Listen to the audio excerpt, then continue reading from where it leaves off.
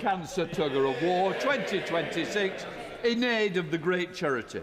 I was a last-minute addition to the team to ensure there was victory. I'd also like to say well done to the women's team, captained by Tonya and Toniatzi, including Madam Deputy Speaker Caroline Noakes, who put on a valiant fight against the Lord's team, but unfortunately lost this year, the first time they've ever lost. Order, order. We now come to questions to the Secretary of State for Northern Ireland, Peter Swallow. Question 1, please, Mr. Speaker. Secretary of State. With permission, Mr. Speaker, I will answer questions 1, 2 and 7 together, but before doing so, may I pay tribute to Sir Desmond Ray, who died recently. He played an important role in the peace process in Northern Ireland, particularly through the transformation of policing as the first chair of the Northern Ireland Policing Board, and I'm sure the whole House will join me in sending condolences to his family. I welcome the clarity provided by the Supreme Court in the Dillon case, which has confirmed that the ICRIR is capable of delivering human rights compliant investigations, and reaffirms the government's position on the interpretation and application of Article 2 of the Windsor Framework. Peter Swallow.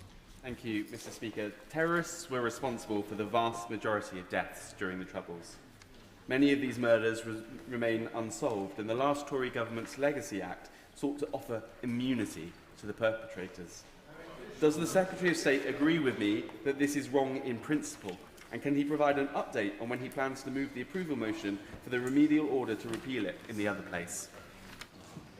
Well, I'm grateful to my honourable friend for his question. I agree with him that seeking to give immunity to terrorists who committed the most terrible crimes, including the killing of police officers and soldiers and many members of the public, was profoundly wrong. It is also wrong in principle. On the remedial order, now we have the Dillon judgment. We'll be bringing it forward as soon as parliamentary time allows. Flower Anderson. Thank you, Mr. Speaker. The Supreme Court found wholly in the government's favour. Does he agree with me that the government now have a responsibility to put in place legislation that delivers justice for victims and survivors of the Troubles, who are both civilians and veterans, and that upholds the special duty of care to veterans?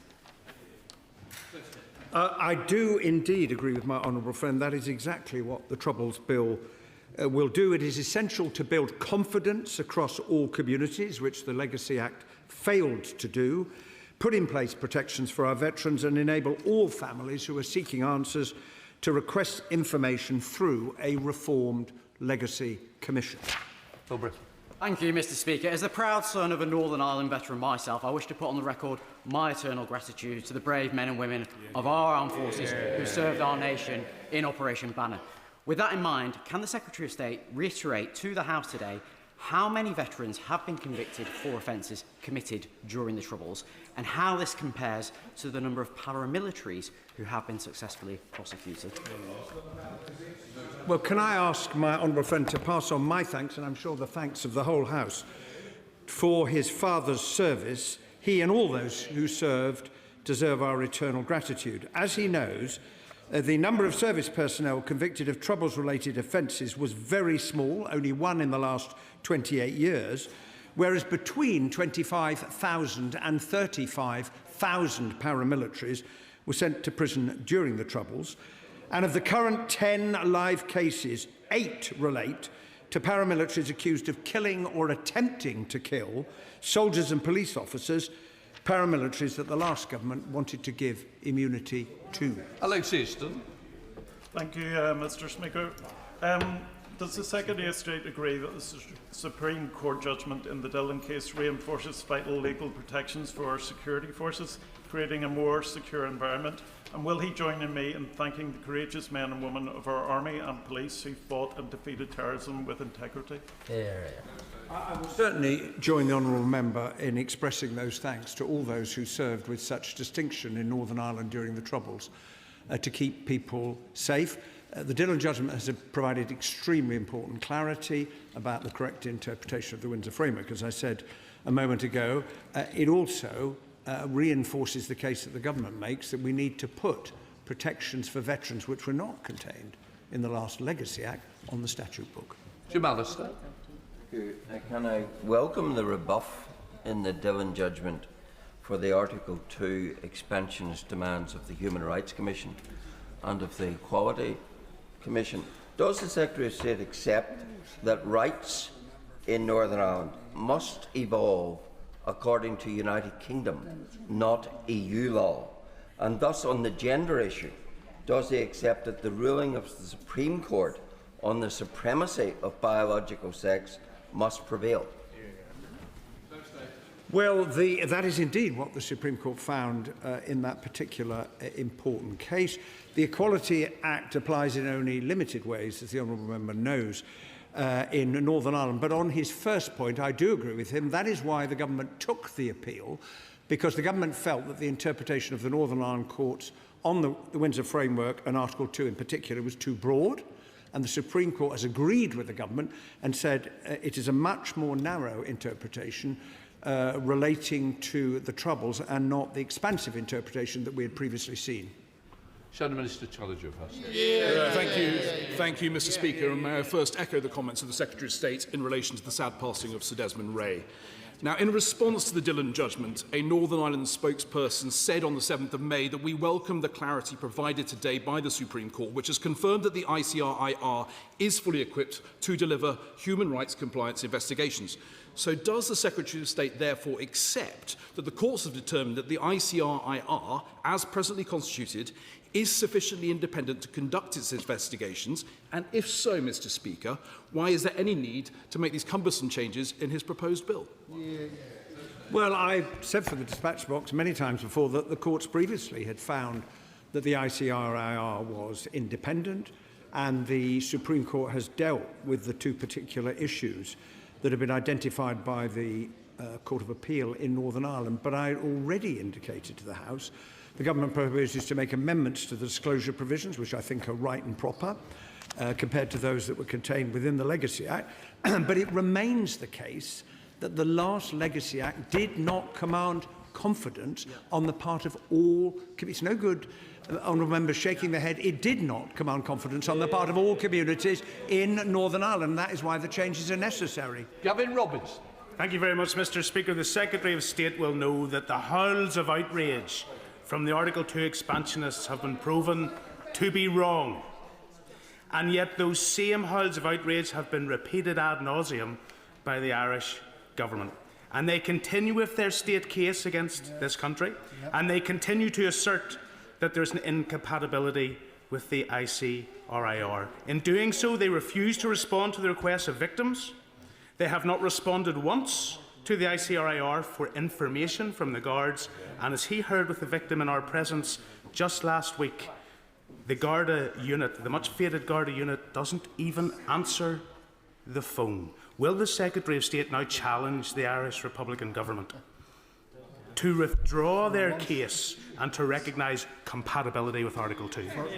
Well, as I have said to the Right Honourable Gentleman a number of times before, the government's view, and it is reinforced, of course, by the Dillon judgment, that the legislation that we are bringing forward, combined with the judgment, means that there is no basis for the interstate case.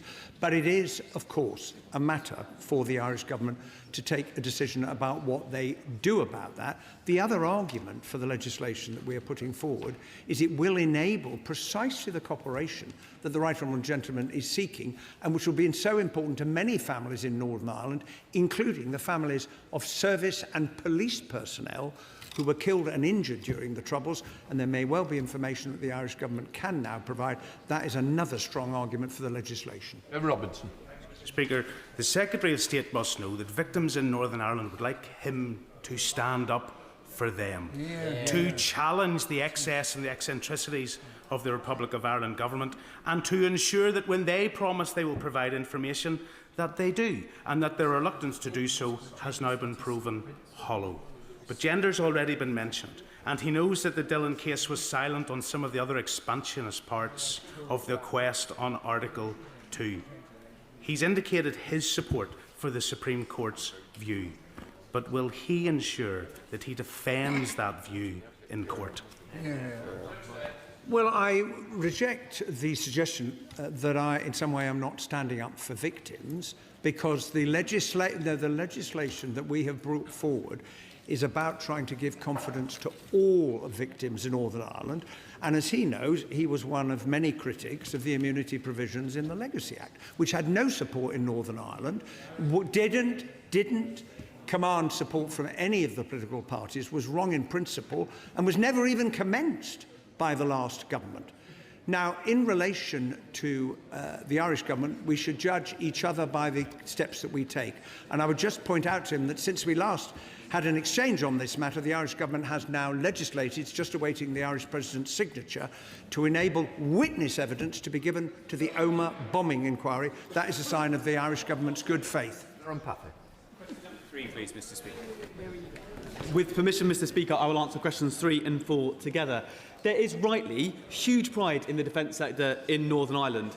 Aerospace and defence are worth more than £2 billion a year. This defence growth deal will unlock even more opportunities for businesses, workers and apprentices. Thank you, Mr. Speaker, and I thank the Minister for his answer. One of the many things I've learnt on the excellent Armed Forces Parliamentary Scheme with the Navy this year is the importance of UK defence manufacturing for our economy and for our national security. In Southampton, we've got Techiva and Leonardo, and of course in Northern Ireland, there's Navy shipbuilding at Harland and Wolff. Does the Minister agree that the Northern Ireland defence sector plays a vital role in defending the UK and protecting our allies?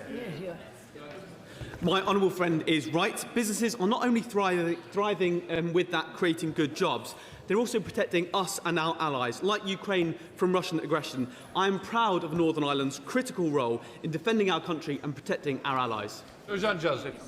Thank you, Mr. Speaker. The Northern Ireland defence sector already makes substantial contribution to the local economy, supporting well-paid, highly skilled jobs right across the region, with at least 900 jobs directly supported. Does he agree with me that this is, as well as benefiting national security, this new investment will also benefit the wider economy, including my own constituency of Ashford?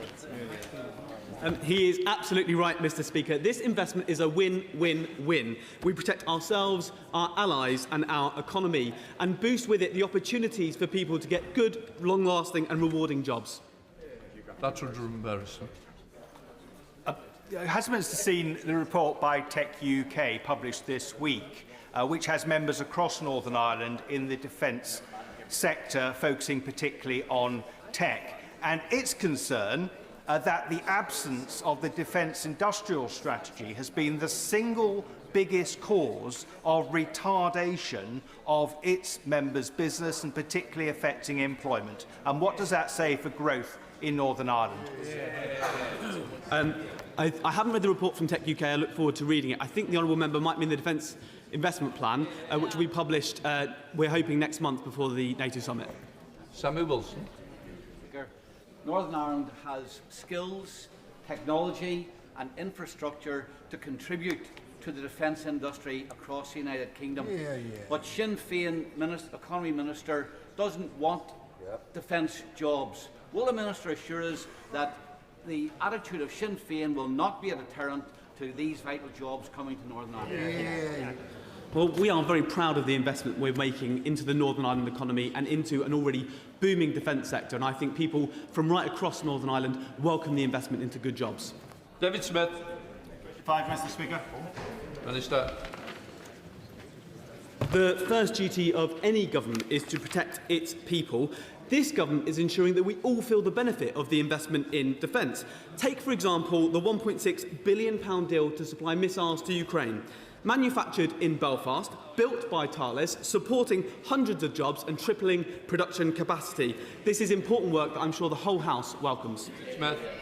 Very honourable friend for that answer, and welcome the good news that this week alone that Thales in Belfast has given a £36 million contract to provide those multi-role missiles, and which will support 700 highly skilled jobs in Belfast. So can I ask the Minister, does he agree that the defence industrial strategy represents a huge opportunity for job creation and economic growth in regions like Northern Ireland and in constituencies like mine in North Northumberland? Of course, the dedication and professionalism of our armed forces, I think, is respected across this House, the country and the world, and standing behind them must be a strong defence industry. And with this plan, businesses right across the United Kingdom can play their part in taking our defence industry to the next level. Speaker, can I thank the Minister of State very much for that answer. Taking into account the world-class engineering capabilities already proven by industrial icons Shorts, Harland & Wolff, Thales in Northern Ireland, will the Minister ensure that the Defence Growth Deal specifically leverages the existing high-tech supply chains and advanced manufacturing skills base across areas like Strangford and my constituency to supercharge our regional private sector growth and ensure that this rising tide lifts all the manufacturing ships in Northern Ireland who have the capacity to do so much more. Belfast, thank you. I will absolutely do all I can to ensure that. I've met many of those businesses and many small businesses from across Northern Ireland to discuss the Defence Growth Deal. He'll be pleased to see there's a focus on skills and supply chains to support more of those businesses. Then good job. Question number 6. With permission, Mr. Speaker, I will ask questions 6 and 10 together. The Troubles Bill will return to the House early this session. In the meantime, I have been consulting widely on the legislation. I will bring forward amendments designed to improve the process for victims, further safeguard veterans and differentiate between the role played by security forces and paramilitary terrorists. Lincoln Job. Thank you, Mr. Speaker. In his wide consultation, did he consult General Sir Nick Parker, who suggested that there should be no further criminal investigations, inquests, inquiries or prosecutions unless there is new compelling evidence which wasn't available at the time of the event?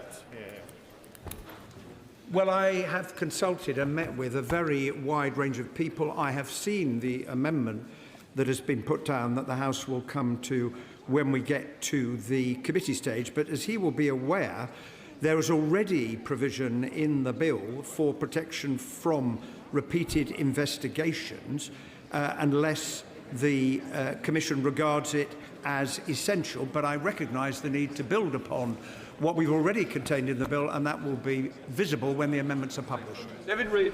Thank you, Mr. Speaker. The previous Troubles Bill drew criticism from 9 former 4-star generals, regimental associations and veterans across the country. Now, the Defence Secretary told this House earlier this week that he had dealt with their concerns and would make significant amendments. But every time we ask for detail, we are stonewalled. So will the Secretary of State lay out today exactly what protections he's proposing and guarantee that no veteran will be hounded through the courts?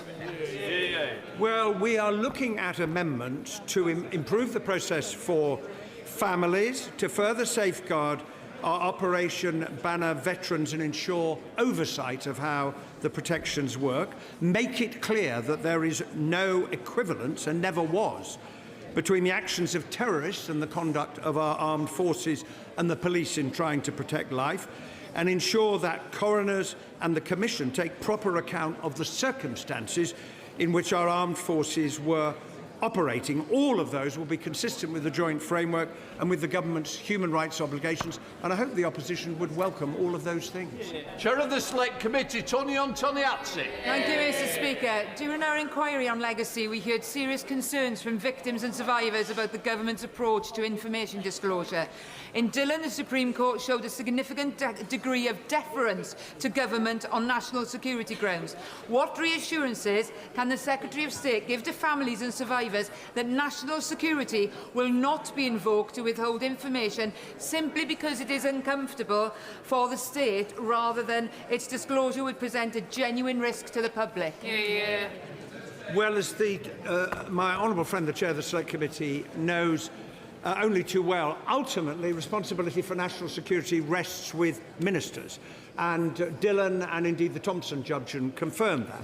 But as I already indicated, I have proposed in the bill changes to the disclosure provisions that were contained previously, including requiring the Secretary of State to conduct a balancing exercise when considering each case, and also to give reasons. And the Supreme Court also made it quite clear that the Secretary of State does not have a veto, because any decision can be subject to judicial review. Sir Secretary of State Alex Burke.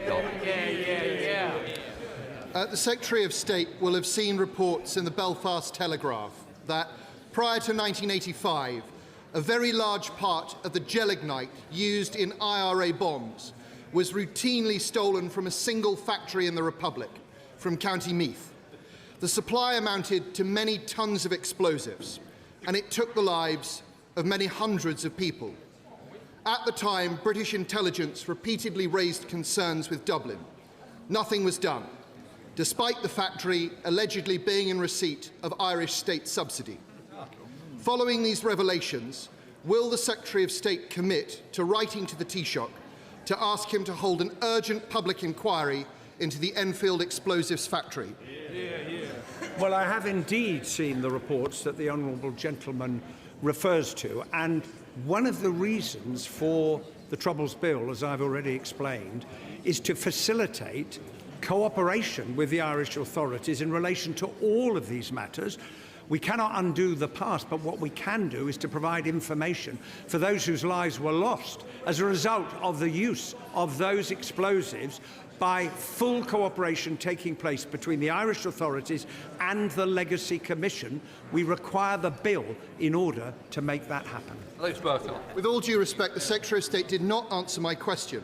This is an extraordinary missing piece of the puzzle in the story of the Troubles, in the story of how the IRA obtained weapons which killed people in our country. The Secretary of State is perfectly within his rights to raise this with his opposite numbers and to ask them to conduct a full public inquiry. On behalf of the victims, will he do so? I undertake to the honourable gentleman and to the House, since he has raised the matter directly with me, to raise it with the Irish authorities, because they will have seen the exchange that he and I have just had. Paul Cole, Liberal Democrat spokesperson. Thank you, Mr. Speaker. The main review into the ICRIR describes a toxic, divided and disrespectful senior culture, along with structural weaknesses in the governing legislation. It also raises concerns that the government's forthcoming Troubles Bill will make matters worse. However, in his response to the review, the Secretary of State appeared to suggest it's simply up to the ICRIR to sort this out. Even though the ICRIR is sponsored by his department, the review was commissioned by his department, and his department is now legislating to rebadge the failing body as the Legacy Commission. So will the Secretary of State tell the House whether he accepts he is ultimately responsible for Peter May's 19 recommendations being followed, an update on whether the NIO plan is still on schedule, and how the Troubles Bill is to be amended to remedy the structural shortcomings exposed in the review? Well, it is, I say to the honourable gentleman, it is a joint responsibility between the independent commission established under the legislation put in place by the last government. Some of the things that have been uncovered are evidence of why we need to reform the way in which the commission works, which is what the Troubles Bill will seek to do.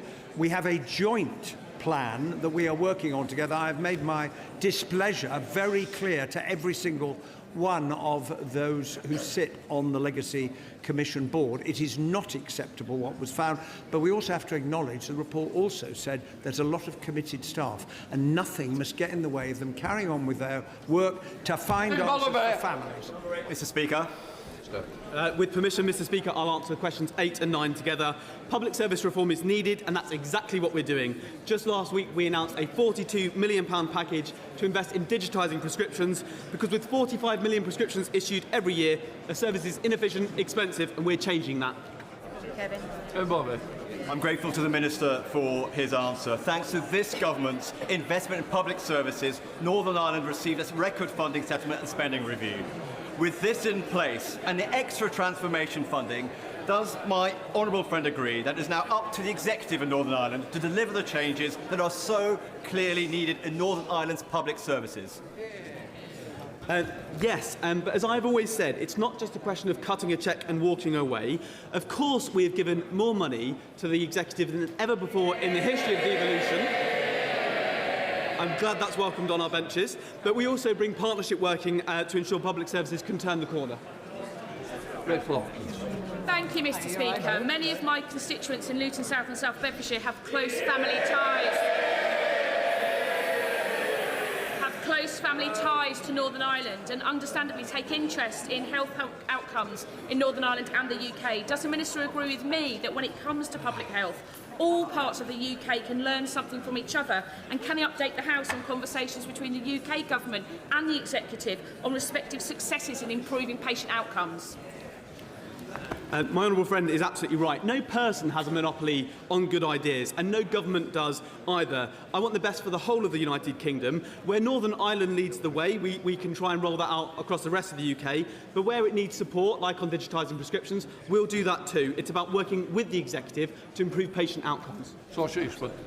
Thank you, Mr. Speaker. And Mr. Speaker, the Secretary of State for Northern Ireland won't thank me for saying this, but whenever we're having these discussions about transformation of public services in Northern Ireland, you can either have good public finances or you can have an unreformed Stormont, but you can't have both.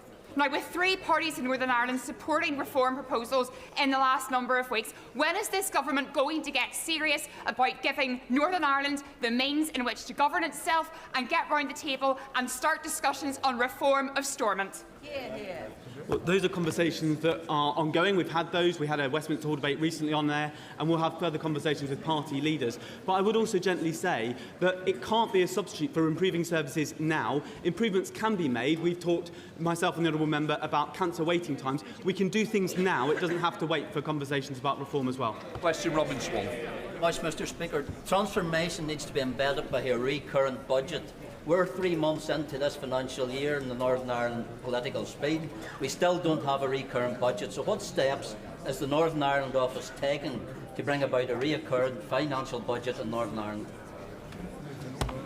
Well, not only have we given a record settlement more than ever before in the history of the Executive since devolution, we're supporting the Executive, we're having discussions, we're encouraging them to set a budget so that the people of Northern Ireland can see the improvement in public services they really need. Before we come to Prime Minister's questions, I'd like to pay tribute to former colleague Lord Alan Hazelhurst, who died this week. Although we come from opposite sides of the Pennines and the Isle, Alan served this House initially as the MP for Old Lancashire seat of Middleton and Prestwich from 70 to 74. Before, he represented Saffron Walden from 77 to 2017. He was also my immediate predecessor as Deputy Speaker and Chairman of Ways and Means from 97 till 2010. He was a distinguished and respected parliamentarian, serving on numerous committees during his time in the House, as well as playing a leading role with the Commonwealth Parliamentary Association. Friends will know Alan was mad about cricket. Along my father Doug, they were prominent and long-serving officers of the All-Party Parliamentary Group on cricket. And I know Alan took his passion to the next level with his many novels about the sport. In 2018, he was appointed a life peer, served in the House of Lords until he retired at the end of 24. I'm sure members across the House will like to join me in sending our condolences to Lord Hazelhurst's wife, Lady Angela, his children and grandchildren, family and friends, who are very much in our thoughts today. We now come to Prime Minister's questions. Dr. Ross Savage. Thank you, Mr. Speaker. Question number 1. Prime Minister.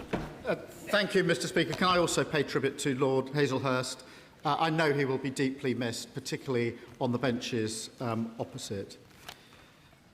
Mr. Speaker, the findings of the recent Spring Hill inquest into the tragic deaths in July 1972 of Father Noel Fitzpatrick, Patrick Butler, Margaret Gargan, David McCafferty and John Dougal are sobering.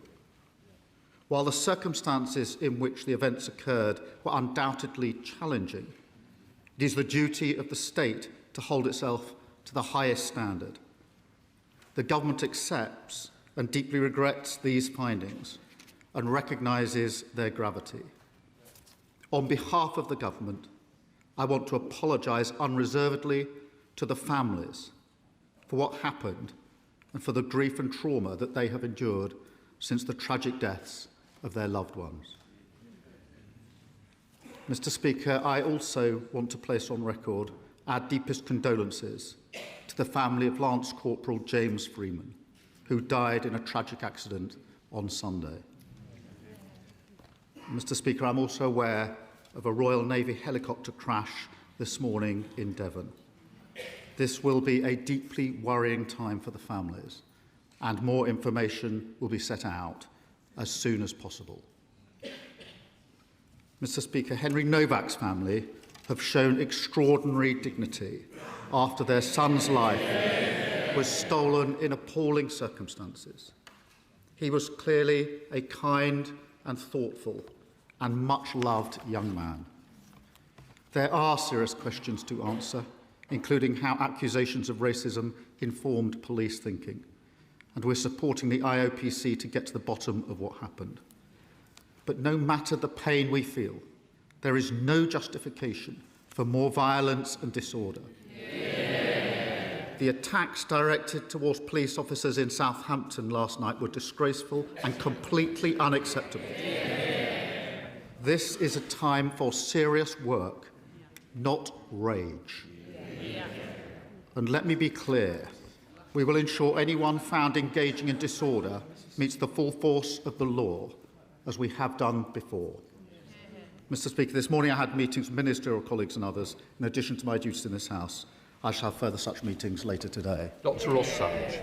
Thank you, Mr. Speaker, and I would like to echo the sympathies expressed by the Prime Minister for those families recently bereaved, particularly the family of Henry Novak. Corruption appears to be endemic in donations to British political parties. We've had years of Conservative cronyism. We've had allegations of embezzlement in Scotland.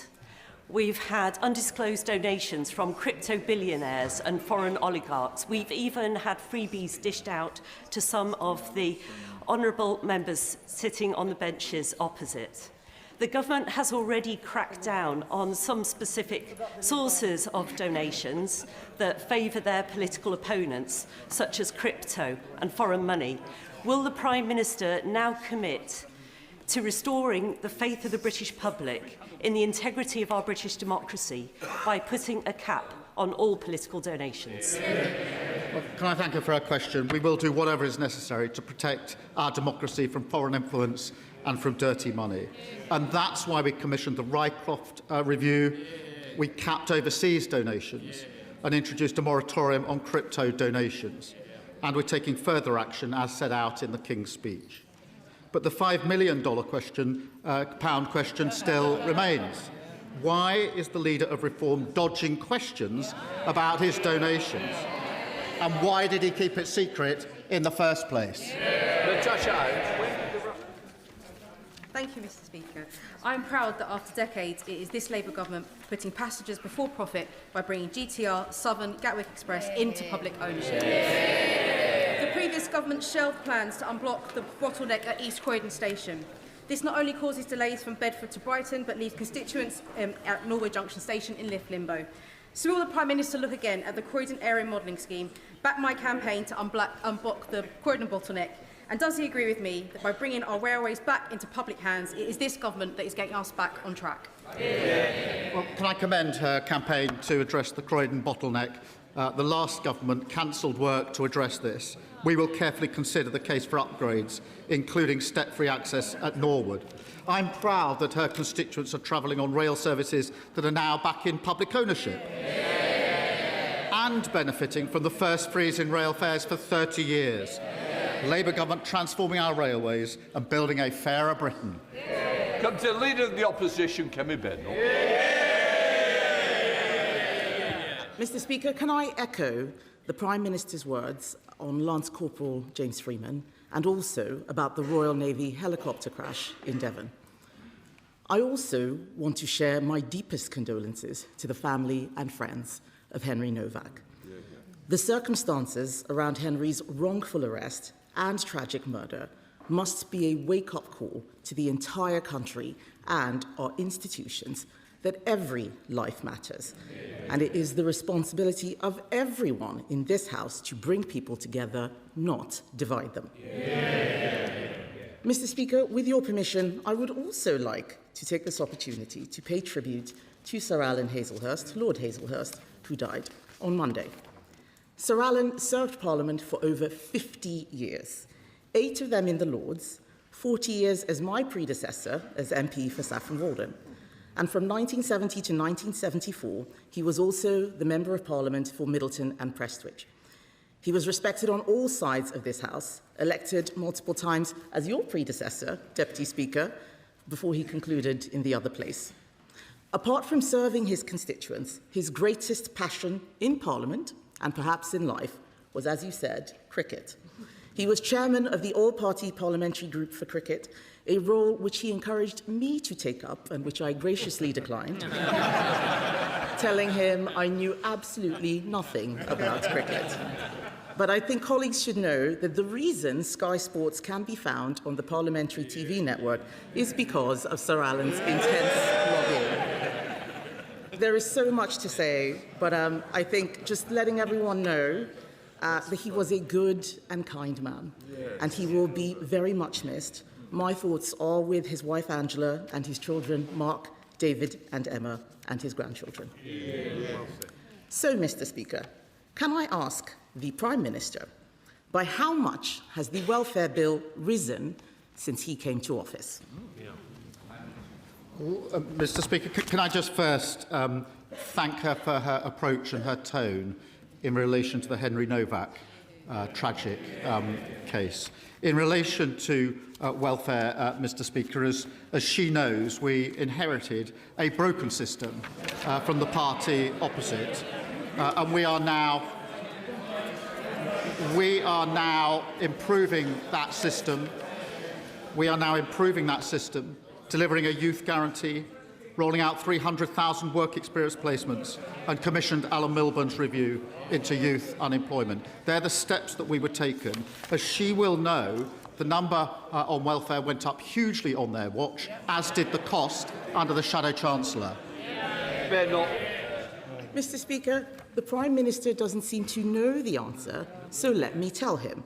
Benefits alone have risen by £20 billion since he came to office. The Prime Minister has promised welfare reforms, we heard him say it just now, so can he tell the House why was there no bill in the King's speech to reform welfare?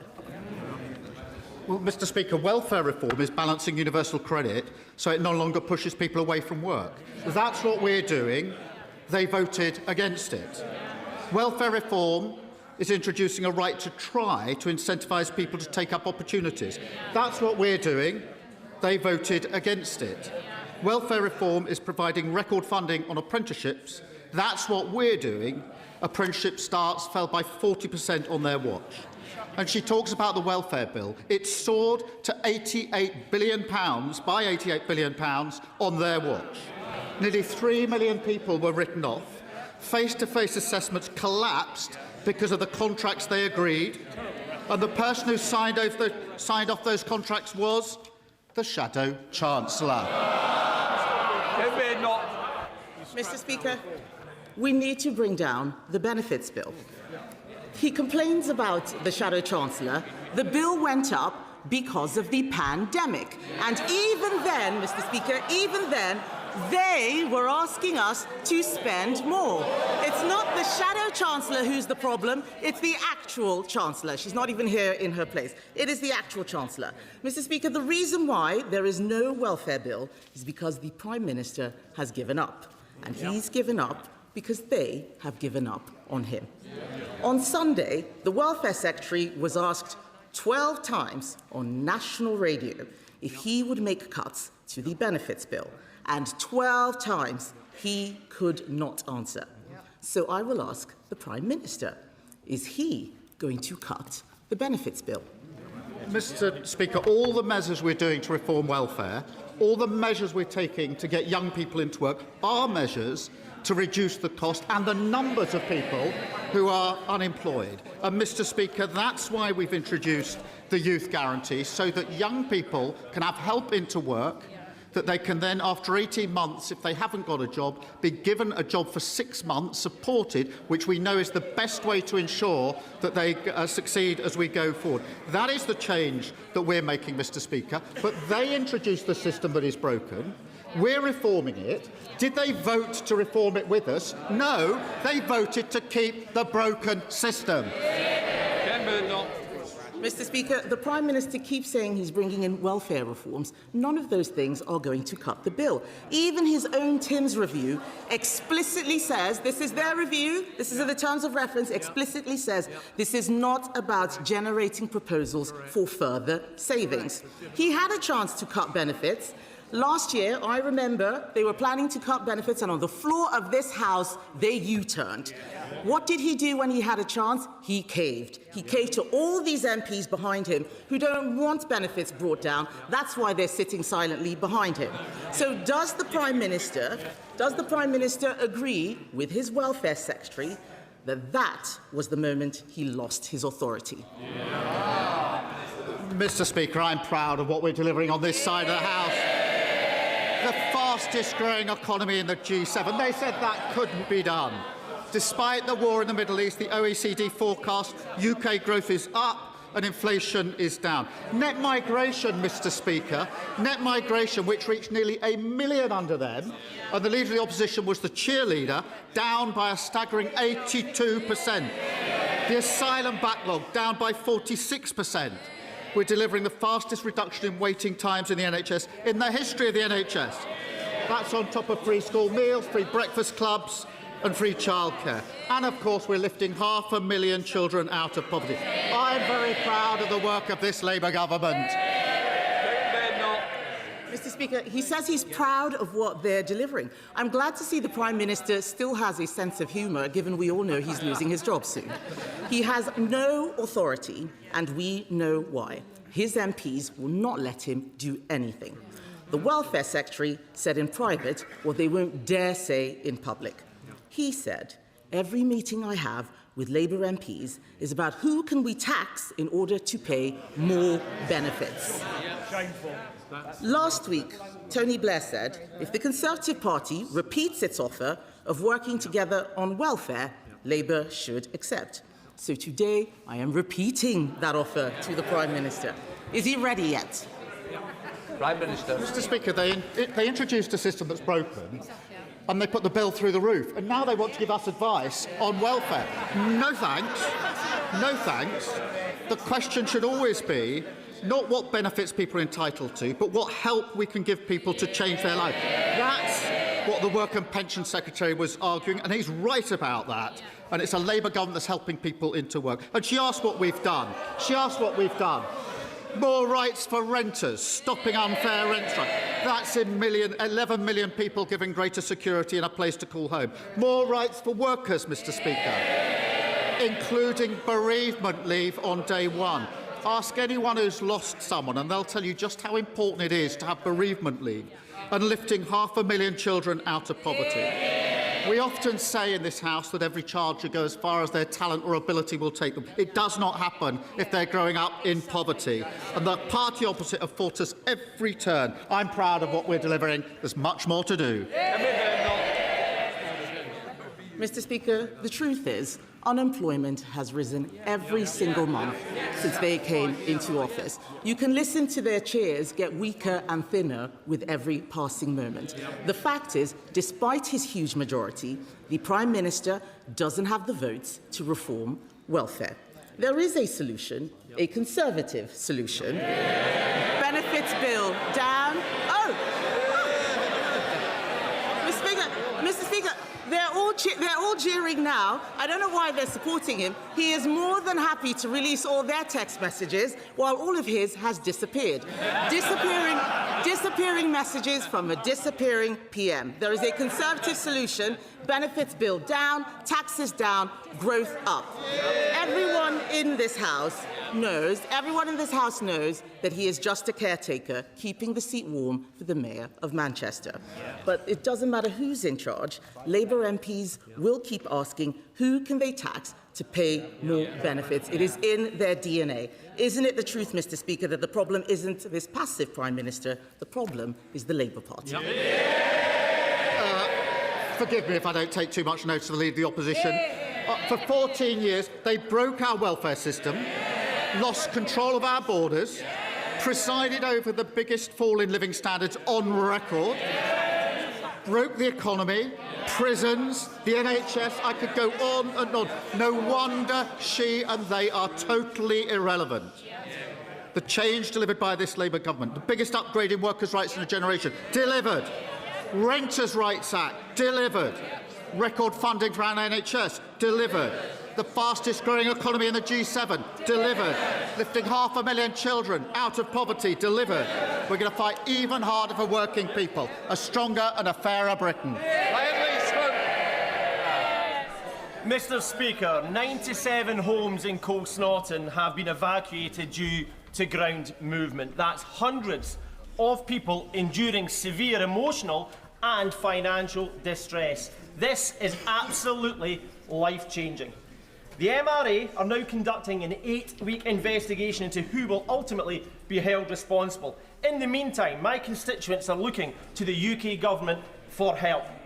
Will the Prime Minister commit to working with the Scottish Government and Clackmannanshire Council to ensure that affected residents receive whatever support they need for a speedy and fair resolution? Can I thank my honourable friend? And I do know how difficult it is for residents who are not in their homes. And can I reassure him and them that the MRA are carrying out daily investigations to get answers as swiftly as possible. We're also working with the Council to provide support for residents. I can confirm the Energy Minister is in touch with MSPs and will ensure that both my honourable friend and his constituents are kept updated on the next steps. Leader of the Liberal Democrats. Thank you, Mr Speaker. And can I associate myself with your remarks about Lord Alan Hazelhurst and confirm to the Leader of the Opposition that he will be missed on all sides? Can I associate myself with the Prime Minister's remarks about Lance Corporal James Freeman, who was killed in Iraq? Our thoughts are with the family and the unit.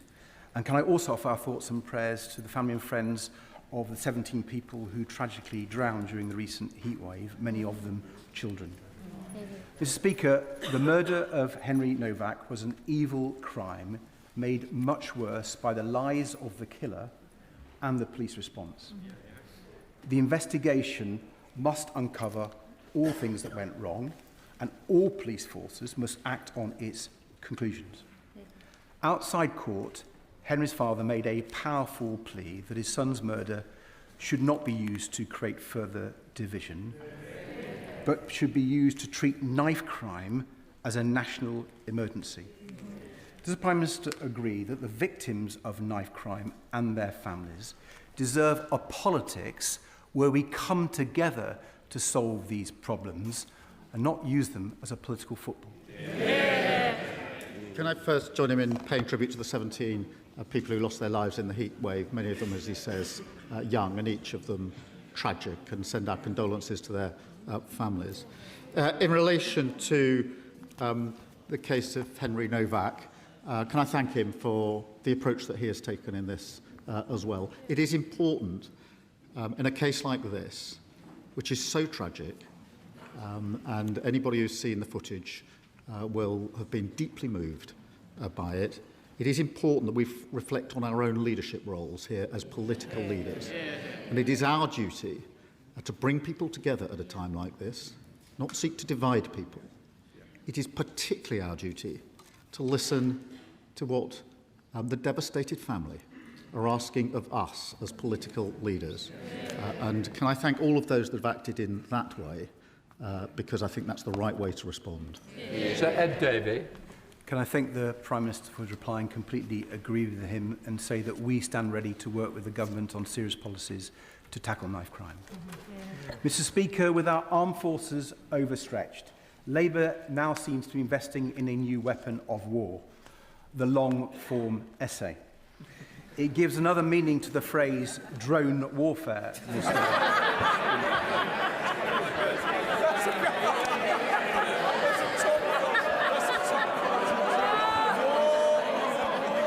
Tony Blair says the UK should suck up to Donald Trump, kowtow to US tech barons, and go slow on Europe.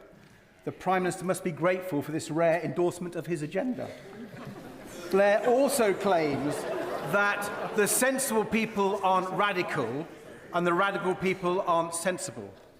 Is the Prime Minister concerned that unless he changes course, he will be remembered for being neither radical nor sensible? Well, he rather spoilt what was quite a good gag.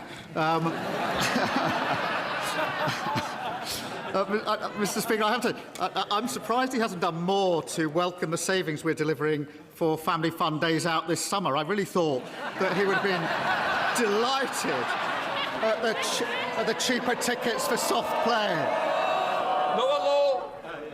The country is united in its horror at the tragic death of Henry Novak. And would the Prime Minister once again join me in paying tribute to the courage of Henry's family in the face of this tragedy? And will he also join me in calling for the recognition of the serious mistakes made by the police, and that we must learn from those mistakes so that no family may face this tragedy again? Well, can I thank him for raising this really important case? And my thoughts are with Henry's family. I'm sure the thoughts of the whole House and the whole country.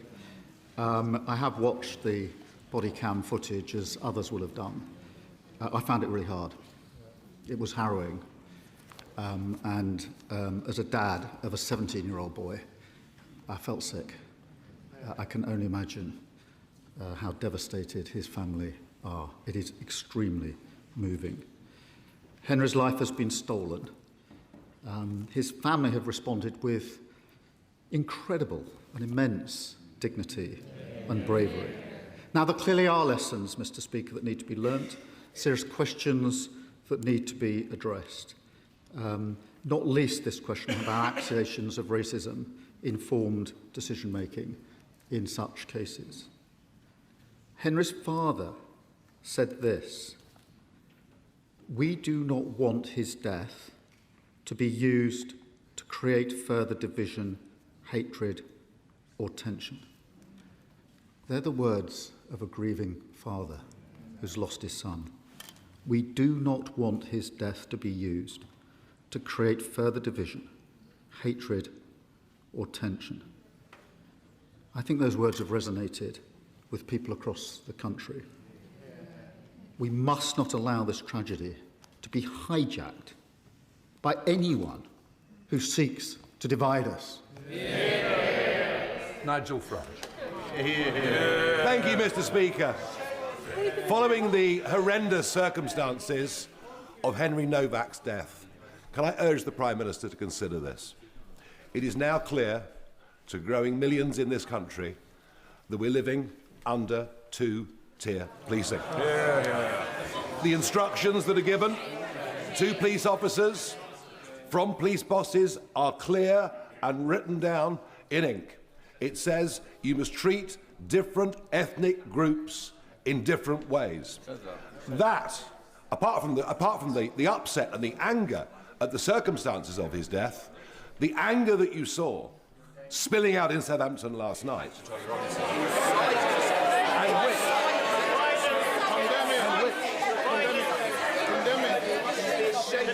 and which is in danger, condemn the violence, which is in danger of getting considerably worse, because if the public lose trust, if the public lose trust in being treated fairly by the police, can he take some action, end this divisive practice of two-tier policing, and make sure that all British citizens are treated the same? Mr. Speaker, I don't believe there's two-tier policing in this country. I'm really shocked that he pretends to have respect for Henry's family and then acts in this way. They are a grieving family. Mr. Blash, please. It's a very important question. I want to hear the Prime Minister. If you want to carry on, go outside, please, Prime Minister. The grieving family have asked us not to respond in the way that the Leader of Reform has responded. They've asked us not to. They have lost their son in the most appalling circumstance. They make a simple plea of us as human beings to please not exploit that. That is their plea to us. We all need to reflect on those words of Henry's father. My response, and the response of others to be fair, has been focused on the lessons to be learned so we can deliver justice. His response has been to appeal for rage. Rage. That's his response to a father who's lost his son and asked for that not to happen. Exploiting this tragedy to create grievance and division would be wrong in any circumstances, but to do it when the family are expressly saying, please don't, is unforgivable. It shows exactly who he is.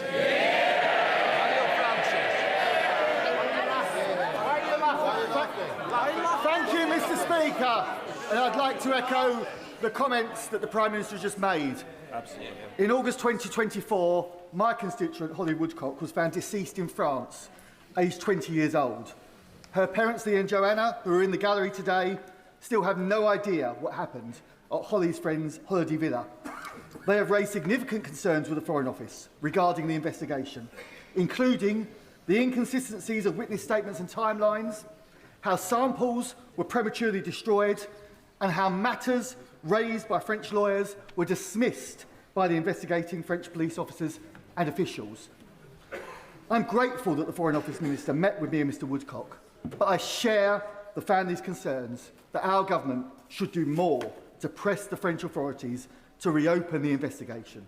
So will the Prime Minister commit to look at what can be done to raise this matter with his French counterparts at the highest level to help Mr and Mrs Woodcock get the answers that their daughter Holly deserves? Can I thank him for raising this case and express my sincere condolences to Holly's family? I cannot begin to imagine the intense distress that they've experienced. My honourable friend will know the Ambassador to France has raised Holly's case with the French Prosecutor General, and I know the Minister of Europe has set out further steps that can be taken and is ready to support the family. But I will reflect in light of this question on whether there's anything more that can be done. Liz Saville-Roberts. Diolch yn fawr iawn, Lefarydd. Last month, Welsh voters elected a Plaid Cymru government with a clear message, fairness and hope. This means tackling years of neglect by securing funding owed from HS2, a new financial settlement that reflects our nation's needs, and more powers for Wales, especially powers over our natural resources. So would the Prime Minister be open to turning a conversation into real action to fulfil the democratic wishes of the people of Wales? Because now surely is a time for us to work together rather than facing the chaos that threatens us from every corner. Can I thank her for a question? As she, I hope, knows, I did have a call with the First Minister of Wales just 2 weeks ago and made it clear that this government will work constructively with the First Minister and with the government in Wales, because that's the right thing to do to deliver for Wales. Tristan Osborne. Thank you very much, Mr Speaker. Can I ask the Prime Minister about our National Health Service and what better treatments can we offer people suffering from memory loss? A very distressing case was recently brought to my attention by a constituent in Waldham, in a village in my constituency, of a man who could not remember his own words, even though he said it on television, that the NHS should not be funded through general taxation. What can we do to ensure my constituents in Chatham and Aylesford secure clarity on future Kent and Medway NHS funding, and what can we do to help the leader of Reform UK? Well, my honourable friend makes a powerful point. The Reform leader wants everyone to forget that he called for our NHS to be replaced with an insurance-based system. You might want to jot it down to jog his memory.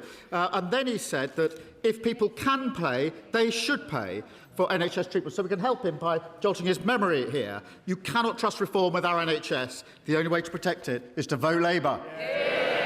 Rosie Duffield. Thank you, Mr Speaker.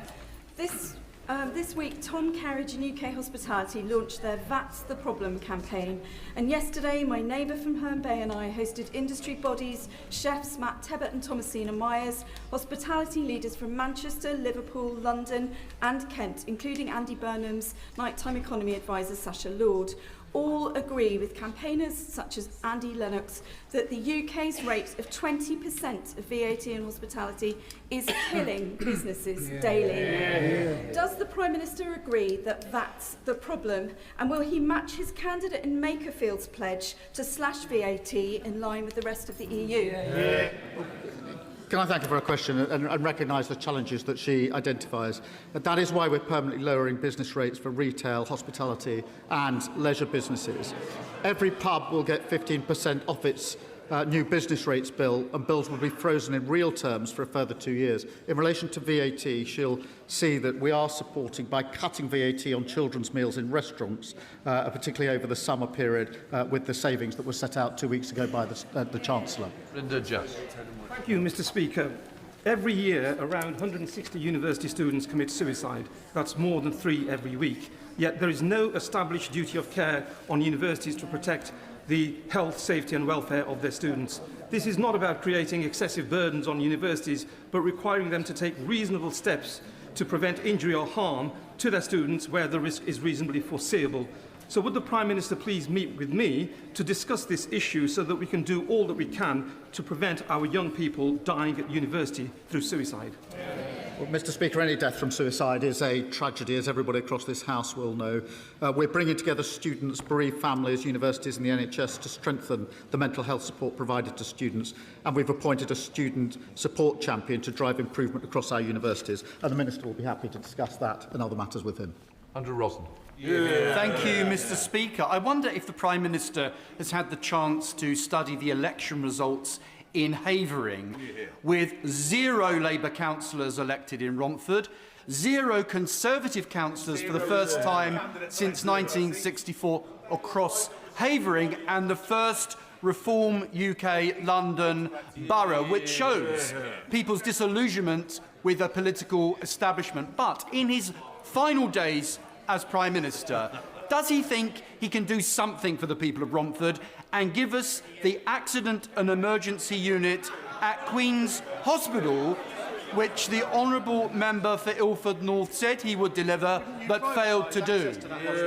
Mr. Speaker, we put record investment into the NHS to clear up the mess that he and others left behind. I have studied the candidate for Makerfield, the Reform candidate, since he brings up election. A self-professed sexist, said women who get abortion do it for vanity purposes, encouraged people not to get the COVID vaccine, and said Russia was within its rights to invade Crimea. Reform have got nothing to offer but grievance and division yet again. Thank you, Mr. Speaker, and can I associate myself with the Prime Minister's comments on Henry Novak and cause for calm over division?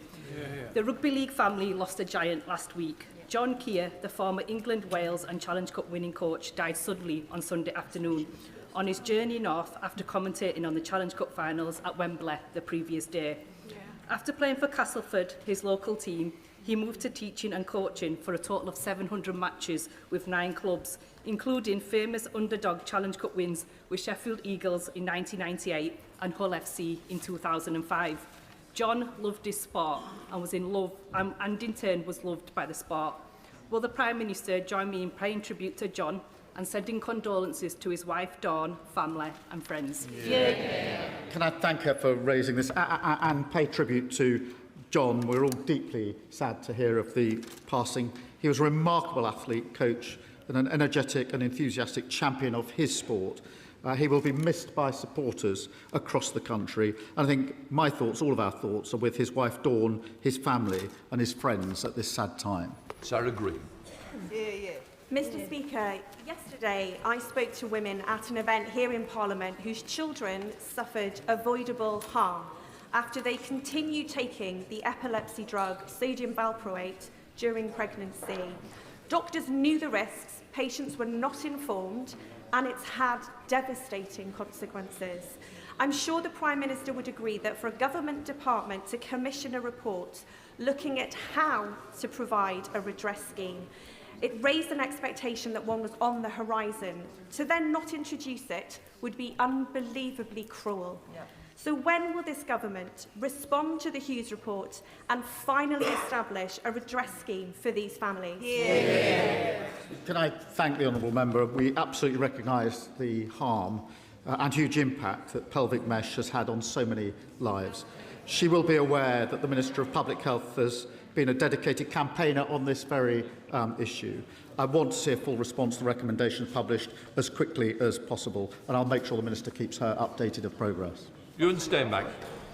Mr Speaker, the 10-year bus plan published by the Department for Transport shows that demand for zero-emission buses will double by the end of the decade. Despite this, in Scotland, jobs are being lost in our bus manufacturing sector because overseas manufacturers are winning a greater number of orders and now constitute the majority of new registration buses on our roads, despite an investigation into the cybersecurity of Chinese buses. Will the Prime Minister designate bus manufacturing as a sector critical to our national security? My honourable friend is right to champion the brilliant, talented workforce building buses in Scotland. Our pipeline will give UK manufacturers the certainty and stability that they need to plan ahead and to be completely effective. And I can reassure him we're working closely with the industry to provide the response and the support that's necessary. Bob Black. Thank you, Mr Speaker. And I welcome the Prime Minister's commitment to combat anti-Semitism. But the regular hate marches we've seen on our streets, with the chanting of globalise the Intifada, has led directly to attacks on Jewish businesses, on synagogues, on individuals in the streets, and now an arson attack on where Jewish people live. So the Jewish people of our country now want to see action, not warm words. Will the Prime Minister therefore commit to the type of action that we need to expel students who commit anti-Semitic acts who are from overseas? Will he take action to prescribe the IRGC? Will he take action to close down the 13 Iran-sponsored charities in this country that spread anti-Semitism? Will he also take action to ensure that all children are taught the horrors of the Holocaust, the importance of not expressing hatred towards one another, and the true history of the founding of the State of Israel? The Jewish people of this country want to feel safe on our streets and in their homes and in our country. So will the Prime Minister take the appropriate action? Can I thank him for his question? And we are united in our belief that we must fight the poison of anti-Semitism wherever it is found. We are investing more to keep Jewish communities safe, more police patrols, greater security at schools and synagogues, and investing several £1 million to tackle anti-Semitism within our universities, and bringing in prescription-like powers to clamp down on malign state activity. We will set out further steps in coming days, and I'll make sure he's fully informed of the steps that we're taking. Thank you, Mr Speaker. Mr Speaker, less than 48 hours ago, the family of Henry Novak stood on the steps of Southampton Crown Court and gave a courageous and dignified statement in which they said, "We want to use Henry's heartbreaking story to make change for the better. We do not want his death to create further division, hatred, or tension. We want his story to help make our streets safer for everyone."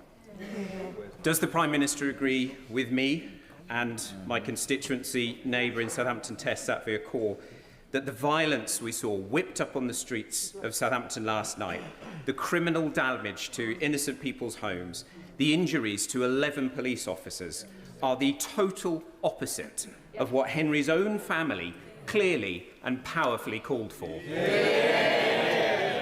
Can I thank him for his question and thank him for the discussion that we had this morning about the impact in Southampton, and thank him for the work that he has done along with his fellow MP and, if I may, the Honourable Member for Thurrock, who's been dealing with Henry's family for some time. The attacks directed towards police officers last night were disgraceful and completely unacceptable. There is no justification for further disorder.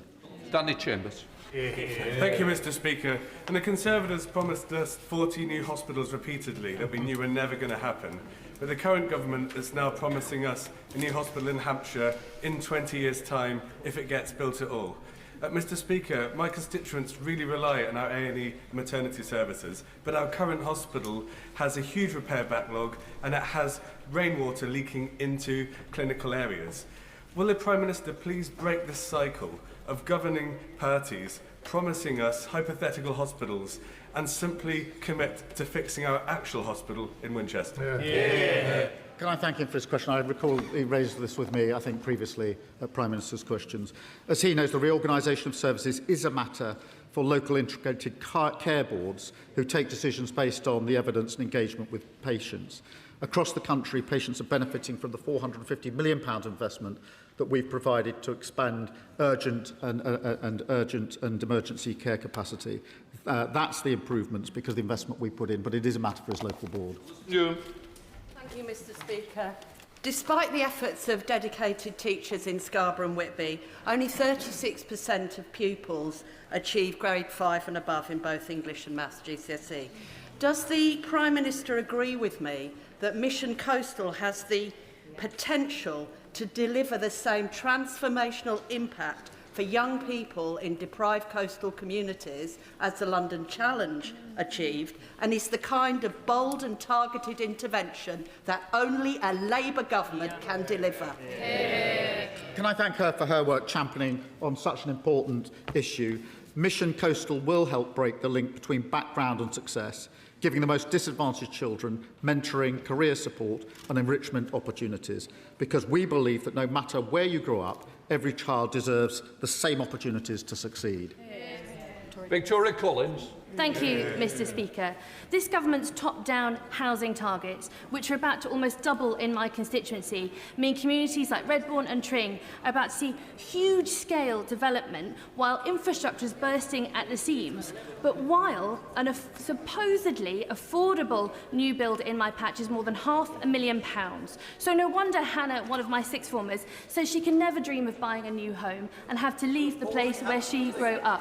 So will the Prime Minister urgently review these targets and come and speak to Hannah and our constituents, see how the targets, these top-down targets, are not delivering the affordable homes, the services we need, or protecting our precious land? Prime Minister, please. Look, we inherited a housing crisis with people unable to have the security of their own home or even get onto the housing ladder. We are determined to change that. We have invested £39 billion to deliver more social and affordable homes, prioritising brownfield land. We must build more communities with strong infrastructure, but her party consistently votes against the planning reforms that will actually allow those homes to be built. Final question, Calvin Bailey. Thank you, Mr. Speaker. Yesterday, the Health Secretary confirmed that all eligible black men will be invited to the Transform trial. As chair of the Prostate Cancer APPG, I welcome this vital step towards screening for this terrible disease, for which black men have doubled risk for both diagnosis and death, something which Reform have responded to with nothing but divisive weasel words and rage baiting.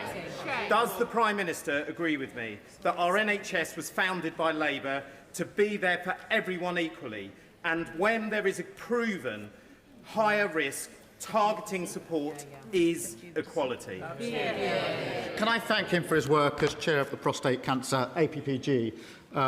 This programme is England's first targeted cancer screening programme. We're also funding a major expansion of research and treatment backed by £20 million to help men at the highest risk. We are determined to improve cancer care, and more cancer patients are now being diagnosed on time thanks to Labour's decisions. But of course, there's more to do. Let the front benches change over. Didn't ask a question, so questions come after statements. You didn't ask a question, though. I don't know. So they come afterwards. They come after statements and UQs.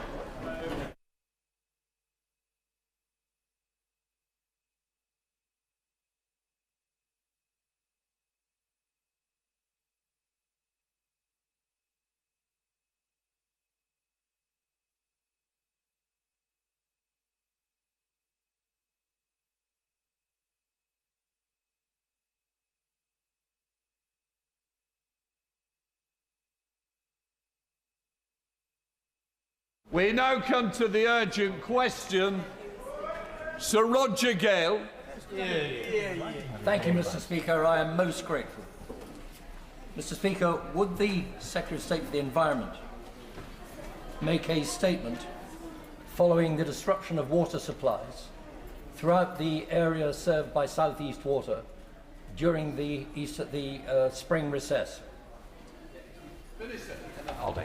Thank you, Mr. Speaker, and thank you to Sir Roger for asking this question. And I'd like to update the House on the water supply disruption in Kent. I'd like to begin by expressing my sympathy for those affected by this disruption. Being without water is distressing at any time, but particularly during a period of hot weather and school revision and examinations. This is now the third major outage affecting South East water customers in recent months, and it is simply not acceptable. South East Water reported that thousands of customers were impacted by supply disruptions over the course of the incident, and I am pleased that normal water supply has now been restored. I met with the interim chair and senior operational staff twice during the course of the incident, including on Sunday this weekend, and the DEFRA team met with them daily to hold them to account for this incident and requested that they set out how they will compensate customers for this by the end of this week. Water supply disruption causes significant cost to businesses and impacts the most vulnerable in society. I've heard of a 100-year-old lady without water and a care home in Cranbrook using wet wipes to keep their residents clean. This is simply unacceptable, and the company must take urgent action. I'd like to thank all those working in the Kent Local Resilience Forum, the local authorities, the health and social care partners and civil servants in MHCLG and DEFRA for their hard work to support those affected. I'm also grateful to operational staff and volunteers who worked on the ground to restore water supplies and provide alternative water. A reliable supply of clean water is one of the fundamental foundations of a healthy, functioning society. The situation demands further bold action to deliver fundamental long-term reform, and that's why we're delivering whole-scale reform to the water sector. Through our Clean Water Bill, we will create a new, single, powerful regulator, giving us for the first time a clear system-wide view of company performance and the tools to intervene more quickly when companies fall short. We will put consumers first by introducing a water ombudsman, ensuring customers have a stronger voice and clearer routes to redress. We've already passed the Water Special Measures Act, which introduced the toughest Centrelink powers ever applied to law-breaking water company executives and introduced powers to ban unjustified bonuses. It is vital that South East Water and all water companies deliver on improvements to their infrastructure, but most of all, they must continue to improve their ability to maintain water supplies to their customers, whatever the weather. We now come to Sir Roger Gale. Thank you, Mr. Speaker. Can I thank the Minister for her obvious and genuine concern and for the measures that she sought to take. And can I join her in thanking the very many organisations that sought to help us through this problem? And I include in that employees on the ground of South East Water. Mr. Speaker, you know that thousands of people in Herne Bay, in my constituency, and more thousands of people in Whitstable, in the constituency represented by my honourable friend, the member for Canterbury, were left without water during the 4 hottest days of the year so far. That is totally inexcusable and totally unacceptable. Not only were households disrupted, but at the very time when they should have been having a glorious start to their season, guest houses, hotels, restaurants, pubs were shut. Care homes had frightful problems. A doctor's surgery lost its consultations because they didn't have water. There is no quick fix to this. The Broad Oak Reservoir should have been built 50 years ago. It'll take 10 years if we start tomorrow. But we have to try to make sure that in the coming months, because there will be more hot weather, this doesn't happen for a 5th time across Kent. And Mr. Speaker, finally, could I say that I do believe that the water companies face a very real problem in the regulations as they stand. They are required by law to connect every new house to a supply. They are not consultees in planning applications. We have to correct that. They have to be given a voice because they cannot spirit water out of thin air. Yeah, well done. Emma Hardy, Minister. I thank the right honourable gentleman and share his outrage at the situation. And he's quite right to say that one of the answers is the reservoir, and he's quite right to say that it's going to take a long time in which to build it. But it's not just the reservoirs, it's the desalination plants, but it's also they need to do more urgent action on tackling leakage. Too much of the water that is produced is lost through leakage. We're also sort of looking across government at building standards for new homes. How can we make homes more water efficient? Because this is a big problem. And one of the things I hope which will offer him some reassurance is NISTA have been doing some work around mapping to identify areas of the country where we have more acute water shortage problems to look at what we need to resolve it. One of the things I was saying to the company is, like, what are the actions you can take now? There's no excuse for their poor communication. That's something they can fix overnight. They can improve their communication. They can improve their relationship with the local resilience forum. That doesn't cost any money. They can look at the bulk supply deal they have with Southern Water. That's another action they can take. They can accelerate their work on leakage reduction. That's another action they can take. But fundamentally, it's quite right. The answer is building reservoirs and having greater storage of water across our country. And it is quite frankly, I think, ludicrous that we're in a situation where we complain about the rain all through the winter and complain about the drought all through the summer, and we have no way of storing it, and that's something I'm trying to change urgently. Just to remind her, this is about South East Water, not other water companies. So I'm sure all questions will be linked to that. Sure, Sanchez. Thank you, Mr. Speaker. Like many of my constituents, I have lost all faith in South East Water after the repeated failures to deliver adequate standards for customers in my constituency and across Kent. The latest incident left around 4,000 of my constituents having to cope for days with no water entirely, an intermittent supply or low water pressure. South East Water's failures to invest in infrastructure means I have no confidence they will be able to provide a basic standard of service. Moreover, they kept the hosepipe ban until February this year, and there was no preparedness for the hot weather that was coming up. So there is a lack of understanding for the senior leadership within that organisation. So what practical measures the government can do that we will not suffer in these coming summer months? Minister. I thank my honourable friend for his question and share with him the outrage of the situation, and he has been a fantastic champion for his constituents in raising this with me on a number of times. In terms of the action that they can immediately take, one of the things we've said to the company is that they need to be prepared for future hot weather during the summer. What is their plan? What is their resilience plan? What actions are they going to take? What are they going to do? Where can they identify immediate things they can take? The longer solution is the storage of water. That is the longer term solution. But I mean, fundamentally, I have to say, Mr. Speaker, this company is a water-only company. It has one job. That's all it has, one job, to supply water, and it's quite frankly astonishing that it is failing to do that at the moment. He will be aware they are under investigation from Ofwat, they're under investigation from the Drinking Water Inspectorate for its actual licence, and because of its recent credit downgrade, it is under investigation as to whether those licence conditions have been broken. So serious actions are being taken against this company now. I will, of course, update the House as soon as I hear more about the things they're going to be taking in the immediate short term, and just also to mention that the CEO has offered his resignation. The chair has already resigned. There is an interim chair, and the CEO is currently there while they're looking to replace him with somebody else. Shadow Minister Dr Neil Hudson. Thank you, Mr. Speaker, and thank you for granting this urgent question from my right honourable friend, the member for Herne Bay and Sandwich. And can I thank the Minister for her approach and engagement with this vital issue. It is deeply regrettable, Mr. Speaker, that we are here yet again with unacceptable outages from South East Water following the events back in December and January. The shortage of water supply in Kent in these hot conditions has had terrible impact on the local communities.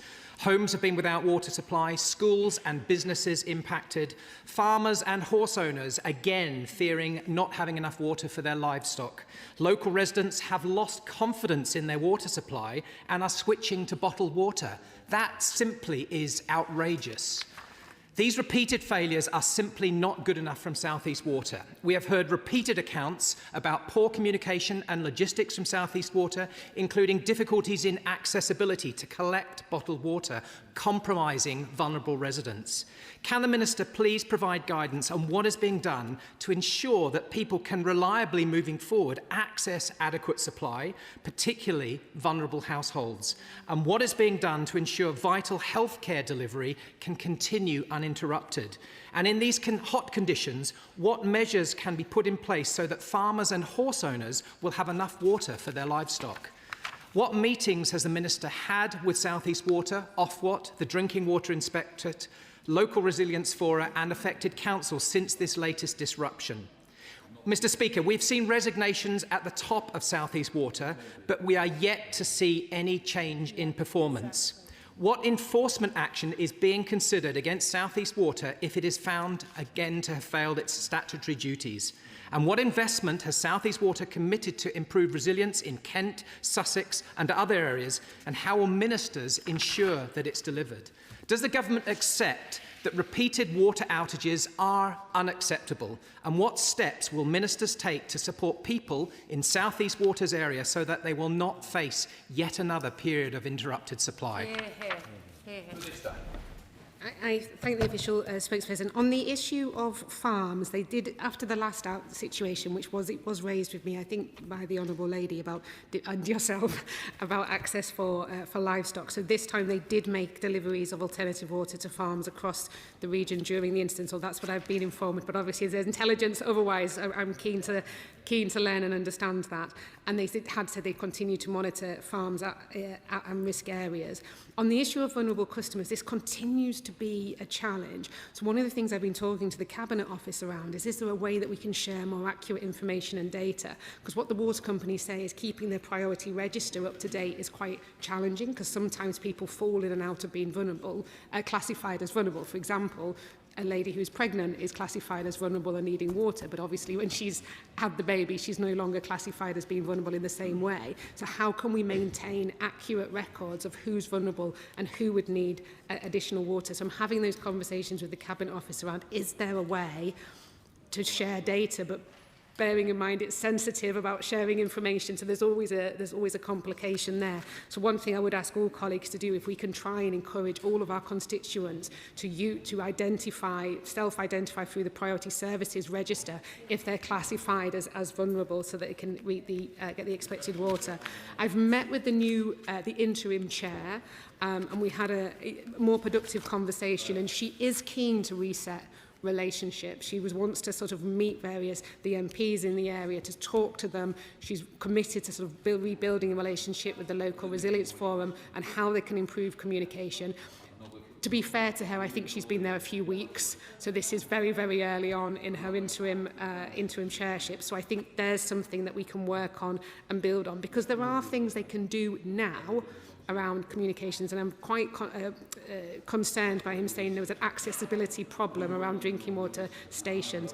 In terms of who I've obviously met with the new chair, met with the senior people involved, meet regularly with the Drinking Water Inspectorate and Ofwat on this. There are live investigations following the last incident being held into the company at the moment, and this will continue. Thank you, Mr. Speaker. I'm grateful to my honourable friend for the way that she has approached this, and particularly the fact that she points out that South East Water has one job. However, unfortunately, they are accountable to their shareholders more than they are to the people who they are supposed to be serving. Can I make a suggestion, notwithstanding the reforms that the government has already put in place with regard to the water industry, suggesting that maybe in future, rather than simply fining these companies when they fail so catastrophically, taking that fine, the amount of that fine as stock in the company to be fully held by a locally convened water board, so that residents themselves have some form of control and accountability for the decisions that are made, because otherwise we are relying on extractive capitalism to destroy our water supply. Minister.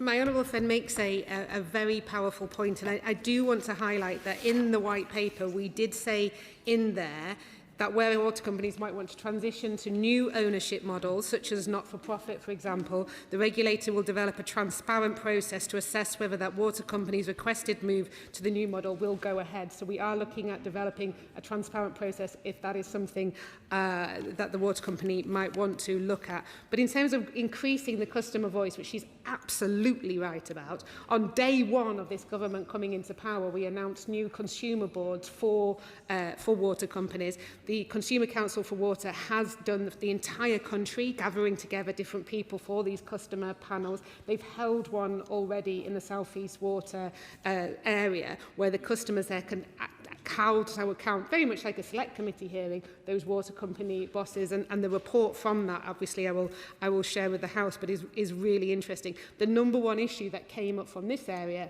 was communication. Lack of communication and lack of adequate communication was the number one thing they can tackle, and that doesn't require millions and billions on a reservoir, that just requires competence. Sir Dyke, Liberal Democrat spokesperson. Mr Speaker, leaving thousands of South East Water customers without access to drinking water has become a pattern of neglect, enabled by a water system that fails to hold water companies accountable for their actions, whether it be environmental destruction or consistent water disruptions. The situation is simply unacceptable, but the government's timid reforms do not rise to the scale of the challenge. We don't need more tinkering. We need a total structural overhaul. So given the repeated failures in water supply and sewage pollution seen in South East Water area and across the country, will the Minister back Liberal Democrat proposals for a mutually owned public benefit model for water companies, focusing investment on the environment, on customers and infrastructure, rather than lining the pockets of water company bosses like South East Water? Minister. Of course, South East Water is a water-only company, not a sewage company, and I think there's many things we can criticise them for, but sewage pollution is not one of them. Since we came into power, as I said, on day one we introduced the customer panels. We've secured £104 billion private investment. We passed the Water Special Measures Act. We gave the EA more powers to monitor water companies and uncover wrongdoing. In fact, the EA have done over 10,000 inspections into water companies. They've uncovered 81 examples that have gone through to criminal investigation. And I do want to gently point out that under the previous government, coalition government, funding for the EA was cut by more than a half. We've also introduced criminal liability for water policies, introduced automatic penalties, reduced the burden of proof, introduced cost recovery, banned the sale and supply of wet wipes, looked at reforming our bathing waters, established the Water Delivery Task Force, and yes, there's more to do with the reforms we have. And on top of that, of course, we've abolished Ofwat. And on top of that, there is more work to do. But I think I stand quite proud on the record that we've already taken after years of inaction. Helen O'Donnell. Thank you, Mr Speaker, and I thank the honourable member for bringing this question. It's been an extremely distressing incident for my constituents served by South East Water on the Sussex-Kent border to see this disruption happening. Many residents and businesses impacted, and I have to say that it's right the Chief Executive and the Chairman of South East Water have resigned, and I would urge the government to look at the terms of the licence and whether those have been breached in this situation. But I also think we're here again in this chamber discussing another major water outage. The Minister knows we've had 2 major outages as well in my own patch. And what we see is time and time again the same mistakes and the same failures being repeated by the water companies. We looked at this on the Environment Committee and we found that they need to have clear plans of action in place, water stations in the right places, water stations that you can get to without a car, thinking about the impact on businesses and maybe delivering water to them to keep them open. All of these things every time get forgotten. And so could I ask the Minister to actually instruct all water companies in the country to have detailed emergency response plans in place for every constituency in the country that they work with the local MPs on, because we are the people on Christmas Eve, as happened to me last year, who've got the vicar's mobile numbers, the head teacher's phone numbers, and can set up those water stations, but they need to do that planning before disaster strikes and people lose water. So I urge her to look at that. Minister. Thank the Honourable Lady. So in fact, the licence, they have actually broken their licence conditions at the moment. Because of their credit, they've been downgraded by Moody's credit rating agency because of their performance issues, which is in fact, I think, the first time a credit rating agency has downgraded a water company over performance rather than over insolvency. So they are currently in breach of their licence. They're also being investigated on their licence from the drinking water inspector. It could be Ofwat. I will double check. under the consumer duty. Sorry, it is by Ofwat under the consumer duty for the fact that they've had supply outages in December and January. So that is happening right now. On the emergency response plans, yes, absolutely, they should have emergency response plans. Clearly, the emergency response plans that this company have are inadequate, which is why that we want to work with the local resilience forum and with the water company, with obviously with DEFRA officials as well, to make sure that they are improved before we have another short spell of hot weather. Thank you, Mr. Speaker. The Honourable Lady asked a very good question, which the Minister sort of touched upon, but I'm going to press her further, because parts of Merryworth Platt and often in my own area were left not only without water, but without the support necessary for those who are most vulnerable, until two fantastic councillors, Matt Borton and Sarah Hudson, both from East Peckham, really went in there and got into the fight with the water company to make sure that the water station was set up. What planning can she help with to make sure that that infrastructure is put in place? Because the water companies have got away with it for far too long.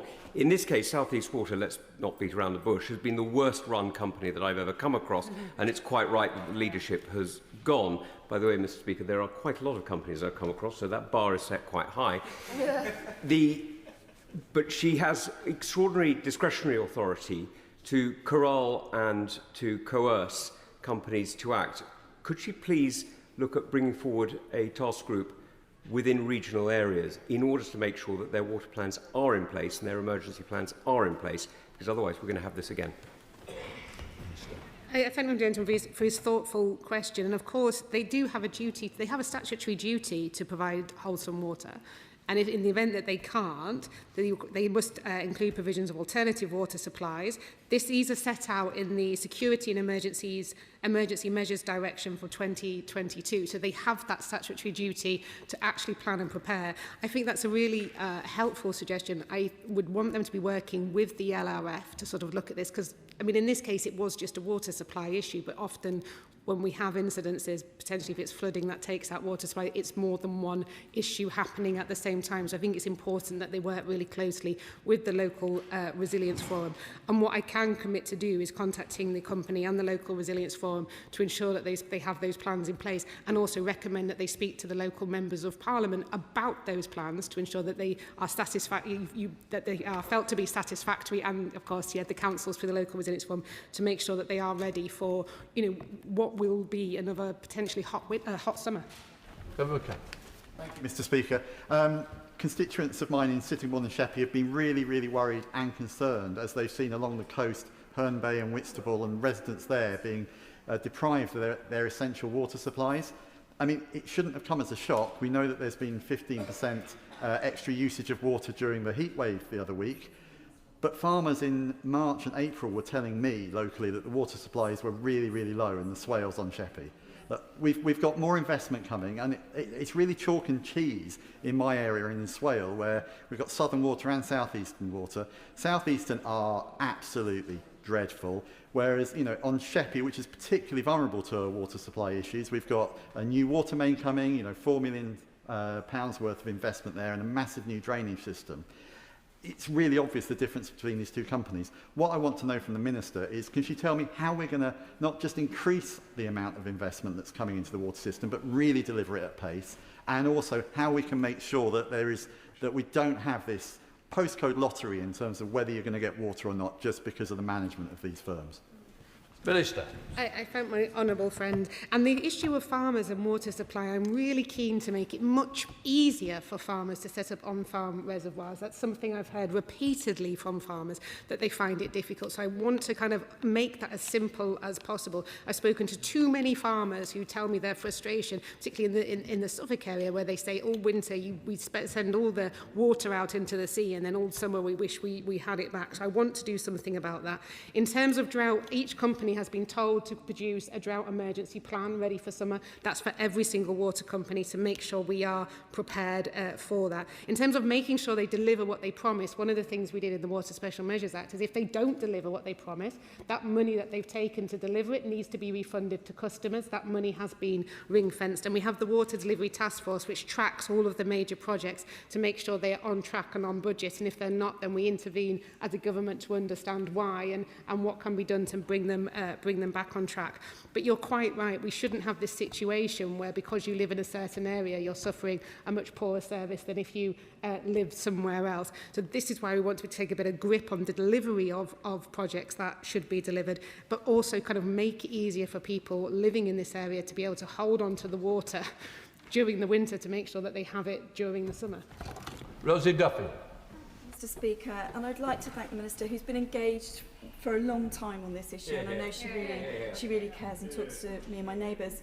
My neighbours and I just spend far too much of our time talking about the latest water shortages, and, you know, heat seems to equate to lack of water in the taps.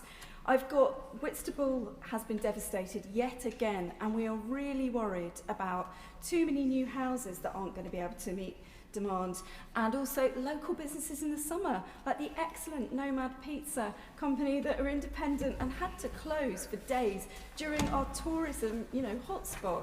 How can I reassure them? And most of my constituents, by the way, lots of them are very behind the nationalisation model. That's something I get a lot of emails about. But how can I assure them with our water tank 10 years, our reservoir 10 years from being built, how can I assure them that the tanks won't still be empty in July and August and we're going to suffer business-wise? Minister. I thank my honourable friend, and that pizza business sounds great and definitely worth a visit in summer.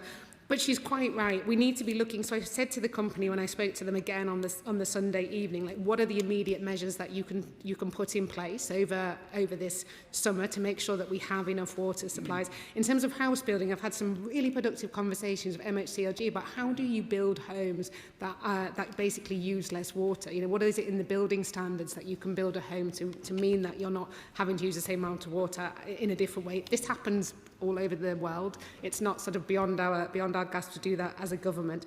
But I think fundamentally we're going to need to build the reservoirs. We're going to need the desalination plants. We're going to need those big sources of water. But I do also think that, as I've mentioned before, one of the things the company could do more immediately is tackle the leaks, because at the moment we are wasting too much water into the ground. Dixon. Thank you, Mr Speaker. Residents in Dartford, like those across Kent, are also experiencing poor service and increased bills, including in Ebbsfleet, having to pay an additional sum for water to flow from their community wastewater into the Thames, a thing charged by the Port of London Authority called dewatering, which is incredibly unfair to them. What they ask me continually is why it's acceptable for this poor performance to be in place and for water executives to continue to pay themselves large bonuses. Can I just ask the Minister what work is going on in order to tighten the regulations so that a reward actually matches performance going forward? Yeah. Minister, please. I totally agree with my honourable friend. As I've mentioned here before, I don't have an issue with bonuses per se. I just think it should be linked to how well you do your job. And what we've done with the Water Special Measures Act is obviously ban unfair bonuses. But what we have seen from some companies is attempting to exploit loopholes in which to continue to award them, and they're loopholes that we are determined to close. Ellen Baker. Thank you, Mr Speaker. We've had a few days of hot weather, and yet again in my constituency and across Kent, we've had water outages on top of what we've seen earlier this year and last year. Residents, businesses, livestock owners, they are frustrated, but they are also really worried, because getting water is the most basic thing in this country. It's right that the Chief Executive and Chair of South East Water have gone. Yeah. My anger with them was particularly over their response and how they've handled these outages. But there is a longer-term problem of infrastructure and supply of water that's not going to be fixed overnight. There are 20,000 more houses coming in the pipeline from my constituency over the next few years, and thousands more in the surrounding area. Can the Minister tell me, is there enough water for these thousands more houses in rural Kent? Minister. The Honourable Lady raises an important point. I remember last time we were here talking about South East Water, how powerfully she described the impact on her constituents and on her businesses. So I know this is something she cares deeply about. As I say, one of the things we're doing through the Water Delivery Task Force is identify areas of the country where there are more acute water shortages, and therefore what actions can be taken to ensure people have the homes they need to live in, but also businesses have the water that they need, and it's not having a detrimental impact on the existing residents that live in that area. One of the things particularly about South East Water is they are reliant on a bulk supply agreement with Southern Water, so that's one of the things I'm sort of keen to sort of look into the details of, to make sure that that can be guaranteed whatever the circumstances Southern Water found themselves in. There are various other actions we can take. We mentioned around businesses and building standards and the ways that you build homes.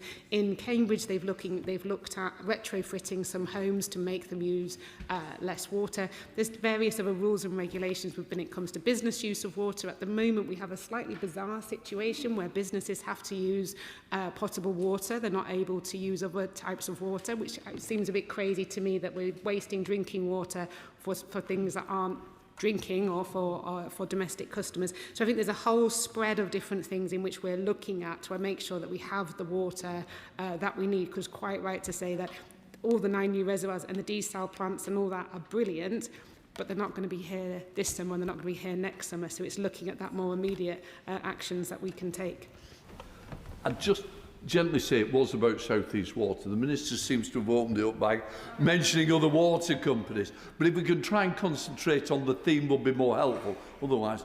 And I'm going to test that example by Clive Efford, who I think is Thames Water, but I'm sure we'll link his question. Absolutely. I'm asking a question about South East Water, because what we've got here is a company that fell over at the first short period of hot weather, and you have to wonder what planning has gone on in that company that it fell over so quickly in the season.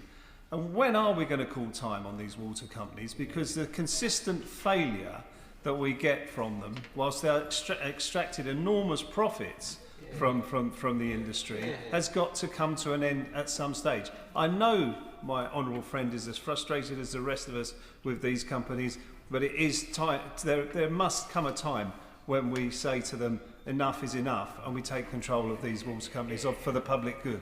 Minister. I thank my noble friend, and as highlighted, the white paper does talk about if companies wish to move into alternative ownership models. But I just want to sort of just briefly touch on special administration for breaching statutory duties, because under Section 37 of the Water Industry Act 1991, a water company has the duty to supply water within its area of appointment. A serious breach of these principal duties or of an enforcement order can be grounds for a performance SAR if that breach is so serious that it is no longer appropriate for the company to continue to hold its instrument of appointment. Alison Bennett. Thank you, Mr. Speaker. I absolutely despair of South East Water.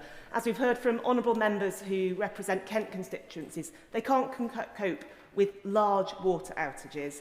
Neither can they cope with small water outages. In my Mid-Sussex constituency, the village of Staplefield has just gone through 30 hours without water, without bottled water being supplied, without good information, and even with misinformation. I understand that trying to fix decades of neglect in the water infrastructure will take a long time. So can I ask the Secretary of State, in her next meetings with executives at South East Water, will she ask to look at their communication plans so people know what's happening, get timely information and get the bottled water they need, seeing as outages seem to be par for the course these days? Minister. I thank the Honourable Lady, and she's absolutely right. It was one of the issues that we had in the conversation on Sunday, was that issue around communication and where bottled water stations should be. I was told in this incident that they'd work more closely with the LRF to listen to their advice on where to place them, but obviously if that's not the Honourable Lady's experience, then I'd be keen to hear about that so I can take that back to the company. What I will say, because it is an interim chair, and I know that she's keen to build new relationships with members of Parliament. She has assured me that she's going to be meeting members of Parliament, and I think this is something collectively, this issue around communication, this issue around where bottled water stations is one that I would say urge to raise with her directly so that we've got them in the right place, because I think fundamentally members of Parliament and councillors know and understand their areas probably far better than a water company. Matt Robert. Thank you, Mr. Speaker, and could I thank the member for Herne Bay for his question, and also the Minister's approach to this very difficult and appalling issue in Kent. Could she update the House and say a little bit more about the work to get meaningful compensation for the residents and businesses who are affected, and also in the longer term what she's doing to improve the system of compensation, which for many of my residents who had a water outage had to wait a long period of time for money to be paid back? Minister. I thank my honourable friend. And absolutely, one of the first things we did when we came into government was look at the Guaranteed Service Standards scheme, the GSS scheme, and we've introduced new increased compensation payments and introduced new standards. Because previously there weren't even compensation being paid when people were under a boil notice, and that's something that this government's introduced. We've doubled for failings like supply interruptions, low pressure and sewer flooding. And so because of these changes, customers should be receiving payments for boil notice for the first time, and we've been told to make it available to people as soon as possible. We're really clear that customers come first. They are the people I care about, and they're the people I am the Water Minister for. So we're also going to be looking at introducing a water ombudsman. In the conversation I had with South East Water on Sunday, I asked them to, by the end of the week, identify what compensation is going to be paid to who and when, and that is something I'll be following up with them. Dr. Ben Spencer. Thank you, Mr. Speaker. As she's looking into the situation with South East Water, can I also feed back what happened in Weybridge last week, where parts of Weybridge had restrictions of supply? While we're supplied by Affinity Water, I think this is a problem which is broader than just this area. Could you urgently review resilience of water supply, the availability, but particularly the impact new house building is going to have over the forthcoming years on supply?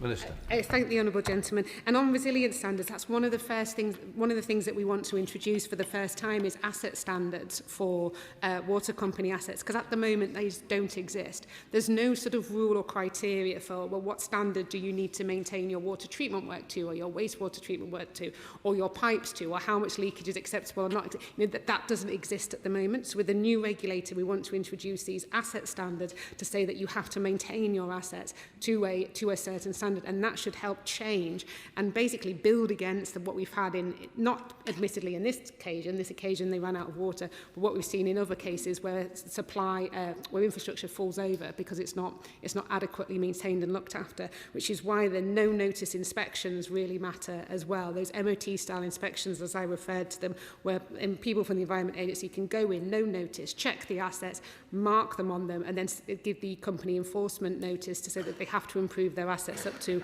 a certain standard. That's not going to be fixed overnight, but by having that goal and aim of where we need to get to will help to sort of prevent what we're seeing when we have issues where the infrastructure just falls over because it's not properly looked after. Clive Lewis.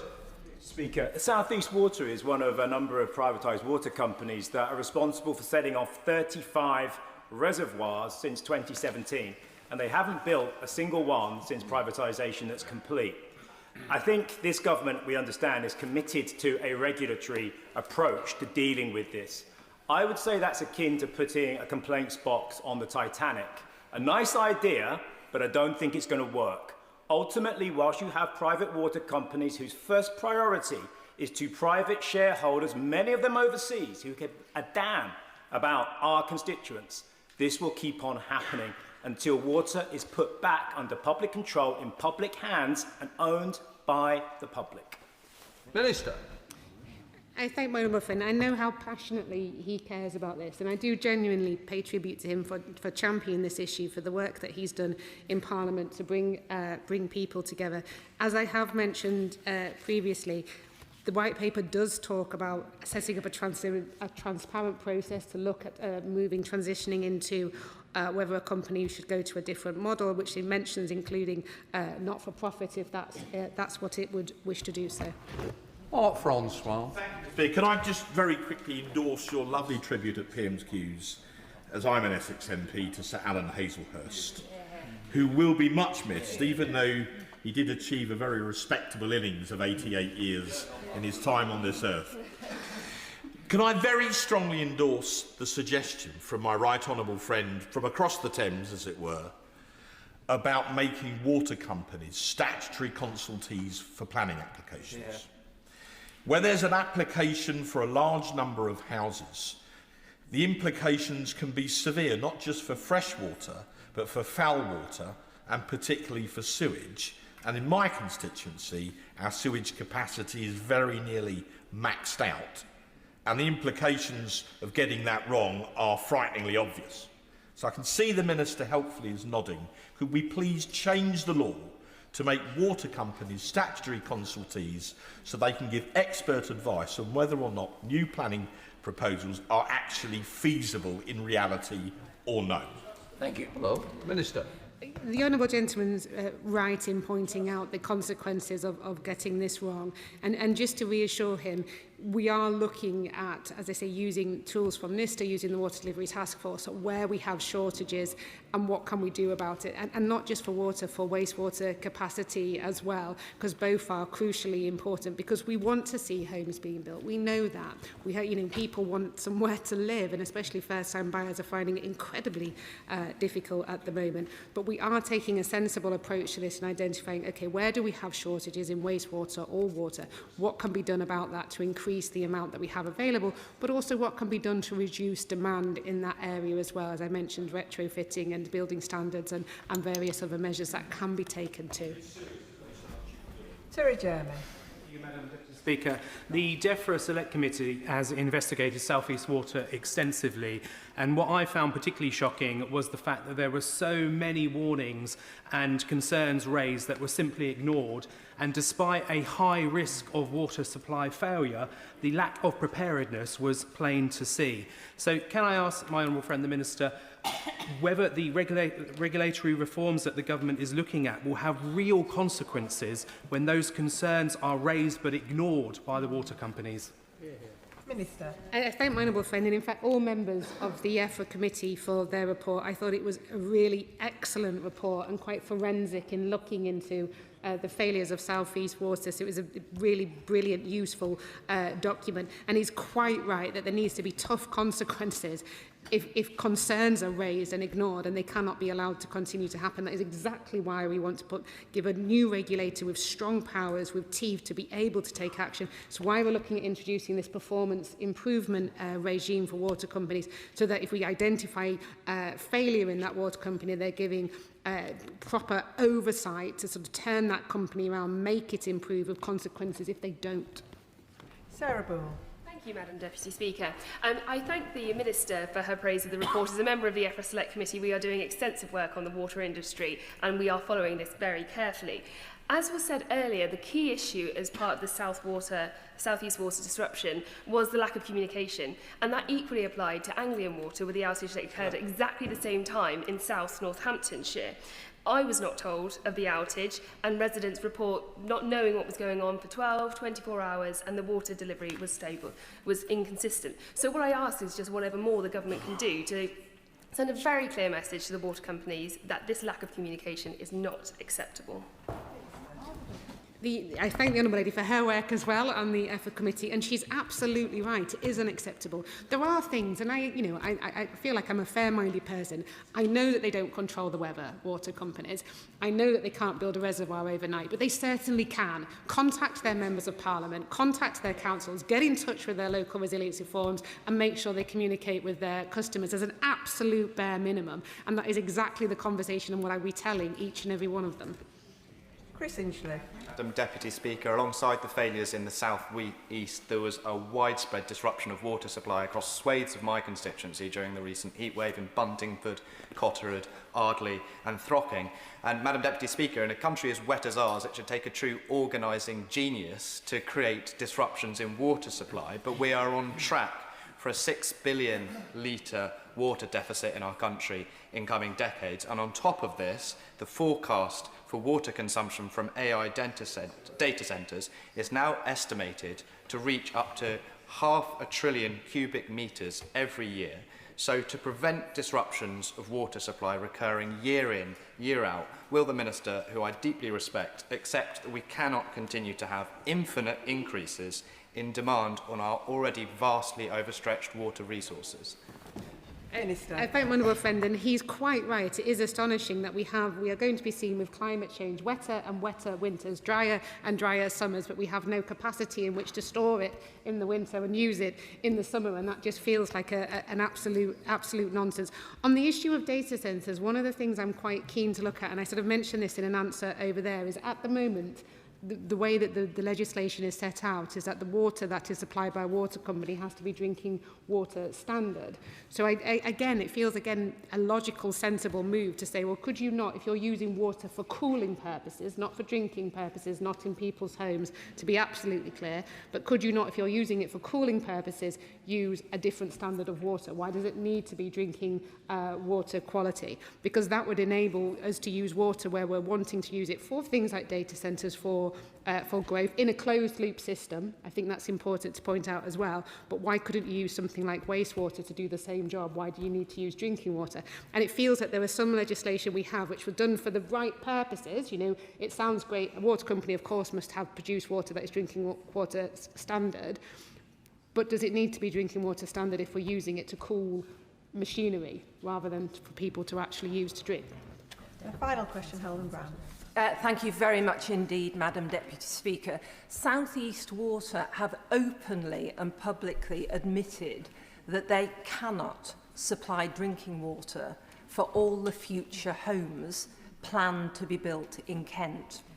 So specifically, what is the Minister's response to that concern?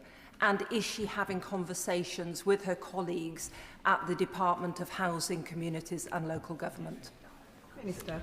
I thank the Honourable Lady for her question, and the short answer is yes. So the previous CEO, or the current CEO who hasn't gone yet, came to the Water Delivery Task Force a month or so ago, a few weeks ago, and with some of the local councillors from the area to talk about exactly this issue, the supply of water and the housing demands and how that can be met. And on the Water Delivery Task Force, I sit on that committee with MHCLG are there as well. So we're all having that conversation together, which was around how can we ensure that we build the homes that we need in a way that doesn't impact existing people living in the area and the water that they need, and in a way that ensures that those new homes have the water that's required. So we were looking at sort of over the next sort of 5, 10, 15 years, you know, what are the various supplies of water that were coming in? How does that impact house building at that time? How can homes be built to a more water efficient design? So those conversations are happening across government right now to balance out that question of how can we make sure everyone has a home to live in, but how can we stop there being a water crisis at the same time?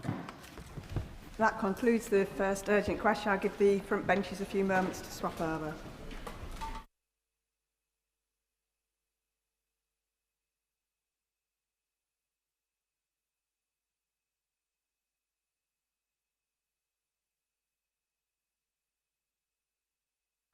Urgent question, Monica Harding. Madam Deputy Speaker, would the Minister please make a statement on the Israeli Defence Forces operations in Lebanon? Madam Deputy Speaker, before I answer the Honourable Lady's important urgent question, I'm sure the whole House will join me in condemning Iran's strike on Kuwait International Airport by drones this morning. This was a completely unacceptable attack, which has tragically resulted in multiple injuries and at least one confirmed fatality. We stand in full solidarity with the government and the people of Kuwait, as well as our partners across the Gulf. I've conveyed my condolences this morning to the Kuwaiti Foreign Minister and his colleagues. We urge Iran to de-escalate immediately and return to meaningful dialogue to secure lasting peace and regional stability. Turning to Lebanon, let me be clear. The reckless and disproportionate escalation of Israeli military action in Lebanon has resulted in a devastating situation for Lebanese civilians, killing thousands. At an emergency session of the United Nations Security Council on Monday, jointly called by the United Kingdom, we firmly condemned the government of Israel's actions and called for a genuine and lasting ceasefire. We also condemn Lebanese Hezbollah's ongoing attacks against Israel, including those on Israeli northern communities. They have faced a repeated barrage of missiles and drones. Lebanese Hezbollah is a proscribed organisation. At Iran's instigation, it has dragged Lebanon into a war that its government and its people do not want. It does not speak or act for the people of Lebanon. It must end these attacks and disarm. I condemn the recent comments by Hezbollah's leadership seeking to destabilise the government of Lebanon within their own country. In April, I visited Beirut to show our support for the government and the people of Lebanon. I saw the impact of this military escalation firsthand. In the south, on a previous visit, I saw the devastating impact on civilian communities, villages razed to the ground, and I was pleased to be able to hand over tangible support to the Lebanese armed forces. Since April, conditions for civilians have only worsened. Over 3,000 people have been killed, and over 1 million have been displaced, with civilian homes and infrastructure destroyed. We believe that 1/4 of the population of Lebanon is now displaced. Displacement means, Madam Deputy Speaker, families fleeing from their homes, not knowing what they will return to. It means ever greater strain on hospitals and clinics. It means civilians sleeping in tents by the roadside. It means thousands of children, some of whom I met, not being able to go to school, and the spread of disease even amongst the youngest. That is why a ceasefire, properly observed by the parties, is so urgent. Whilst in Lebanon, I also announced a commitment of an additional £20 million in humanitarian support, particularly for those displaced by the conflict, making the UK one of the largest international humanitarian donors to this man-made crisis. I also met President Aoun and others in the Lebanese leadership. His government is taking courageous steps, setting out an unprecedented commitment to tackling Hezbollah, and have made the case for direct diplomacy with the government of Israel. The people of both Lebanon and Israel deserve to live in peace and security. I'm sure the Minister doesn't really need reminding, but he does have 3 minutes for an urgent question, and that overran by some time. I call Monica Harding. Thank you, Madam Deputy Speaker. It has become routine for Donald Trump to declare a ceasefire when none exists. And in Lebanon, the President's claim that fighting has ceased is a dangerous fantasy. Under direction from the Israeli Security Cabinet, the IDF is expanding its illegal military operations in southern Lebanon. Israeli forces occupy more territory in Lebanon now than at any point since the start of the century. Hundreds of shattered communities have been left in their wake, with over 3,000 Lebanese killed and 1 million displaced. This looks far too much like the IDF's operation in Gaza. Last week, Prime Minister Netanyahu said Israel would expand its control there to 70% of that territory, breaching the ceasefire there. There can be no doubt, Madam Deputy Speaker, that these actions have breached international law and likely constitute war crimes. Meanwhile, Hezbollah continues to target Israel with missiles and drones. Their violence has led to the displacement of Israeli citizens from across northern Israel and is completely unacceptable. There can be no place for that terror organisation in the region. No part of this resembles a ceasefire, Madam Deputy Speaker.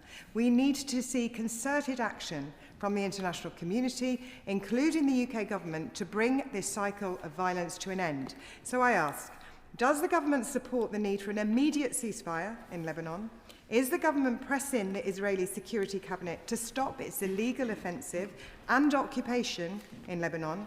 Will the government stop all arms sales to Israel and sanction Netanyahu alongside the extremist members of his cabinet? And has the government made any progress with partners to advance the multilateral plans for the disarming of Hezbollah? There is no military solution to the Lebanon crisis. The only path forward is a Lebanese political settlement that ensures Hezbollah's disbandment and full state sovereignty over all of its territory. Minister. Madam Deputy Speaker, I'm grateful to the Honourable Lady for the questions. We do, as I'm sure was clear in my answer, we do call for an immediate ceasefire. That must be meaningful. I commented in my response on the extent of civilian suffering, which the Honourable Lady is right to draw attention to.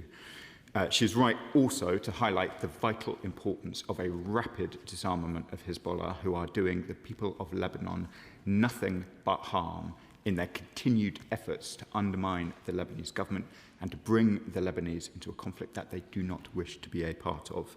I discussed those questions of disarmament in all of my discussions in April with the President, the Prime Minister, the Speaker of the Parliament, with members of the Lebanese Armed Forces, and we will continue to play our full role, including in the Security Council, as we did earlier in the week. Chair of the Select Committee, Dame Emily Thornberry. Thank you very much, Madam Deputy Speaker. Instead of it being unacceptable that Israel invades and threatens the Lebanese people south of the Litani River, it long seems to have been understood that so long as they don't cross the river, then there won't be any particular consequences. It's as if we have our new modern-day Rubicon, and now they have crossed. And now we have Israel and Hezbollah fighting out their ancient hatred in the middle of a country and deliberately trying to destabilise Lebanon. It is completely unacceptable. When my committee visits the country this month, I expect that we'll hear many requests for more assistance to the Lebanese army so that they can make real progress in disarming Hezbollah and defending their people. Can the Minister confirm that such assistance is going in, and could he give us more details as to the plans? Minister. I thank the Right Honourable Lady for the question and her continued interest in Lebanon. I have been south of the Litani, and I have myself handed over watchtowers to the Lebanese Armed Forces in those very areas. And I wouldn't want the House to have any impression other than our view is consistent, both north and south of the Litani. I saw for myself from that watchtower the extent of damage done to civilian infrastructure, whole villages completely flattened. People said to me quite rightly, Madam Deputy Speaker, that their lives mattered in the south of Lebanon. They should not expect their villages to be flattened. They should not expect their children to be displaced. And I have been clear in all of our contact, both with the Israeli government and indeed with the authorities in Lebanon, how important it is that this violence is brought to an end. The Honourable Lady asks for a question about further detail. I can confirm we've provided over £175 million in training, equipment and advice to the Lebanese Armed Forces since 2009. There's been particular work in relation to Lebanon's borders, both against Syria and up against Israel as well. Shadow Foreign Secretary.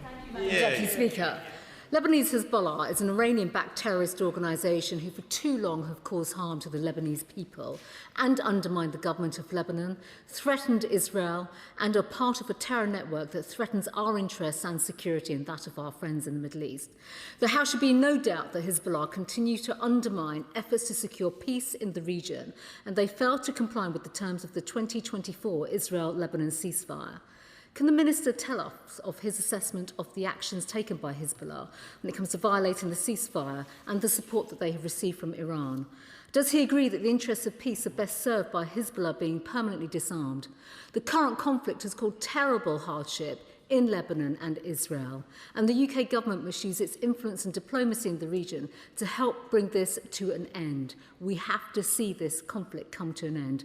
So can the Minister tell us what direct discussions have taken place with representatives in Israel, Lebanon and the US administration on the terms of a lasting ceasefire? What is the British government doing to support the disarming of Hezbollah? And what contributions and practical efforts are being made to see the UN Security Council Resolution 1701 fully implemented? So much of this leads back to the architect of so much of the disturbance in the Middle East, and that is Iran. And so I would just like to conclude my remarks, Madam Deputy Speaker, by joining with the Minister in condemning the strikes that took place today in Kuwait, and also the fact that Iran cannot carry on persisting in the way it is as a state sponsor of terrorism. Minister. Madam Deputy Speaker, the Shadow Foreign Secretary makes a range of important points, including on the enormous continued harm that Hezbollah does to the people of Lebanon, as indeed they continue to attempt to do to the people of Israel as well. It is completely unacceptable that communities in the north of Israel continue to face the barrages of missiles and drones that they do. We have called repeatedly for Hezbollah to stop. What they do harms Lebanon as much as Israel. We have discussed in detail with both the Lebanese Armed Forces and the leadership of Lebanon the progress that must be made in disarming Hezbollah. There has been a lot of commentary about both the phasing and sequencing of those efforts over the last few months. It must be the Lebanese government who disarm Hezbollah. That is the only way in which the Hezbollah issue can be properly dealt with. The government of Lebanon are brave and courageous people in whom we have very considerable confidence. President Aoun, who I was in contact with today, is taking very, very important steps to try and safeguard his country and its future, and we must support him. He and his government and his armed forces must monopolise force in Lebanon, not Hezbollah and not the IDF. Abdissam Mohammed. Thank you, Madam Deputy Speaker. 125 health workers have been killed in Lebanon just in the last 3 months alone. Today, an Israeli strike has hit an ambulance in South Lebanon, killing 2 paramedics, taking the death toll now to 127. The November 2024 ceasefire agreement is barely worth the paper it is written on. The Minister rightly condemns the targeting of civilians. What about Israel's targeting of health workers, of journalists? And does the Minister realise that condemnation without action has utterly failed and reinforces Israel's continuing disregard for international law? So will the Minister today make clear that sanctions must be used to hold Israel accountable? Minister. I'm grateful to my honourable friend who has been a persistent advocate on these issues. We have taken a whole series of steps, Madam Deputy Speaker, which I want to set out in brief for the House. So important are the issues in Lebanon that during my visit in April, we went from providing only £10 million of humanitarian assistance now to 30. We are now one of the largest humanitarian donors in the world to Lebanon. I think few other ministers in the world have gone as close as I have to the blue line. I met with incredibly brave representatives of the Lebanese Red Cross, young people who had, in many cases, given up their lives in order to try and make sure that they could minimise the harm that was coming to southern communities. I was so upset to see further strikes on them since I met them. I am proud of our support to them. I utterly condemn the attacks upon them. Simon Hall. Deputy Speaker, it's a tragic perversity that the actions of both Hezbollah and Hamas actually hurt and harm the interests and the safety of those who they purport to act on behalf of. What about Israel? But several years ago, former Israeli Prime Minister Barak described Israel as being the villa in the jungle. Last week, with cross-party colleagues, I was in Israel. It's becoming increasingly evident that the Israeli government's actions are rendering it both a rogue and a pariah state, oblivious to international and US pressure and opinion. That in turn is, of course, making Israel herself far less secure. Apart from words, which are welcome, what can the government do? Could I suggest an expansion and deepening of sanctions? Because that will hit them where it is needed and may refocus attention. Madam Deputy Speaker, there are strong views held right across the House on the questions of the Middle East, but I want to pay tribute to those on the benches opposite who have shifted their position in recent years.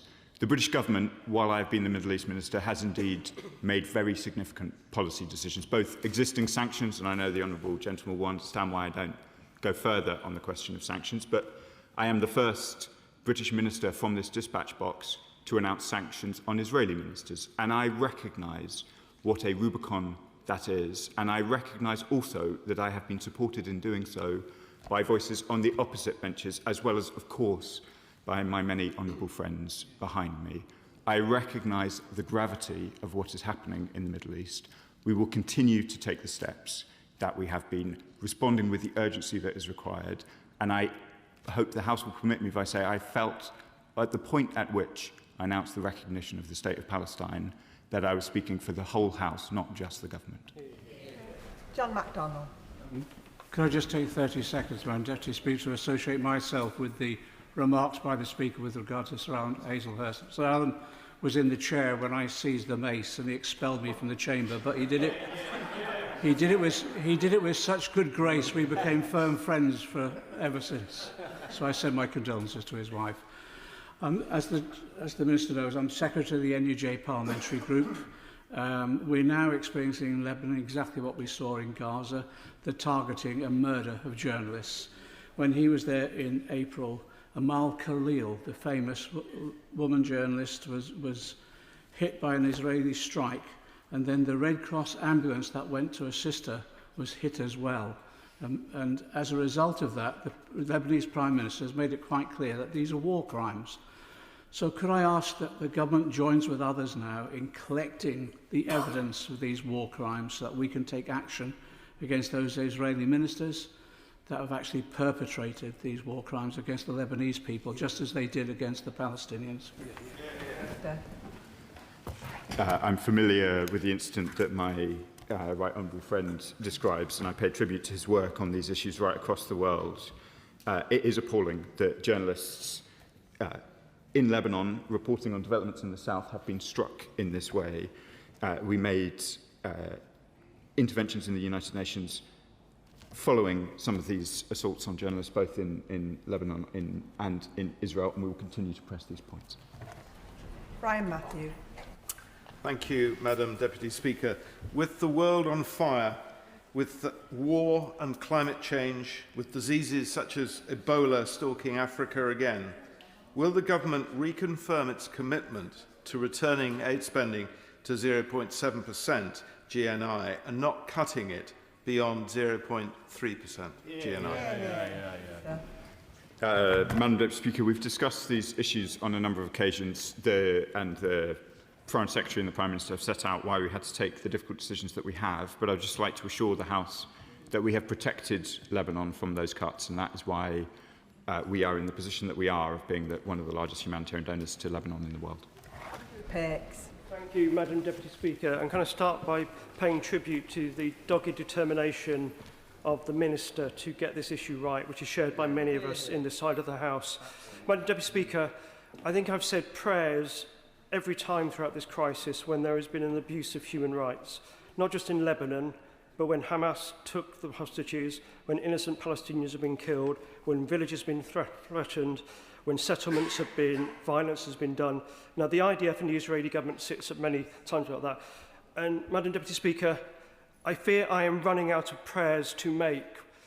Can I ask the Minister, beyond the moral outrage we rightly express in this House, what more will it take for a British government to stand up for sanctions and further action that demonstrates to the world and the people in Lebanon and in Gaza and in the West Bank that we get it and we will take the action necessary to stand up for international law, human rights and their freedoms?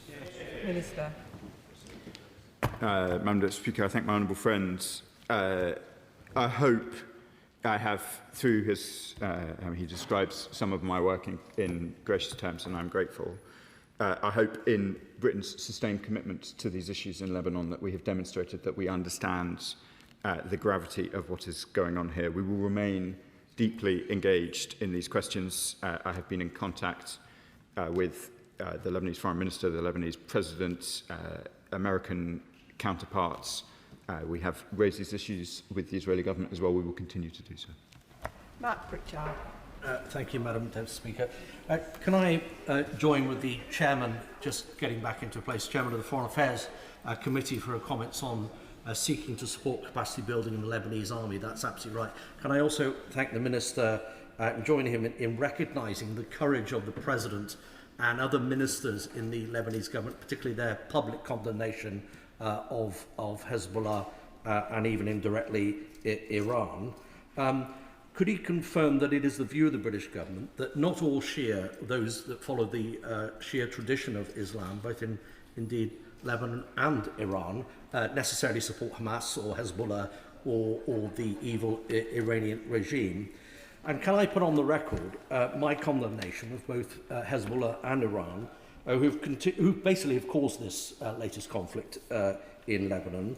Israelis should be able to live in peace without fear of being bombed by drones or missiles. That's absolutely clear. But does he share the view of the French envoy to the United Nations that Israel needs to learn the lessons of its occupation of Lebanon in the year 2000? And also, does he recognise the words of Danny Danon, as you will know, the Israeli envoy to the UN, when he says that Israel is not seeking to expand the conflict or retain territory in Lebanon? If that is indeed the position and policy of the Israeli government. That is welcome, but it does seem at odds with some of the public utterances of the current Israeli Prime Minister. Minister. I completely agree with the honourable gentleman about the Shia of whether it's Lebanon, Iraq, Iran, indeed Pakistan. Overwhelmingly, Shia communities want peace and human rights like everybody else. This is a small, unrepresentative part of Lebanon that is funded and supported by Iran, and it is bringing the Lebanese into terrible, terrible difficulties. I want to return to the very important point that he makes, though, about the intentions of the Israeli government. If this is a counter-terrorism operation, I can see absolutely no justification for raising the Israeli flag over Beaufort Castle. We want to see Lebanese Hezbollah disarmed. That cannot possibly involve such a flagrant violation of the sovereignty of a neighbour. Apsana Begum. Deputy Speaker, for years now it's been reported that Israel has been using white phosphorus munitions against civilian targets in South Lebanon's Bekaa Valley. Alongside reports from Human Rights Watch and Amnesty, UNIFIL even reported that UN peacekeepers in Lebanon were injured by white phosphorus munitions. The Minister has confirmed to me previously that the government is aware of these reports, and the government knows that the use of white phosphorus as an incendiary weapon in populated areas is strictly prohibited, and yet this is just one of thousands of examples of Israel tearing up the laws around war. Can the Minister explain whether the UK's joint agreement signed in 2020 on military cooperation with Israel is still in place, and if so, why? Minister. Madam Speaker, to be clear about the position, I think my honourable friend refers to the 2020 Israel-UK roadmap, which is suspended. But in relation to the very important question she raises about arms exports, as I've said to this House on a number of occasions, we take our obligations under international humanitarian law incredibly seriously. That's why we conducted the review that we did when we became the government, and why we took the action that then followed, which has been discussed in this chamber on a number of occasions. Dr Andrew Morrison. Madam Deputy Speaker, I'm sure the Minister understands that there can be no sustainable ceasefire for as long as there exists in Lebanon an Iranian terrorist proxy that has as its war aim the complete, final and irrevocable destruction of the State of Israel and the Jews that live there. So we are faced, are we not, with trying to mitigate some of that action by this terrorist organisation. Would he agree with me that the only viable way of doing that, given the situation, is to do everything in our power to strengthen the Lebanese army, which he will know is a credible organisation, and to support the UN Secretary-General in his stated intention of renewing UNFIL and making sure that it is fit for purpose, rather than simply as an observer, as is currently the case. Minister. I very strongly agree with the honourable gentleman. It is the Lebanese Armed Forces, and that must be the force that disarms Hezbollah and ends the threat, both to Lebanese and Israelis, that emanates from that malign group. And so I completely support the Lebanese Armed Forces and agree with what he says. Of course, UNIFIL is a subject of discussion in the Council, I think, in the coming months, and we will be playing our full part to try and ensure that it can contribute as much as possible. But in much of the discussion around Lebanon, there is often a focus on the international elements. We have to be clear that the Lebanese government, the Lebanese armed forces and the Lebanese president must have control over the use of force in Lebanon, and that is the position of the British government. Tony Vaughan. Thank you, Madam Deputy Speaker. And while we rightly focus on the grave situation in Lebanon, the wider region is seeing an increasing pattern of British nationals being arbitrarily detained and used as leverage by countries including Iran. Madam Deputy Speaker, in the light of the news yesterday that Craig and Lindsay Foreman have had their appeal dismissed by the Iranian courts, and given their ongoing hunger strike in Evin prison, I think Craig is on his 27th day and Lindsay is on her 18th day, which is to protest against their conditions and ongoing detention. What further specific steps are the government taking to secure consular access? And is the government now prepared to condemn their detention as arbitrary, use international levers against Iran for hostage-taking, and show Iran that they cannot keep taking British citizens hostage as pawns in their own games? Minister. Madam Deputy Speaker, as I was clear yesterday in response to the news that my honourable friend refers to, their continued detention is unjustified and appalling.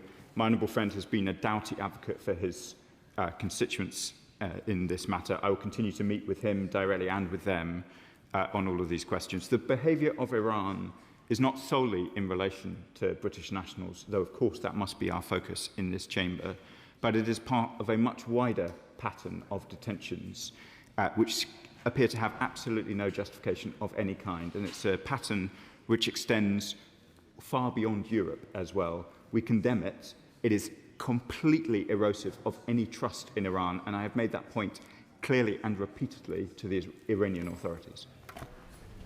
Sir John Hayes.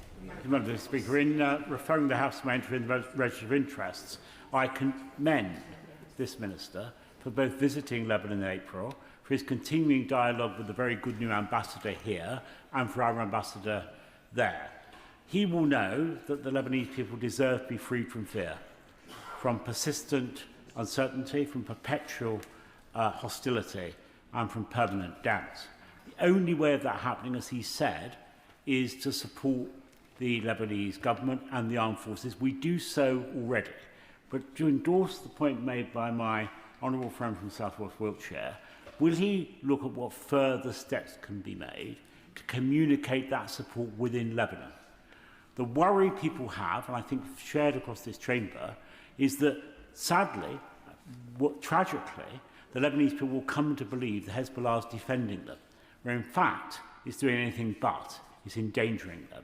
So what further steps can be made to reassure the Lebanese people of what he's told the House today? I thank the honourable gentleman and my Lincolnshire neighbour for his kind words and for his attention to these matters. I take the challenge that there is a completely untrue narrative that is promoted, the idea that either Lebanese Hezbollah or Iran itself is a protector of Lebanon is patently and completely untrue. Iran's influence in Lebanon over many years has been malign, it has undermined the sovereignty of the country, and it's harmed the interests of its people.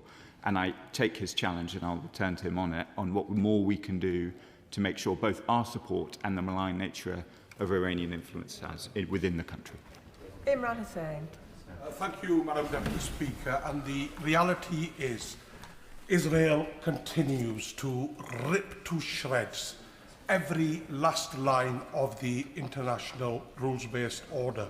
It continues with its illegal land grabs, illegal settlements, war crimes and genocide in Gaza, and is now breaching the ceasefire agreement with illegal military action in Lebanon. 55 children have been killed and 212 injured in Lebanon since the ceasefire began on April the 16th. So I say to the Minister, he will have seen the strength of feeling in this place, and I seriously ask him this question: how many more children must be killed in Lebanon and Gaza before his government stops with the empty condemnations and takes real action? Minister. I recognise my honourable friend's engagement and commitment to these issues. I would just gently say back to him, I have met the children displaced by this escalation. We have taken urgent steps to very significantly increase the support that is being provided to them. We have done everything that we can privately and publicly in the way that I have described to the Chamber over the course of the afternoon to try and make sure that there is a genuine, meaningful ceasefire that holds, that does not lead to the loss of life, whether children or otherwise. We will continue to do that. We have changed very significantly our posture towards Lebanon within the last few months. As I said earlier, we are now one of the largest humanitarian donors. I have myself handed over equipment to the Lebanese in order to try and ensure that they can control the south. That is not to say that that progress has been uniform. In fact, it is very clear, as my honourable friend will have heard, that I am acknowledging how much worse the situation has got. But we will continue to play our full role here at the United Nations and with our counterparts in the region to try and bring about a genuine and meaningful ceasefire. Vicky Slade. Thank you, Madam Deputy Speaker. Israeli Minister Ben Gvir said in the last few days on social media, electricity must be cut off, the Zahrani must be seized and intensive warfare resumed. And last week, flattening Yehu, flatten it again and target the suburbs. This indiscriminate targeting of Lebanese people shows what the Israelis are really trying to do. So will the Minister agree that the time has finally come for a full ban on all arms to Israel? I'm almost reluctant, Madam Deputy Speaker, to talk any more about that Minister from the dispatch box. I am glad, I am afraid, that I sanctioned him in the way that I described earlier. We were amongst the first countries to do so. I'm glad to see that others are now taking similar steps. That minister, whose name I don't really want to say again in this chamber, brings Israel nothing but harm. He undermines their position in the world. He brings even Israel's friends into a position of disgust at his actions. Andy MacDonald.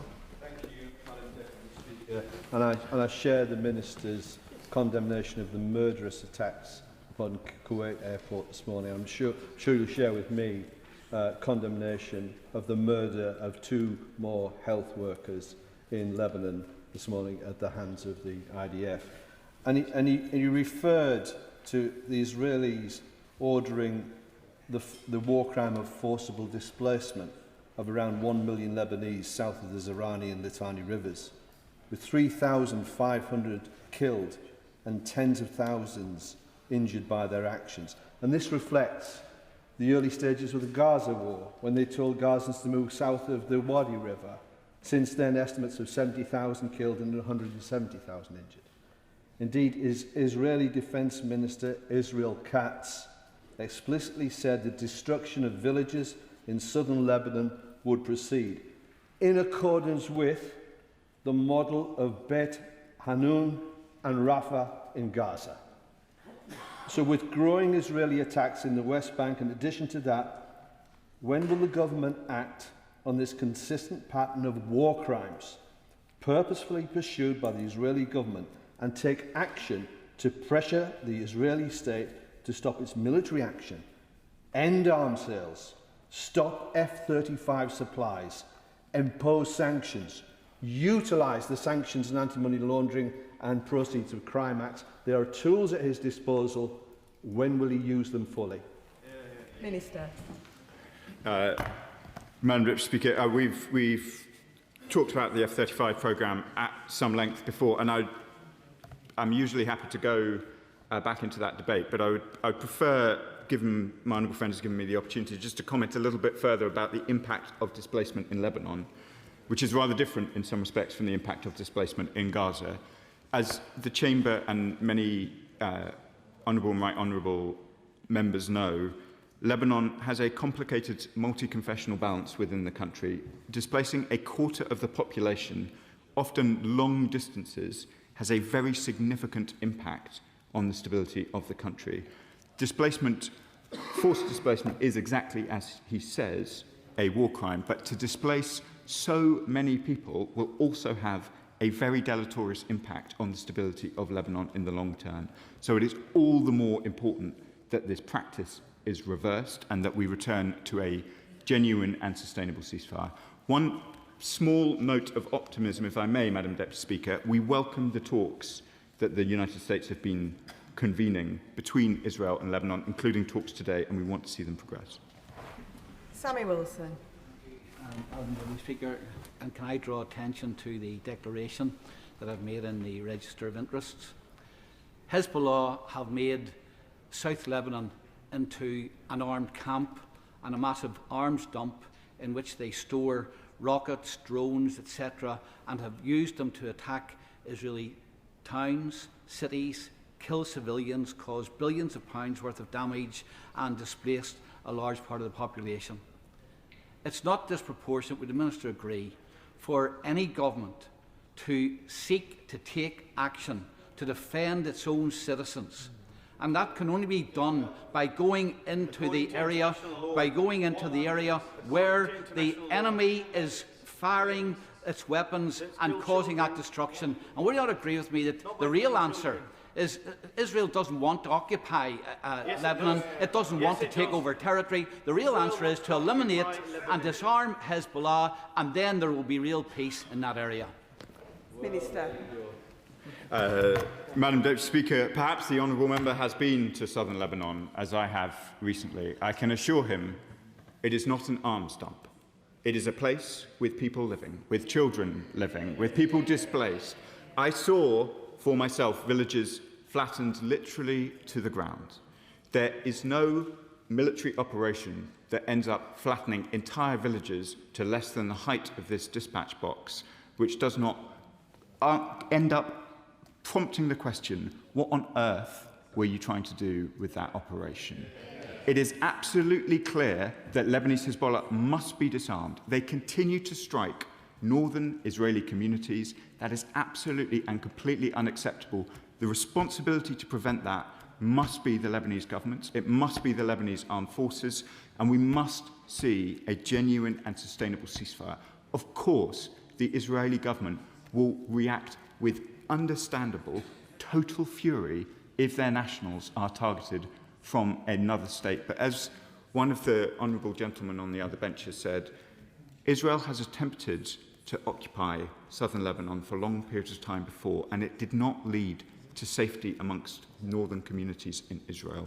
We must all support the Lebanese government to do what is necessary, which is disarm Hezbollah, but we must ensure that civilians in southern Lebanon are protected in doing so. Richard Bergen. Thank you, Madam Deputy Speaker. Israel's bombing of Lebanon has seen yet more war crimes. It's incredibly dangerous for the people there. It's also a direct threat to achieving a peace process between the US and Iran in a war that's killing people over there and driving up the cost of living for people here. So I ask the Minister again, how many more countries does Israel have to bomb before the government imposes widespread sanctions, as they rightly did on Russia? Madam Deputy Speaker, we've covered sanctions already in these exchanges. I just want to slightly correct my honourable friend. It is not what will protect Lebanon is not Iran or its talks with the United States of America. It is the Lebanese government and the Lebanese armed forces. The process happening in Washington today between the government of Lebanon and the government of Israel, and the efforts of the United States, which I have welcomed, in seeking to ensure that there is no further violence of this kind. I think the President of the United States said earlier this week, the guns must fall silent, and I agree with him. Jeremy Corbyn. Thank you, Madam Deputy Speaker. Isn't the issue that Israel's occupation and destruction of so much life in Lebanon at the present time is a continuation of their genocide in Gaza, is a continuation of their continued occupation of the West Bank and arming settlers to commit violent acts against Palestinian villages and steal their land and their crops? Isn't the real issue that Israel is allowed to get away with it because the rest of the world provides Israel with the wherewithal to do it? Will you be very clear, what is the British government's military relationship with Israel at the moment? Are we supplying weapons? Are we supplying parts for the F-35?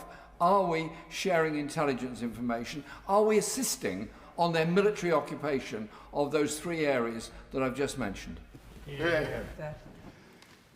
are not, Madam Deputy Speaker. I've set out the House on a number of occasions. The steps that we took were to ensure that no bombs, no bullets were being sold to Israel, or were being licensed to be sold to Israel by UK companies. That is because of concerns that we had about their conduct in Gaza. That applies to Gaza, that applies to the West Bank, and it applies to Lebanon. He asked me specifically about the F-35 programme, so let me reiterate to the House. The UK does not permit licences for direct sales of F-35 parts to Israel, but we are part of the global F-35 supply chain, and we do contribute to the global spares pool in which Israel may indeed be able to buy parts produced in the UK, but as part of a global arrangement which we are a part, which is vital to our security, the security of our friends and allies like Ukraine, and that continues to be our policy. Paul Wall. Deputy Speaker, the US Service Axios reported that this week President Trump held a phone call with Benjamin Netanyahu, a direct phone call in which he said that Netanyahu was, and I quote, effing crazy for escalating his military action in Lebanon, killing thousands of innocent civilians, adding, "You'd be in prison if it weren't for me." But Netanyahu is also continuing to inflict death and misery on the people of West Bank and Gaza, as we've heard many members report today. So isn't it time that the UK government showed that it shared the anger, the global anger and disgust at Israel's attempt to act with impunity by imposing our own sanctions on illegal Israeli settlements in the occupied territories of Palestine? Minister. I have seen the reports that my honourable friend mentions about the language used by the President of the United States in his call with the Prime Minister. I think he's confirmed it this morning. The language is unparliamentary, Madam Deputy Speaker, so I won't repeat it, but I very much sympathise with the frustration that the President feels for the Prime Minister of Israel and the conduct of the Israeli government in Lebanon. And I reiterate my calls in support of his that we must have the guns falling silent and a genuine and sustainable ceasefire. Jim Shannon. Thank you, Madam Deputy Speaker.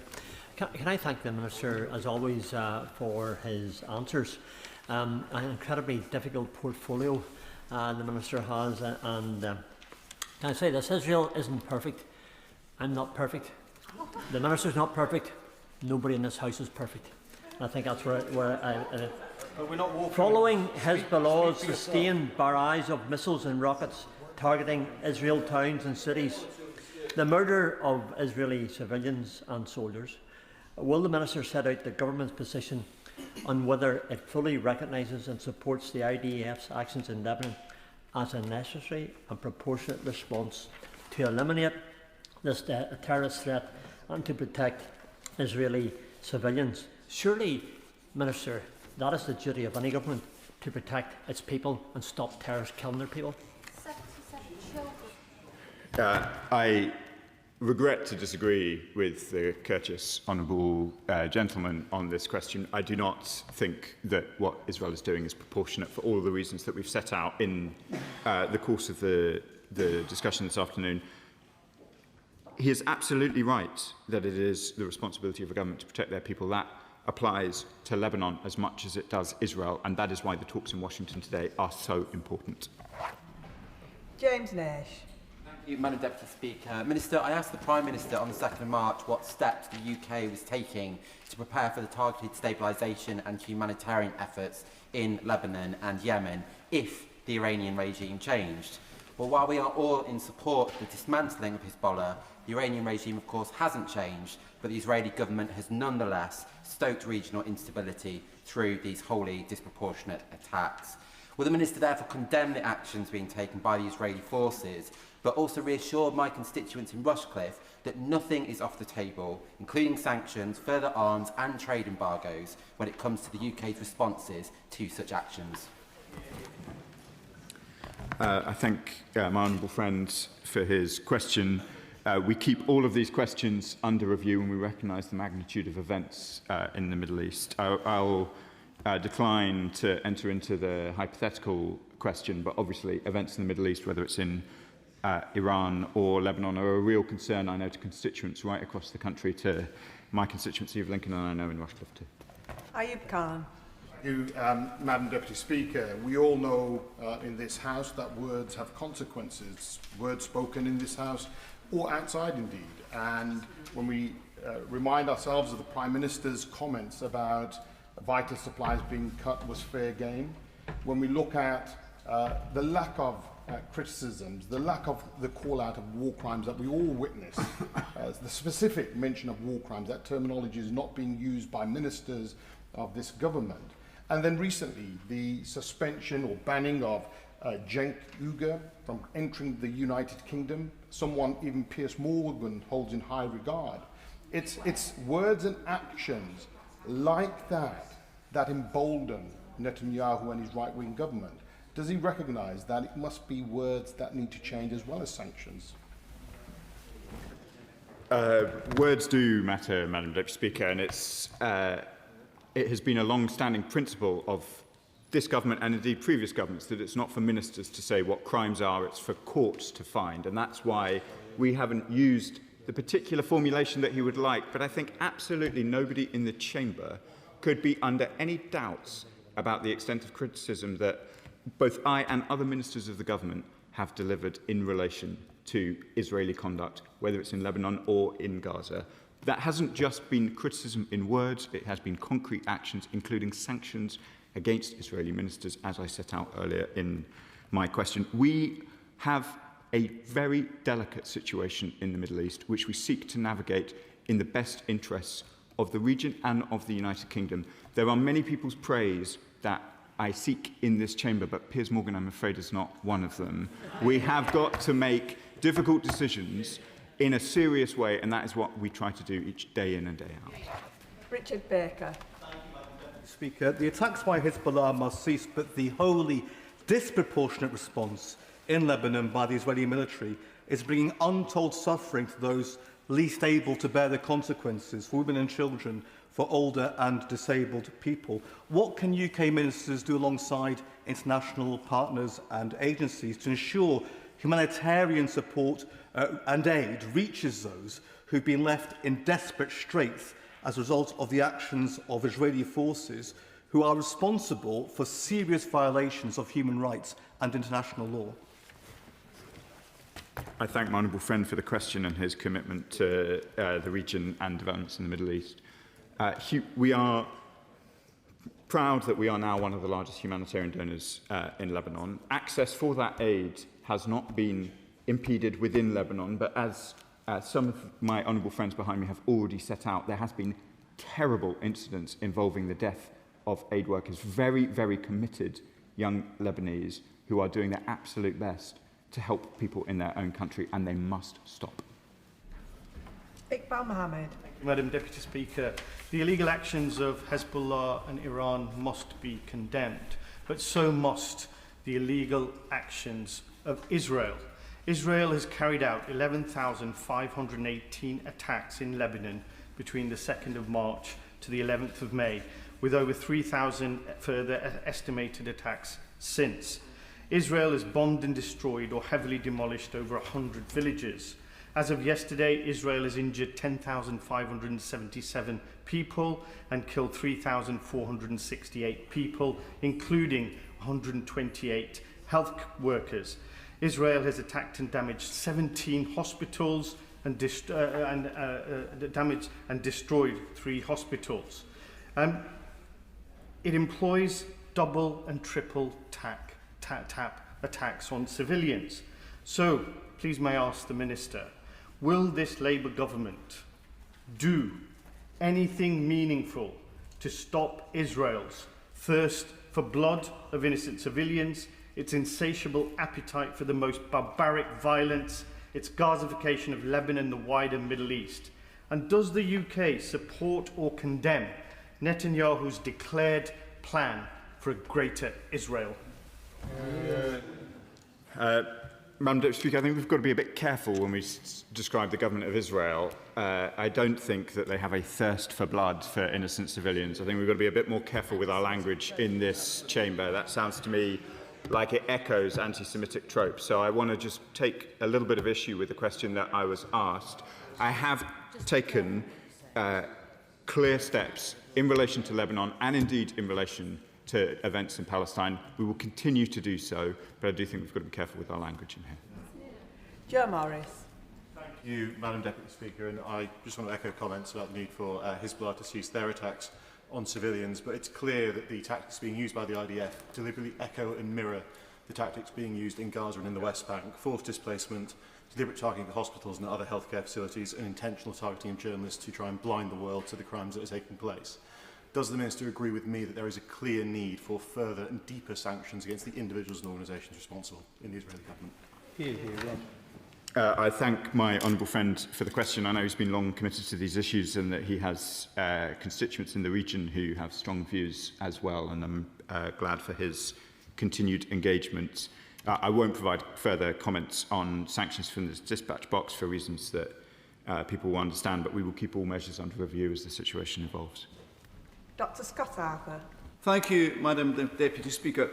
Last week, France sanctioned Itmar Ben-Gvir, and that was almost a year to the day since the Minister made the same announcements from the dispatch box here. So I do thank him for the leadership he's been showing over the past months and years.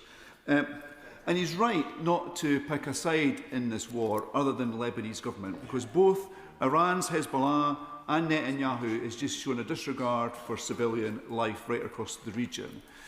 But people and organisations in Edinburgh South West want to be reassured that if a ceasefire is established, that the aid that we're putting into that region is sufficient and is scalable. And secondly, Madam Deputy Speaker, the Minister started off by talking about Iran. So I do have to mention the fact that in Iran we're seeing the industrialisation of the death penalty against their own people, often young people who have simply been out protesting. And I know he has raised concern about this last year, I think November it was. Is there more we can do? I know it's a really difficult situation.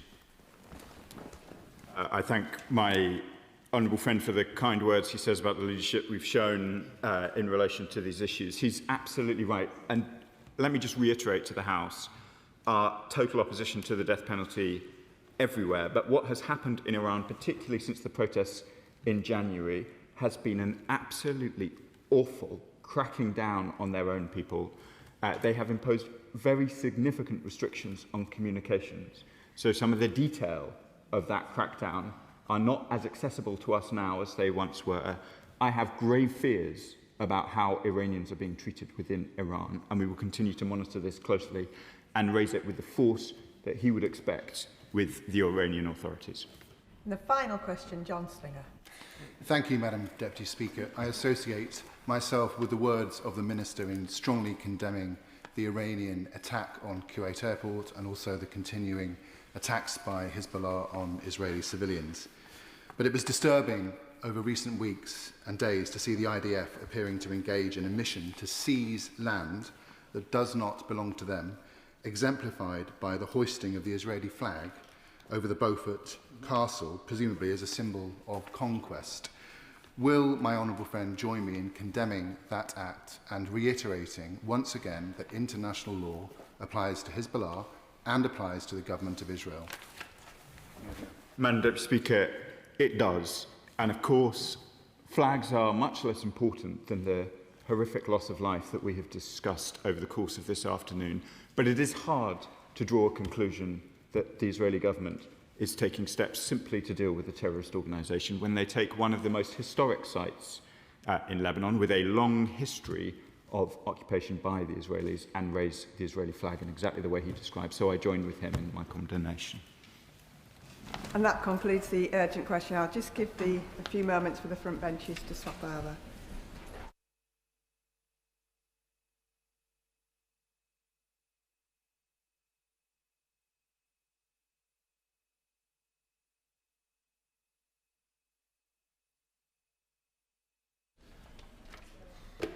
We now come to the general debate on the Government's response to the House's humble address on the 4th of February 2026. I call the Minister to move. Paymaster General. And I beg to move, Madam Deputy Speaker, the motion that stands on the order paper. Now, Madam Deputy Speaker, on the 4th of February, I came before this House to debate the humble address motion. I said that at the time that it was in the national interest to be transparent and to act as quickly as we could. And with the second publication earlier this week on Monday, the Government has done so. Today, there is a further opportunity for members to put questions and indeed to debate the content alongside my right honourable friend, the Chief Secretary to the Prime Minister, who will of course listen to the debate and close it in due course. And today, we should ensure, as we debate these issues, that we keep Jeffrey Epstein's victims at the forefront of our minds.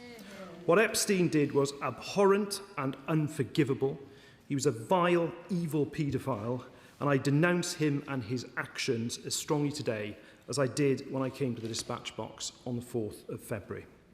The Prime Minister has taken responsibility for appointing Peter Mandelson as the ambassador to the United States. He has said if he knew then what he knows now, he would never have appointed him, and he has apologised.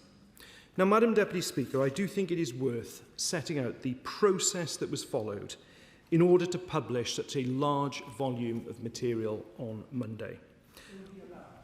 I will certainly do that. Because he is going to talk about process, I'd be very grateful if he could clear up one matter. I have a high regard for his integrity, and I hope he won't dance around this subject as has been done by others in the past.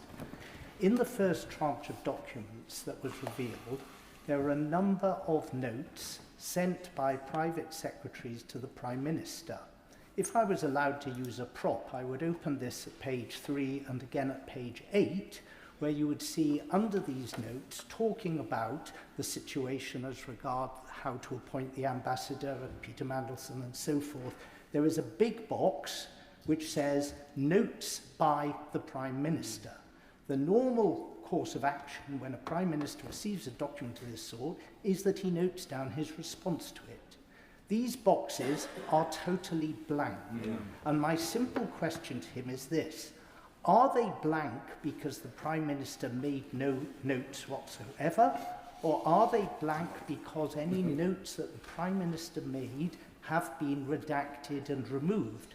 The Intelligence and Security Committee deals with even more sensitive material than this routinely. And every time they have a redaction in a publication, there are 3 asterisks to show that the redaction has taken place. Can we know, were redactions taken place in the Prime Minister's notes on these memoranda that were sent to him for decision? No, it's blank because it was blank is the answer to the right on the gentleman's question. No.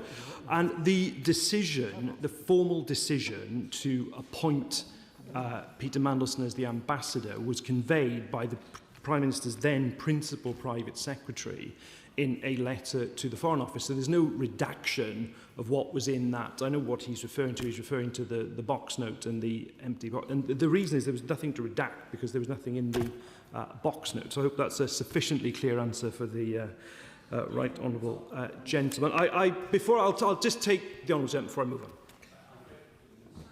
Because I want to talk on the process of the appointment rather than the process of the release of the papers, which I think he's moving on to. I've previously said in this House, and I think again the Chair of the Foreign Affairs Select Committee has said not dissimilar comments about process in the future, whether it's Conservative government, hopefully, or another government, and that is about pre-appointment scrutiny of senior posts, both ambassadorial appointments and indeed, I would argue, permanent secretaries of government departments. That would be a more sort of safer way of doing things. And also on senior appointments for the ISC, and there are lots of current ISC members here and former ones like myself, he will know that the process is one where the appointment is made by the Prime Minister, but the double lock mechanism ensures that the House has a say and can actually veto appointments if necessary. Now, that isn't necessarily what I'm asking for in these appointments, but certainly the relevant select committee should pre-scrutinise senior appointments, in my view, of ambassadors and other senior officials, whether they're political appointees or not. I think that would help the whole House, whatever our politics. Look, I'm not hiding from the fact, Madam Deputy Speaker, that we had to make changes to the appointments process. And indeed, what the government has done is to change the process for all direct ministerial appointments, actually, to make sure that due diligence and national security vetting has to take place prior to appointment. I think it's absolutely right that that change was made. Now, if I can just move, Madam Deputy Speaker, to the process, because the process that was followed was a significant one, obviously, to publish such a large volume of material. Now, when I was at the dispatch box on the 4th of February and committed to publishing material in the scope of the motion, bar that, which the Intelligence and Security Committee agreed would be prejudicial to national security and international relations, I should put on record my thanks. Members who were in the House that day might recall that even as I was speaking in the chamber, I was making the case for the involvement, in fact, of the Intelligence and Security Committee. And I do know it was not a small undertaking. I think there's been a huge amount of time that's been spent by the Intelligence and Security Committee, and I'm very grateful for their very careful, it looks to me, painstaking work to go through this volume of documentations. And members that day in February, and indeed since, have obviously raised a range of issues. And it's absolutely right that the government is so held to account on those. Now, as members will have seen from the material that was published on Monday, the government has enacted, I would suggest, the House's request for transparency to an extraordinary extent. I will certainly give way to the Father of the House. On Monday, I specifically asked a question to the Chief Secretary, to the Prime Minister. It was on the fact that it's extraordinary, this was the information available to us at the time, that there appeared to be no WhatsApp messages from the Prime Minister or text messages. We now know that there were no text messages to Mandelson after a few days after the general election, and the WhatsApp messages have totally disappeared. The Chief Secretary gave me an answer which I have to say I think was slightly disingenuous, because he said prime ministers don't operate in this way. They're rather like Mr Gladstone. They sit at the cabinet table and men in frock coats bring them papers. And no, this is complete rubbish. We know that the Prime Minister must have been using WhatsApp all the time. Now, to use disappearing WhatsApp messages is contrary to what the COVID inquiry suggested. It is quite contrary to transparency also.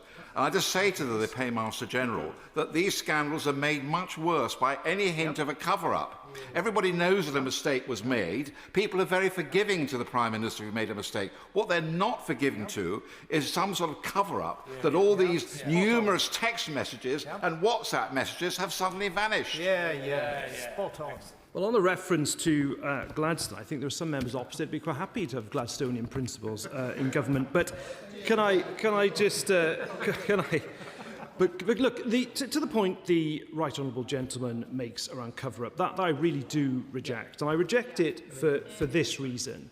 This was a process that was quite rightly driven by and led by officials without political interference, working with the Intelligence and Security Committee that is very well respected across this House and is a cross-party committee. There is not a single redaction in those documents that came about because of a ministerial decision, simply because we have not played that part in the process, nor should we have done. So I completely reject the idea of a cover-up. And on the subject of someone who might be keen on Gladstone, I give way. Knows me well and knows that my disdain for Gladstone and my deep admiration for his rival, Benjamin Disraeli, the greatest ever Prime Minister, by far, in my judgment. But there we are. The key thing about the ISC, on which I said, and I'm grateful for his comments about Benjamin who work, was the House took the view the ISC should see the whole of the information. Now, whether that was the right view, whether the humble address was too permissive, is an open question. But the House took the view we should see all matters relating to international relations or national security. An executive decision was taken. I don't know if it was endorsed by ministers. It's certainly endorsed subsequently by the Chief Secretary, not to make available to us the UK vetting file. Now, that's not what the humble address says. It has been legitimised subsequently by the argument, which I don't buy, frankly, that it would have a chilling effect on the whole vetting process. But as the Minister, who I share my right honourable friend's respect for, by the way, knows, the ISC seeing material is not the same as disclosing it. It's about scrutiny, not disclosure. So why was that executive decision made, not to make that available to the ISC? Who made it? When? Was it officials? Was it ministers? Will you explain how he can square that with the remark he just made? was an official-led process. Let me just make clear, because he does point towards what is, I think, a pretty important issue. That is that you had the humble address and you had the wording, and members can read the wording of the humble address. It has the list, the quite extensive list that was drafted by the Shadow Chancellor of the Duchy, except papers prejudicial to UK national security and international relations to be referred to the ISC. But what the government has done, indeed was entitled to do, is to take into account what precedents had been set by previous responses to humble addresses, indeed under the government that he supported. And indeed, the Prime Minister has written to the Chair of the Intelligence and Security Committee on precisely this point, because there were a number of humble addresses. It was I wouldn't say it was constitutional innovation, because it was something that had quite an ancient origin to it. I personally played some part in their re-emergence during the 2017-19 Parliament when I was in opposition. But what is obviously the case is, as those humble addresses have been replied to, and it's by a number of parties now in government, is that there are principles in approaching them that come from things like the Freedom of Information Act, that comes from the duty of ministers under the Ministerial Code, that comes from the Data Protection Act, that comes from GDPR, and that is based on the precedents that have been established by responses to humble addresses. I will give way here, and then I will give way again to the the Minister for giving way and being incredibly generous with his time this afternoon. And I do say as an aside, I think many members in this place would like to go back to the 19th century on those benches at least. But it's clear that officials have done a huge amount of work with regard to this process. Can the Minister just say a little bit about the Independent King's Council and what assurances they've provided that the government is complying with the humble address?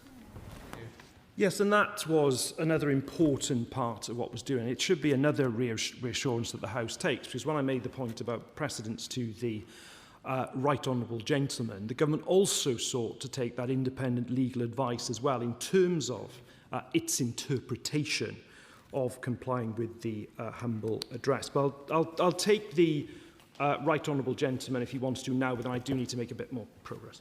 Yes, well, I just want to clear up this point about precedents. It may be that I'm wrong about this, but I don't think there is any precedent of previously the House deciding that the Intelligence and Security Committee specifically should look at material that was going to be redacted before it went to the public. This Intelligence and Security Committee, as he well knows, was founded in 1994. Since that time, there has never been even one leak from the committee.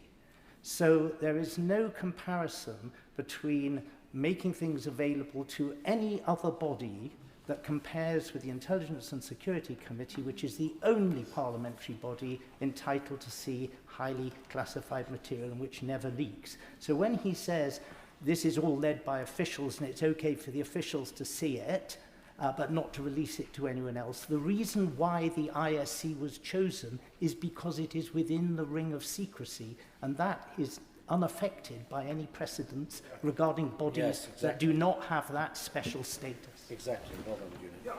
I agree with what the Right Honourable Gentleman says. It's just if he looks at the wording of the humble address lists a series of classes of documents and then says, except those, which are the ones that were referred to the ISC. So that's the compliance with the motion. Now, let me just turn back to the process, because, as I say, undertaken by officials, they sought returns from all government departments, including material, as has been referred to, on non-corporate communication channels. There were multiple rounds of discovery to ensure that searches return material relevant to the full scope of the motion.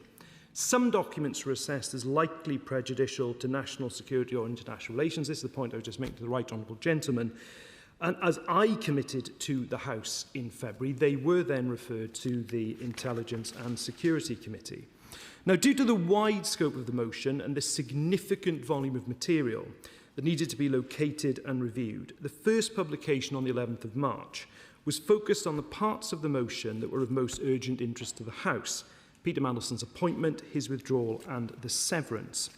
Now, the second tranche that was published on Monday contains material relevant to the parts of the motion that cover communications and documents concerning Peter Mandelson's appointment, vetting and messages between Peter Mandelson and ministers, special advisers and senior civil servants in the months prior to and throughout his tenure as ambassador. One more and then I'll come back. All documents held by the government have now been disclosed, save those documents that are being withheld on the request of the Metropolitan Police. And I will take I'm grateful to my honourable friend. Just on that point of communication between Peter Mandelson and ministers, the fact remains that the more documents that are released, the more questions emerge about Peter Mandelson's reach across government. So can the Minister tell the House whether Lord Mandelson had any discussions whatsoever with ministers, officials or advisers about Palantir? And will the Minister advise this House whether further documentation with regards to that will be released? So on the issue of Palantir, I think you refer my honourable friend to the methodology statement that is at the start of each of the 3 volumes, where it's made absolutely clear that there's a recognition that Palantir is a matter of interest to this House. And indeed, there are references to Palantir within the documents.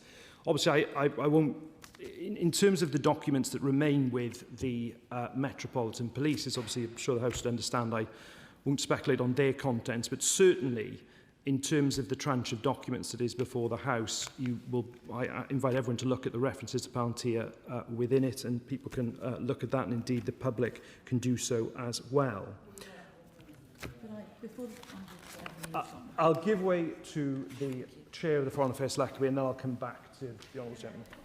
I'm very interested, thank you very much for giving way, and I'm very interested particularly in documents relating to mitigation. Yeah.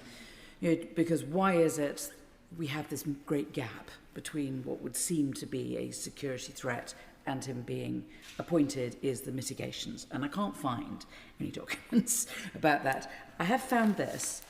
Ian Collard gave evidence to my committee in writing, and he said that in September 2025, so after the appointment and when it was about to be withdrawn, he requested a copy of the vetting summary, and he made some notes for himself based on the summary as an aid memoir in case it was needed, and submitted those notes as part of the humble address.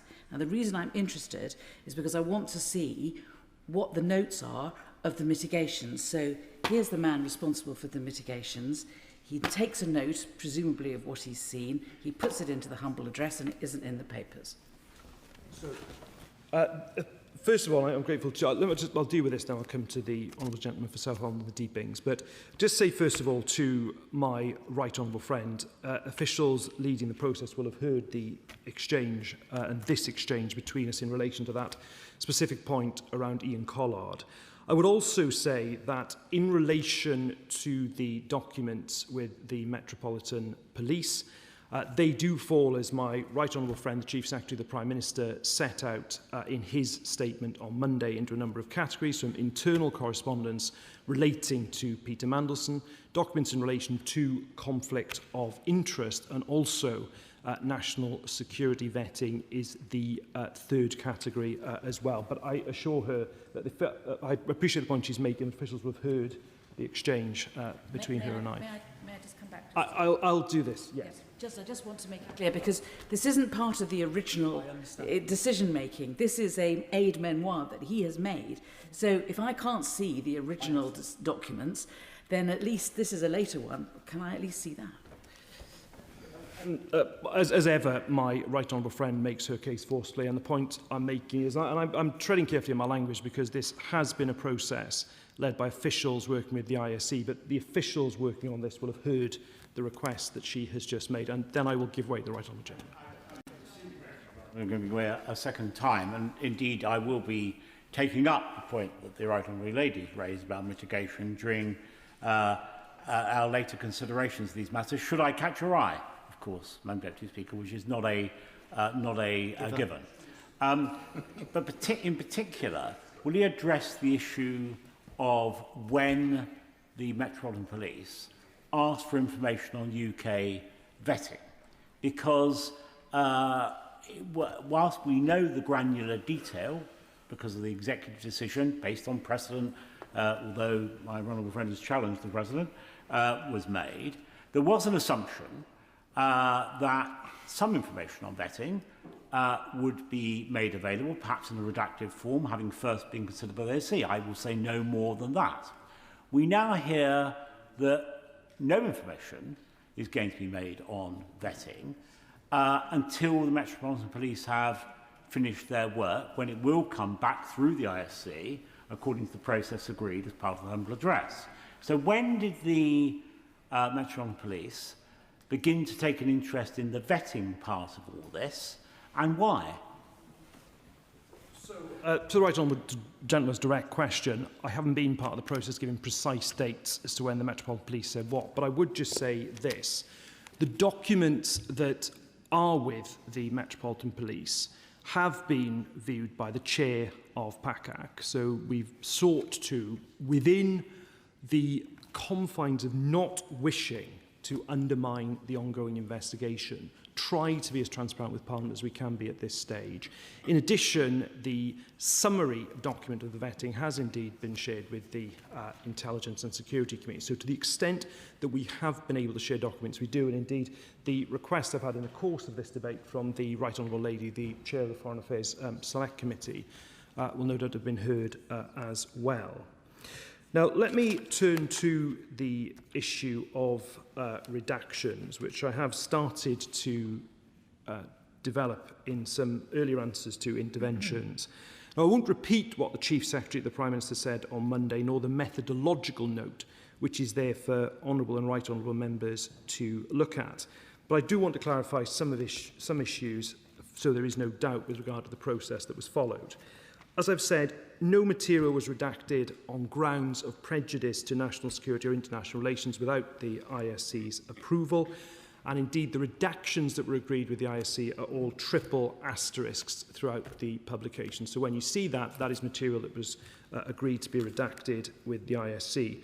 Now, to my point about precedent in relation to the earlier exchange with the Right Honourable Gentleman, they were limited to the names of junior officials, contact details like telephone numbers and email addresses, the personal or commercially sensitive data of third parties not relevant to the motion, and in some cases where there was legal professional privilege. And as I say, that's in line with the process that's now been followed by successive administrations in relation to the humble address motions.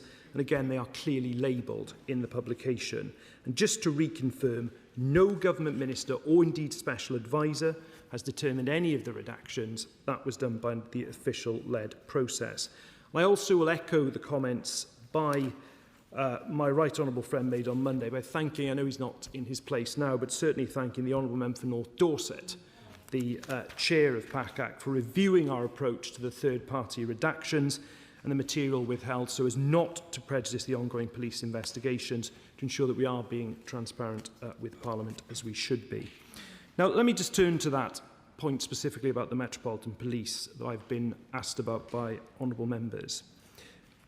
All across the House will appreciate the need not to prejudice the investigation and understand that I'm unable to answer questions about certain documents that have been withheld. They include questions to Peter Mandelson by the Prime Minister's then Chief of Staff and Peter Mandelson's responses.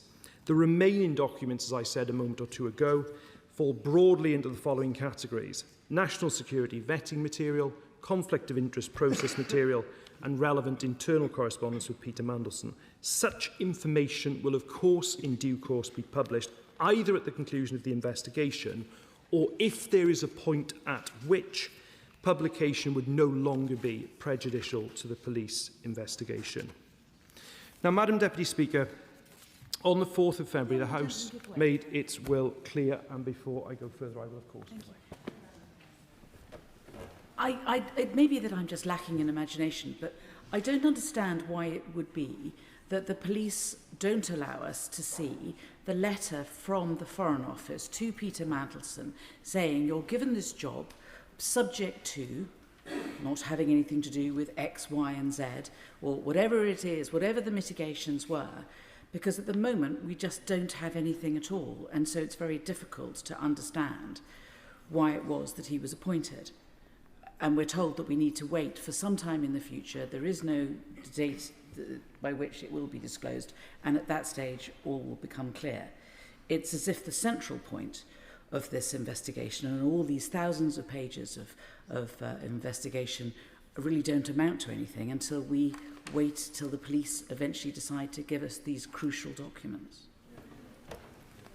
I'm grateful for the further intervention from my right honourable friend, but of course it is quite rightly for the police, not for ministers, to determine the way in which they want their investigation to proceed, and indeed to identify documents that they feel are reasonable lines of inquiry. But just to give the House the reassurance, even with regard to that class of documents, they have been viewed by the chair of PACAC under obviously particular controlled circumstances.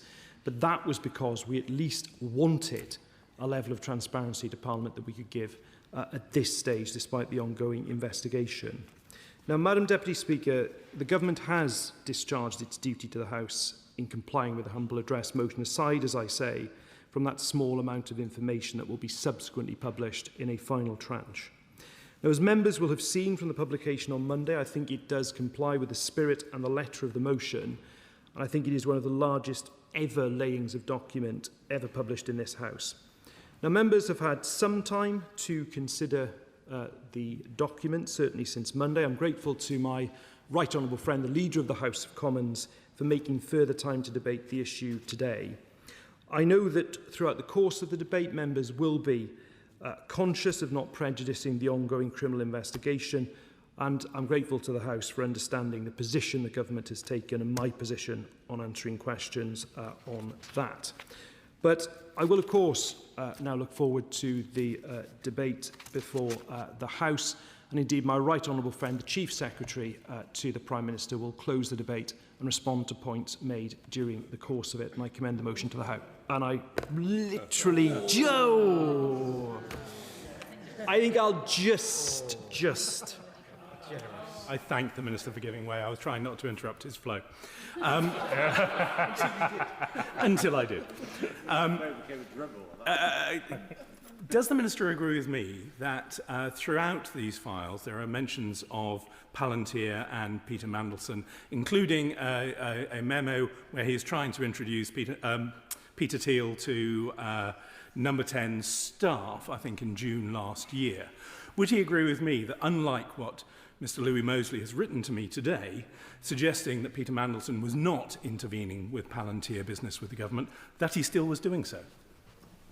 I reject any suggestion that on Palantir contract that's been renewed. I think there's one that was renewed by the Ministry of Defence, that there's any wrongdoing the way that he suggests. I'll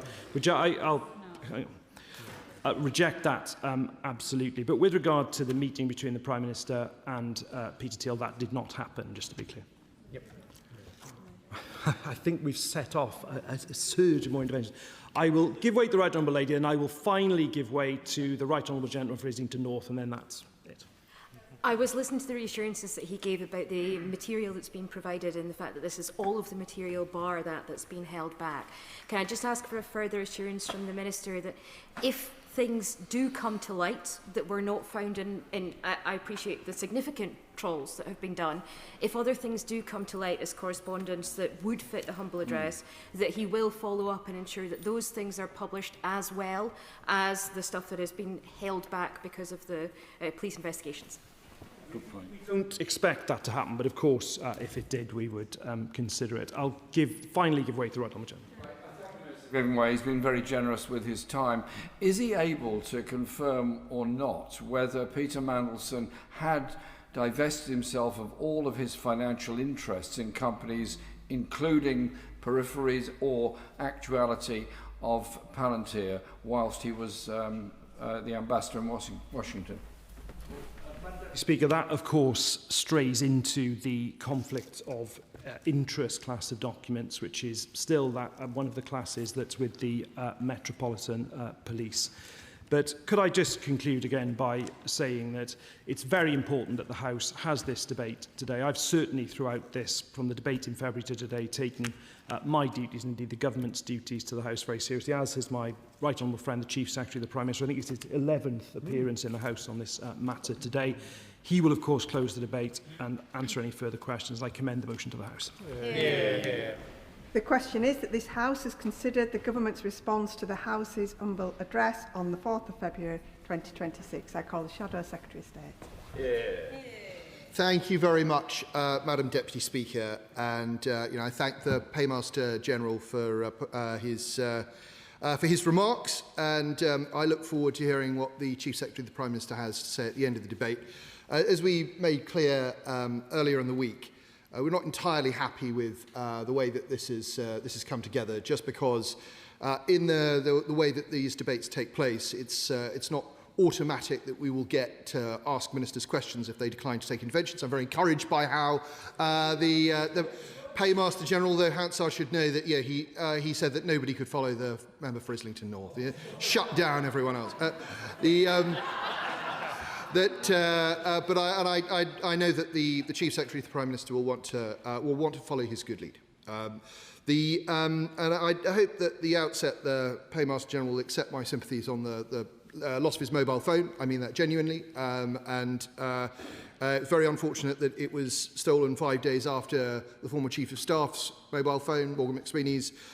This, I believe, is an indication of how dangerous life is in Labour-run London, and I hope that those responsible for looking after the Met Police are listening to this genuinely, because a lot of us have friends and colleagues who've experienced the same thing, and it is a serious matter.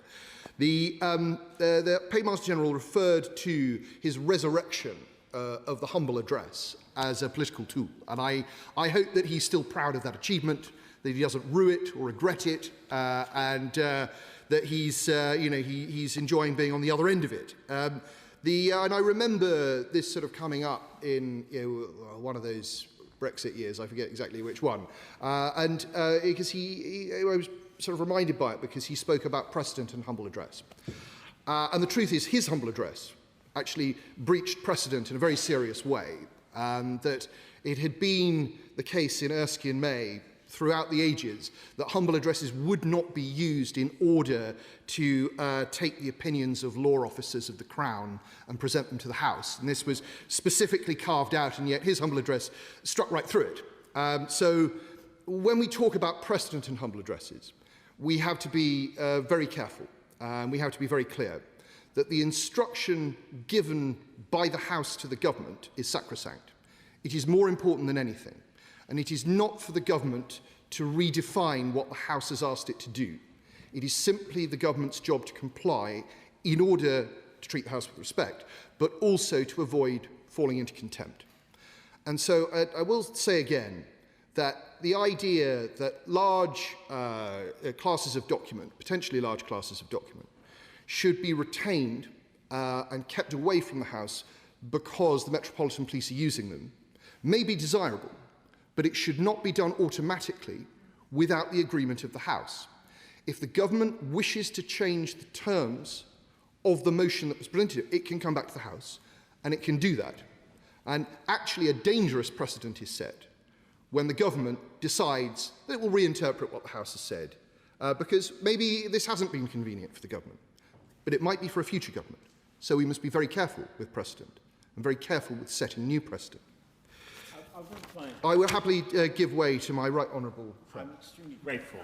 And the point he's making, I may say, Madam Deputy Speaker, is about the relationship between this House and the Executive, and more than that, the relationship between ministers and officials. It's time that this House asserted its authority in that respect, and the humble address was exactly that, the assertion of the House's authority, and ministers use their authority, given their appointment by the Crown, to insist on what officials do and don't do. And whilst it's right that this process has been driven at a logistical level by officials, in the end it's up to ministers and then this House to make a judgment about what's published, where and how. very grateful to my right honourable friend for his interventions. He's absolutely right. I mean, you know, there is no higher authority than Parliament. And consequently, you know, the government should just bear that in mind when it's delivering, not just on this humble address, but any future humble address. Now, the remarks, I don't wish to go over all of the ground that we've already been over, Madam Deputy Speaker, but there are, I think, clearly some discrepancies between what has appeared in public, what has been said in public, and what has appeared in the humble address. And there may be good reasons for some of those things, but some of them are much harder to explain. I think I'd probably like to start with the information that appeared in The Guardian last week regarding the contents of the ISC's summary document. And obviously, that hasn't appeared in this return, as the Chair of the Foreign Affairs Select Committee has pointed out, and as my right honourable friend who sits on the committee has pointed out.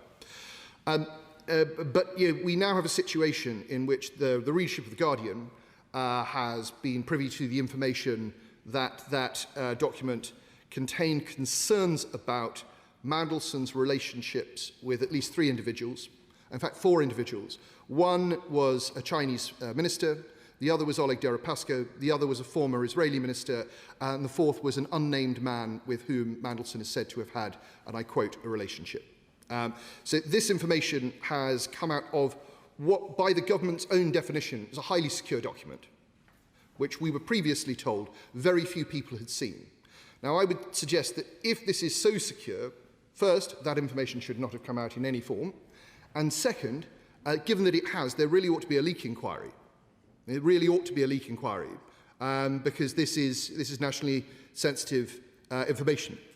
So I hope we can get confirmation later on from Chief Secretary to the Prime Minister that that's what's happening. I hear from across, but it would be good to have that formally on the record later on. Turning now to the central element that is featured in all of our debates, which is the Prime Minister's role and judgment in the process and appointment of Peter Mandelson. Obviously, the opposition had established after the first release of documents that the Prime Minister was shown a due diligence document in which he was told that Mandelson had maintained an unhealthy relationship with Epstein after Epstein had been sent to prison. We have often in this House rightly paid tribute to the victims and survivors of Jeffrey Epstein and how they should always be in our thoughts. But the Prime Minister's thoughts were not with the victims and survivors of Jeffrey Epstein after he had read that due diligence document. And I think we should put that on record very clearly. I'll happily give way to my right honourable friend. I think it's worth just putting on the record the actual words from that due diligence note, which can be found on page 11 of the first volume. And I quote, talks about a 2019 report commissioned by J.P. Morgan. The report cited Epstein's personal records, which showed contact beginning in 2002 and continuing throughout the 2000s. After Epstein was first convicted of procuring an underage girl in 2008, their relationship continued across 2009 to 2011, beginning when Lord Mandelson was business minister and continuing until after the end of the Labour government. Mandelson reportedly stayed in Epstein's house while he was in jail in 2009. Now that is from a document which it is not in doubt the Prime Minister saw, and yet he went ahead with making this appointment. I thank my right honourable friend, and that is a very timely spelling out of exactly what the Prime Minister read, and yet he went ahead and made the appointment anyway. So I find it, whilst I have no, I take the remarks that the Paymaster General and other ministers have made totally at face value and totally sincerely. It's clear that the Prime Minister was not thinking in that way. On that particular point raised by my honourable friend, what is not clear, however, is the relationship to the due diligence process, in particular relation to Epstein, and the vetting process. It is pretty hard to believe the UK vetting process wouldn't have taken account of what my honourable friend said, but we will never know that because the government has decided not to make that available even to the ISC for scrutiny. But I mean, it's inconceivable, surely, that it wouldn't have been part of the vetting process. And how could it be mitigated anyway? I find it very difficult to believe, as my right honourable friend finds it very difficult to believe. And so we have these comments about in the due diligence documents, we have these comments about Epstein. We also know we have comments about Mandelson's directorship of a Russian company, which owned a defence company which supplied Putin's war effort in Crimea, and his business relationships in China, to name but a few things in the due diligence document. And it can be no accident that on the same day that due diligence document was given to the Prime Minister, the then Cabinet Secretary said to the Prime Minister, if you're going to appoint this man, get the security vetting done first. Make sure that you have done the security vetting and had his disclosure of interests before you confirm his appointment. But the Prime Minister went ahead and did it anyway. And this was an enormous and historic error of judgment, a really terrible error of judgment.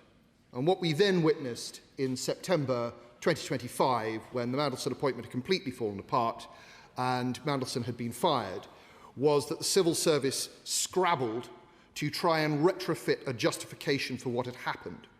And Chris Wormald, the then Cabinet Secretary, didn't do a bad job, but it was clearly inaccurate, because in black and white we have what Simon Case had set down. We now have the due diligence document and the fact that the security vetting happened after the appointment. And we also now know, thanks to the second return, that in January 2025, Mandelson was sitting in Washington looking at highly classified documents. The phrase highly classified is used in an email from January 2025, highly classified documents despite not having any security vetting and despite not having strap clearance. And this is a massive error of judgment and of government. And it goes right to the heart of why the Conservative Party has been fighting for transparency on this issue, is to expose the failings of the senior people in the Labour Party at that time. And if we now look at the second return, we look at document 36, released on Monday, we'll see that people like Sir Ollie Robbins were saying, whilst Chris Wormald was writing his note in September 2025, I'm afraid I can't really comment on this. I haven't seen the relevant documentation. And it makes one wonder who else had not seen the relevant documentation. Because the relevant documentation is not in this release. Had Chris Wormald seen the relevant documentation? Or was Chris Wormald just doing what a Cabinet Secretary in a crisis might do, which was trying to protect the Prime Minister? What we do know now, again in document 36, is that number 10 itself signed off Chris Wormald's note. Number 10 itself approved the Cabinet Secretaries and had been given an opportunity to edit Chris Wormald's note. And again, this feels wrong. It feels as though the process, very obviously, being run by, is being commissioned by number 10 and interfered with by number 10 in order to give the answer that number 10 wants, rather than the truth. It was a bogus process. It was designed to get the Prime Minister off the hook, and transparency shows that he was very clearly on the hook. Now, turning to the broader material, we have some things that have appeared. We have some things that we know we can deduce have been retained by the police. We have some things that we know have been destroyed, and there are some things that may have gone missing. And I hope during the course of this debate we can get to the bottom of which documents may fall into which category. In April 2026, April this year, the Foreign Affairs Select Committee had Morgan McSweeney before them, and they asked him, the chair and my right honourable friend from Malden, asked him a number of questions about his messages. So this is sometime after the theft of his phone in October 2025. In question 970, the chair said, are any of your text messages to Peter Mandelson or not going to be available in the humble address? Morgan McSweeney said yes. My right honourable friend from Malden, in question 1117, said, can we take it that your phone would have contained quite a lot of communications either with Peter Mandelson or about Peter Mandelson's appointment, fearing that the theft of the phone meant that information had been lost? And Morgan McSweeney said, probably not much about his appointment. That hasn't already been available to number 10, because when he was sacked, number 10 did its own I want to say investigation, but its own research on what happened, why it happened. As part of that process, I was asked to share messages and email about the appointment and also to be interviewed. So we know that in April of this year, those messages still existed, that they weren't affected by the theft of McSweeney's phone, and they must be available to government. But they are not in this tranche of release. And so that we must conclude that this is because they have been retained by the police. So let's assume that the McSweeney emails fall into that category. Unless the Minister wishes to tell us that they've received any subsequent information that those messages were retrievable. We then have messages from the Prime Minister, or rather we don't have any messages from the Prime Minister. It seems highly unlikely that the Prime Minister didn't exchange any messages with Peter Mandelson at all at any point. In fact, we must strongly suspect that he did, because there was a report in April in The Spectator by Tim Shipman which quoted from some of those messages. Now, we might think that those messages themselves might end up having been retained by the police. But when we look at the quotes that Tim Shipman had, they're incredibly anodyne. It's very unlikely that these messages would have been kept on grounds of national security or because they would be useful to a police investigation. I quote Shipman, says, "There is a text message which Starmer sent the night before he made the announcement of Mandelson's appointment. Quote, 'You'll be brilliant in challenging circumstances,' he told Mandelson. And after many years of our discussions, we get to work together side by side. I really look forward to that." Didn't age well. I'll happily give way. Can I just take him back briefly to the Morgan McSweeney messages? So on page 173 of the third volume, the third part of this, there are some messages that Morgan McSweeney's managed to provide from a group chat that have been published, but not individual messages between himself and Peter Mandelson. If his phone was stolen, which I have no reason to doubt that it was, how did he manage to provide these messages but not those other messages, unless, as the Shadow Minister says, they do exist, but why have they been held back? I can't imagine they could have been national security. Well, the Honourable Lady makes a very good point. It may be because it was on a group message and somebody else had retained their phone. So yes, he provided it. So we have to assume that that Morgan McSweeney's messages, in some part, have been retained by the police. We won't know why, I suspect, for some time. But with the Prime Minister's messages, it's very hard to understand in this case why the police or the government would block the publication of simple messages of praise, of interaction, even though they fall within the scope of the humble address. And so I think we really will need further reassurances from the government about their approach to disclosure. Happily give way to the Honourable Lady. Thank the Honourable Gentleman. I suppose he gives me an opportunity to say that in the documents, those that may have had disappearing messages or deleted their messages are listed almost as nil returns, as those of us, and I was a person who was asked for my messages, who had an actual nil return. I suppose that a bit of transparency about those where those messages are lost, and those of us who had very clearly never spoken to Peter Mandelson was made clearer. I suppose he also gives me the opportunity to say that if there was a gender split of ministers who had never had contact with Peter Mandelson, I imagine it skews one way. Hear you. Well, I congratulate the Honourable Lady for taking the opportunity to put that on the record. But yes, this is the information that the House, I think, deserves to have. In what cases are we dealing with messages which never existed because no messages were sent in the Honourable Lady's case? In what case is it because there was auto-delete, which we know the Prime Minister had because it was disclosed to the lobby briefing for journalists yesterday? And in what case is it that phones have gone missing, backups weren't done, everything? What case is it that's been held by the police? You know, it really ought to be possible to do it. And I know that both the police and the government are, to a certain extent, understandably being sensitive about the police investigation. However, it really ought to be possible to say to the House, X number of messages from the Prime Minister are being held by the police. Y number of emails.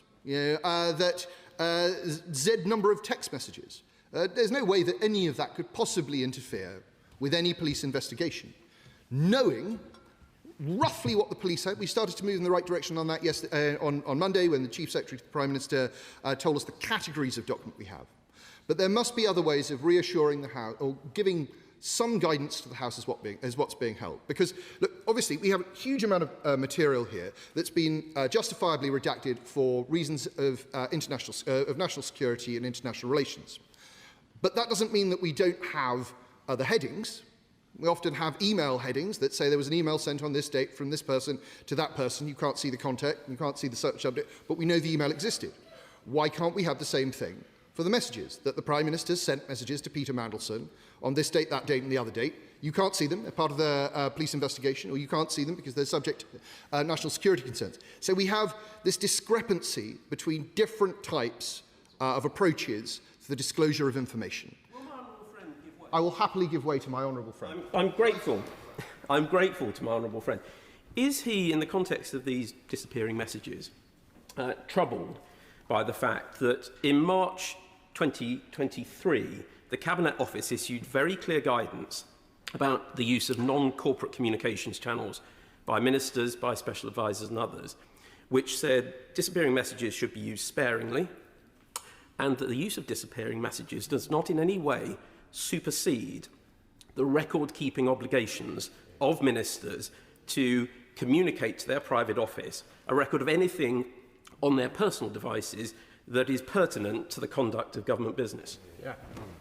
Well, that is entirely true, and I believe that the ISC has said as much in one of its responses to government disclosure, saying that they are very troubled by the fact that this guidance, which all ministers are supposed to obey, was routinely being broken. And he and I think, were both ministers at the time that was brought in. It was brought in for very good reason. It was brought in to reflect the fact that there are new communications channels, and of course ministers will want to use them. Some of them are very useful for ministers, but that shouldn't get in the way of the fact that the system needs to retain a record of how decisions were made and what the decisions were.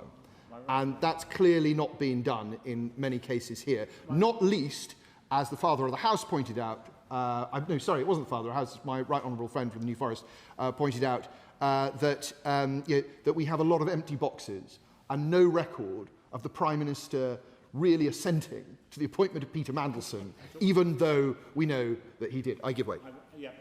My right honourable friend is right. That was highlighted in the ISC's statement on these matters, and it's an issue to which the committee may return. Not for me to prejudge that, but it is a matter of considerable concern. It was raised during the period of the last government, actually. It's not unique to this government. We had issues with previous Secretaries of State and ministers. I will say no more than that in this regard. And he's right that it is entirely unsuitable that ministers are using insecure means of communicating very sensitive information. But can I press him to challenge a little further, in particular respect of Peter Mandelson, because we understand that his own messages haven't been disclosed, and I wonder if he might press the government on at what point they became aware, was it prior to his appointment, during his appointment, or subsequently, that he was withholding information of the electronic kind that my right honourable friend draws the House's attention to, particularly given the humble address specifically deals with the issue of electronic communications. My right honourable friend is right, and the Chief Secretary to the Prime Minister will have heard his remarks. I'd say further to, and I hope that the Chief Secretary to the Prime Minister will respond to that. What I would say further to what he said is that, obviously the humble address was in February, but it wasn't until March that the government asked Peter Mandelson for his phone. Peter Mandelson then refused, as was raised by myself and I think other members on Monday. And the government should really seek to go after Peter Mandelson's exit payment if Peter Mandelson is going to deny cooperation with the humble address. It's totally unacceptable that the House should be denied this critical information. So we have some information that is retained, some information that appears to have been destroyed, and some information that appears to have gone missing. I wish to turn to some remarks that the Chief Secretary to the Prime Minister made on Monday about his own messages, just because he himself brought it up, because I think it's a useful case study. The Chief Secretary of the Prime Minister said, I do recall having some limited exchanges with Peter Mandelson over WhatsApp, including those I've already discussed, but these conversations did not involve transacting government business and were in line with official guidance on the use of non-corporate communication channels at the time. And all well and good. But who decided that those messages fell into that category? Did the Right Honourable Gentleman decide that himself? Did he show it to officials who then decided? Did he show it to the police? Who made the decision? And again, we must ask this question of all ministers who are asked to disclose information. Where is it that people have self-edited? Where is it that people have had auto-deletion on their phones? And where is it that they have refused to hand things over? We deserve to know. Something that is missing throughout, I believe, the 3 volumes that we received on Monday are photos, videos, voice notes, and more significantly, attachments. I'd be very interested to hear the Minister's explanation for the government's approach to these types of document. Draw attention particularly to document number 33 from the 15th of September this year, where the email explicitly refers to an attachment which is pertinent to the subject of the humble address, but that document is not available. Now, I could have been led to believe that maybe that document had been retained by the police, were it not for the fact that all attachments seem to be missing, and that all photos, and that all voicemails, and all videos are also missing. I can't help but feel that this has accidentally fallen out of the full disclosure. Could we please have some clarity on that? I turn now to Peter Mandelson's declarations of interest, which I think are one of the most important classes of documents, perhaps the most important class of document that we're yet to see. We now know that something definitely does exist, firstly because the Chief Secretary of the Prime Minister told us so on Monday, and second because there are references to back and forth about Mandelson's contacts in the release. Mandelson, on a number of occasions, pushed back saying, I'm not sure, I know a lot of foreign people, I have a lot of contacts, I can't be expected to disclose everything, and a suggestion from one official that, don't worry about it too much, just, get on with it and give us a list. The thing is that what we appear to be seeing here is an absence as well of documents like the mitigations that the Foreign Affairs Select Committee Chair referred to, Pollard's document. And if we add it all together, the absence of the declaration of interests, the absence of the mitigations which are designed to perhaps handle Mandelson's relationships with his business contacts when he is in office, the fact that there are certain members of the Cabinet whose documents are entirely absent, the business interests that we know Mandelson had, I think we can reasonably hypothesize about what the police are looking at. And that would be, and this is speculation, that would be an abuse of his position in Washington to support the interests of his business relations. And it's very unfortunate that we will not see that information for some time, because I think it goes to the heart of one of the problems with the appointment of Mandelson in the first place. Madam Deputy Speaker, I think, is encouraging me to wind up, so that I will do.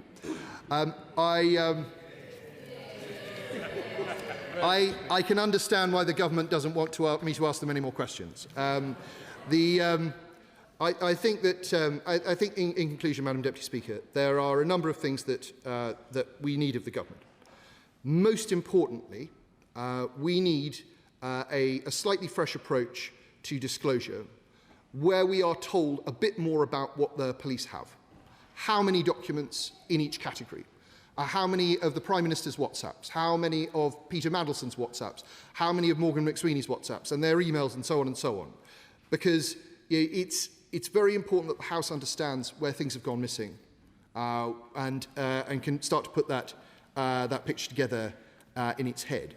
And I would say to the Chair of the Select Committee, following her remarks, I think it would be very interesting, maybe fall to another committee as well. It would be very interesting once the police investigations are complete for the police officers who've been involved in this investigation to come before Select Committee and discuss what their approach has been and why, and what lessons might be learned for future disclosure to Parliament. I'm going to end, Madam Deputy Speaker, by turning, rather unfortunately, to the last speech that Peter Mandelson ever made in the Lords, where he said, and I quote, "I feel very deeply that there will be nothing like the systematic undermining of the civil service that we have seen in recent years, and when government policy was conducted by private WhatsApp rather than on properly considered civil service advice." And now it's disappeared. It is. This is a scandal, Madam Deputy Speaker, that has taken the jobs of the Ambassador to Washington, of the Prime Minister's Chief of Staff, of the Cabinet Secretary, of the Chief Official in the Foreign Office, and ultimately it will take the job of the Prime Minister.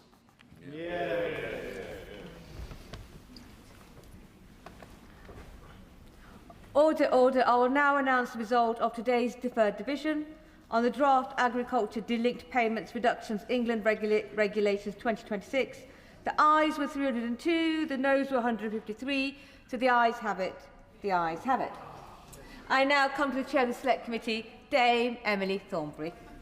Thank you very much, Madam Deputy Speaker. We are a very long way from one of the original aspects of this scandal, which was an allegation that the Prime Minister knew when appointing Peter Mandelson that he had failed his developed vetting. We've moved a long way from that. One thing we haven't moved away from, though, is that the man who was appointed was a best friend, best pal of the world's most notorious paedophile, and remained his best pal when he was in prison and stayed in his house. I have to say, personally, I found that so profoundly shocking when I heard that that is what had happened. I think it is a matter of character, good character, to stand by friends when they're in trouble. But when they are convicted of a terrible crime like that, you don't stand with them, you don't stay in their house, and they should not be your best pal. Not just that, we've learnt that Peter Mandelson was friends with Russian oligarchs, Chinese finance ministers, former Israeli security chiefs. He had a loan of £1 million from an unknown source, which he used to buy shares in a secretive Israeli company. There are so many, and then of course there are all of the issues in relation to his business dealings. And the Foreign Affairs Committee has tried to remain focused because it is our job to try to ensure that the Foreign Office is as good as it possibly can be. But why it was that a man like that, who when it came to the developed vetting, it was decided a case of high concern, and that his clearance for vetting should be denied, was nevertheless appointed.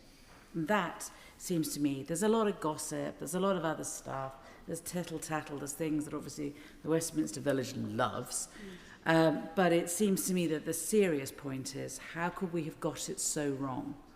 And how did this happen? Of course I will. Very grateful to the Chair of the Foreign Affairs Select Committee.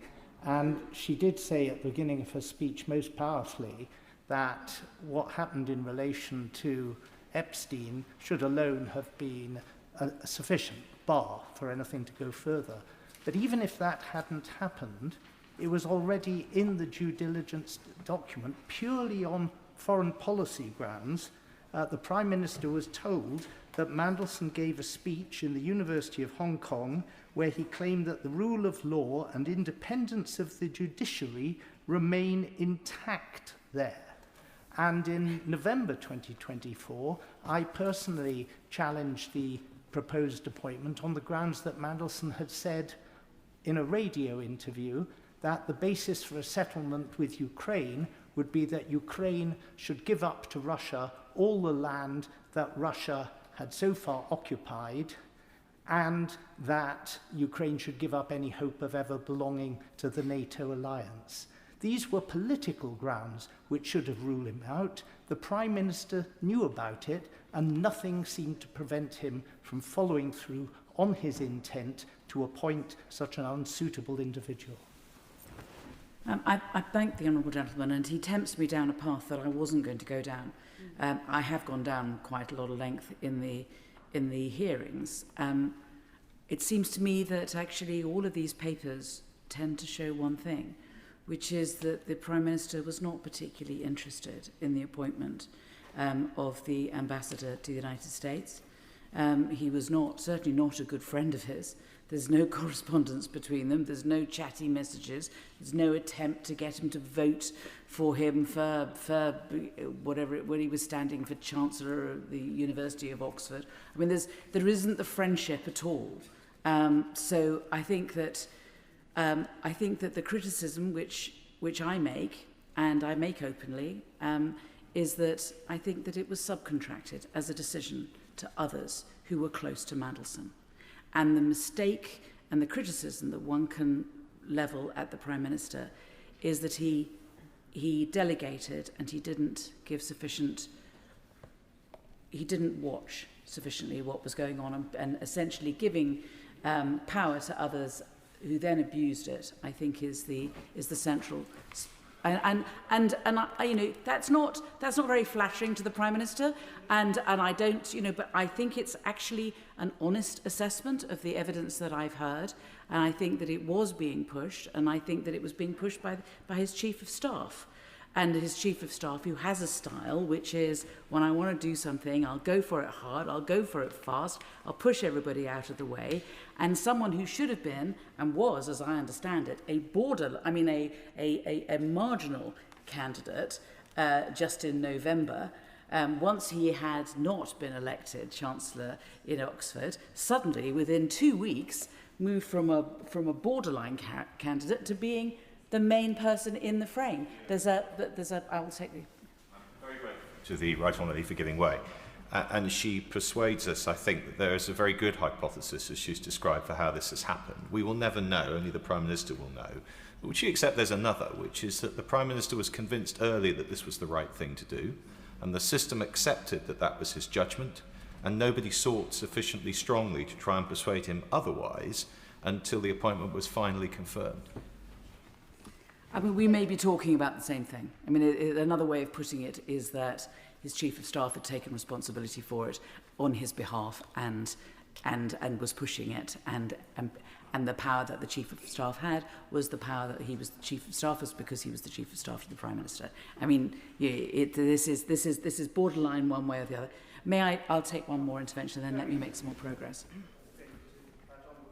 I do disagree with her analysis, though, because the whole point of what we've been saying from these benches is the Prime Minister himself knew of these points. He knew what Mandelson had done in relation to Epstein. He knew what he had said in relation to justice in Hong Kong. He knew what Mandelson had said in that radio interview, because I challenged him about it. And I must say, although it may not meet the high standards of court litigation, that when the Prime Minister brushed aside my challenge to him on the 21st of November, he sat down with a very notable and ingratiating grin. And I turned to the person sitting next to me and I said, he's definitely going to appoint Mandelson. It was his decision. Let me move on, but let me, before I do that, just say this, which I think is, again, I think any fair-minded person will know. That presumably the job of being a Prime Minister is that there is so much on one's desk. And if someone comes to you and says, don't worry about this, I'll take this and I can sort this, the temptation to go, okay, you do that because I have 7,000 other things that I have to deal with today. I don't know, I've never been Prime Minister, but I would assume that this is the reality of the situation. So the question is, how does somebody who is so manifestly inappropriate become appointed, and is it right that it may be that those behaving in this way did so because they felt they were under huge amounts of political pressure.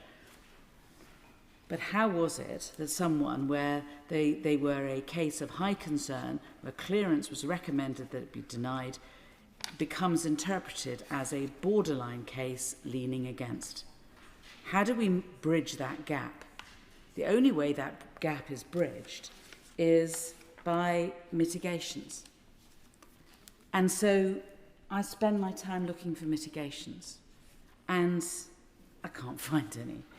I mean, I would have thought that we might find, and I mean, Ian Collard, who gave evidence to us, who was one of the security men who was speaking to Ollie Robbins, who was at the time the Permanent Under-Secretary, he talked in his evidence, his written evidence to us, 10 times about the importance of mitigations. And Ollie Robbins talked 6 times about the importance of mitigations. I mean, it's at the forefront of their evidence. And I've already referred to an aid memoir that Ian Collard made in September, looking again at this, where he says, you know, that he looked again at the summary. He appreciates that he accepts that the UK SV's statement was, this case presents as high concern with a recommendation of clearance denied or withdrawn.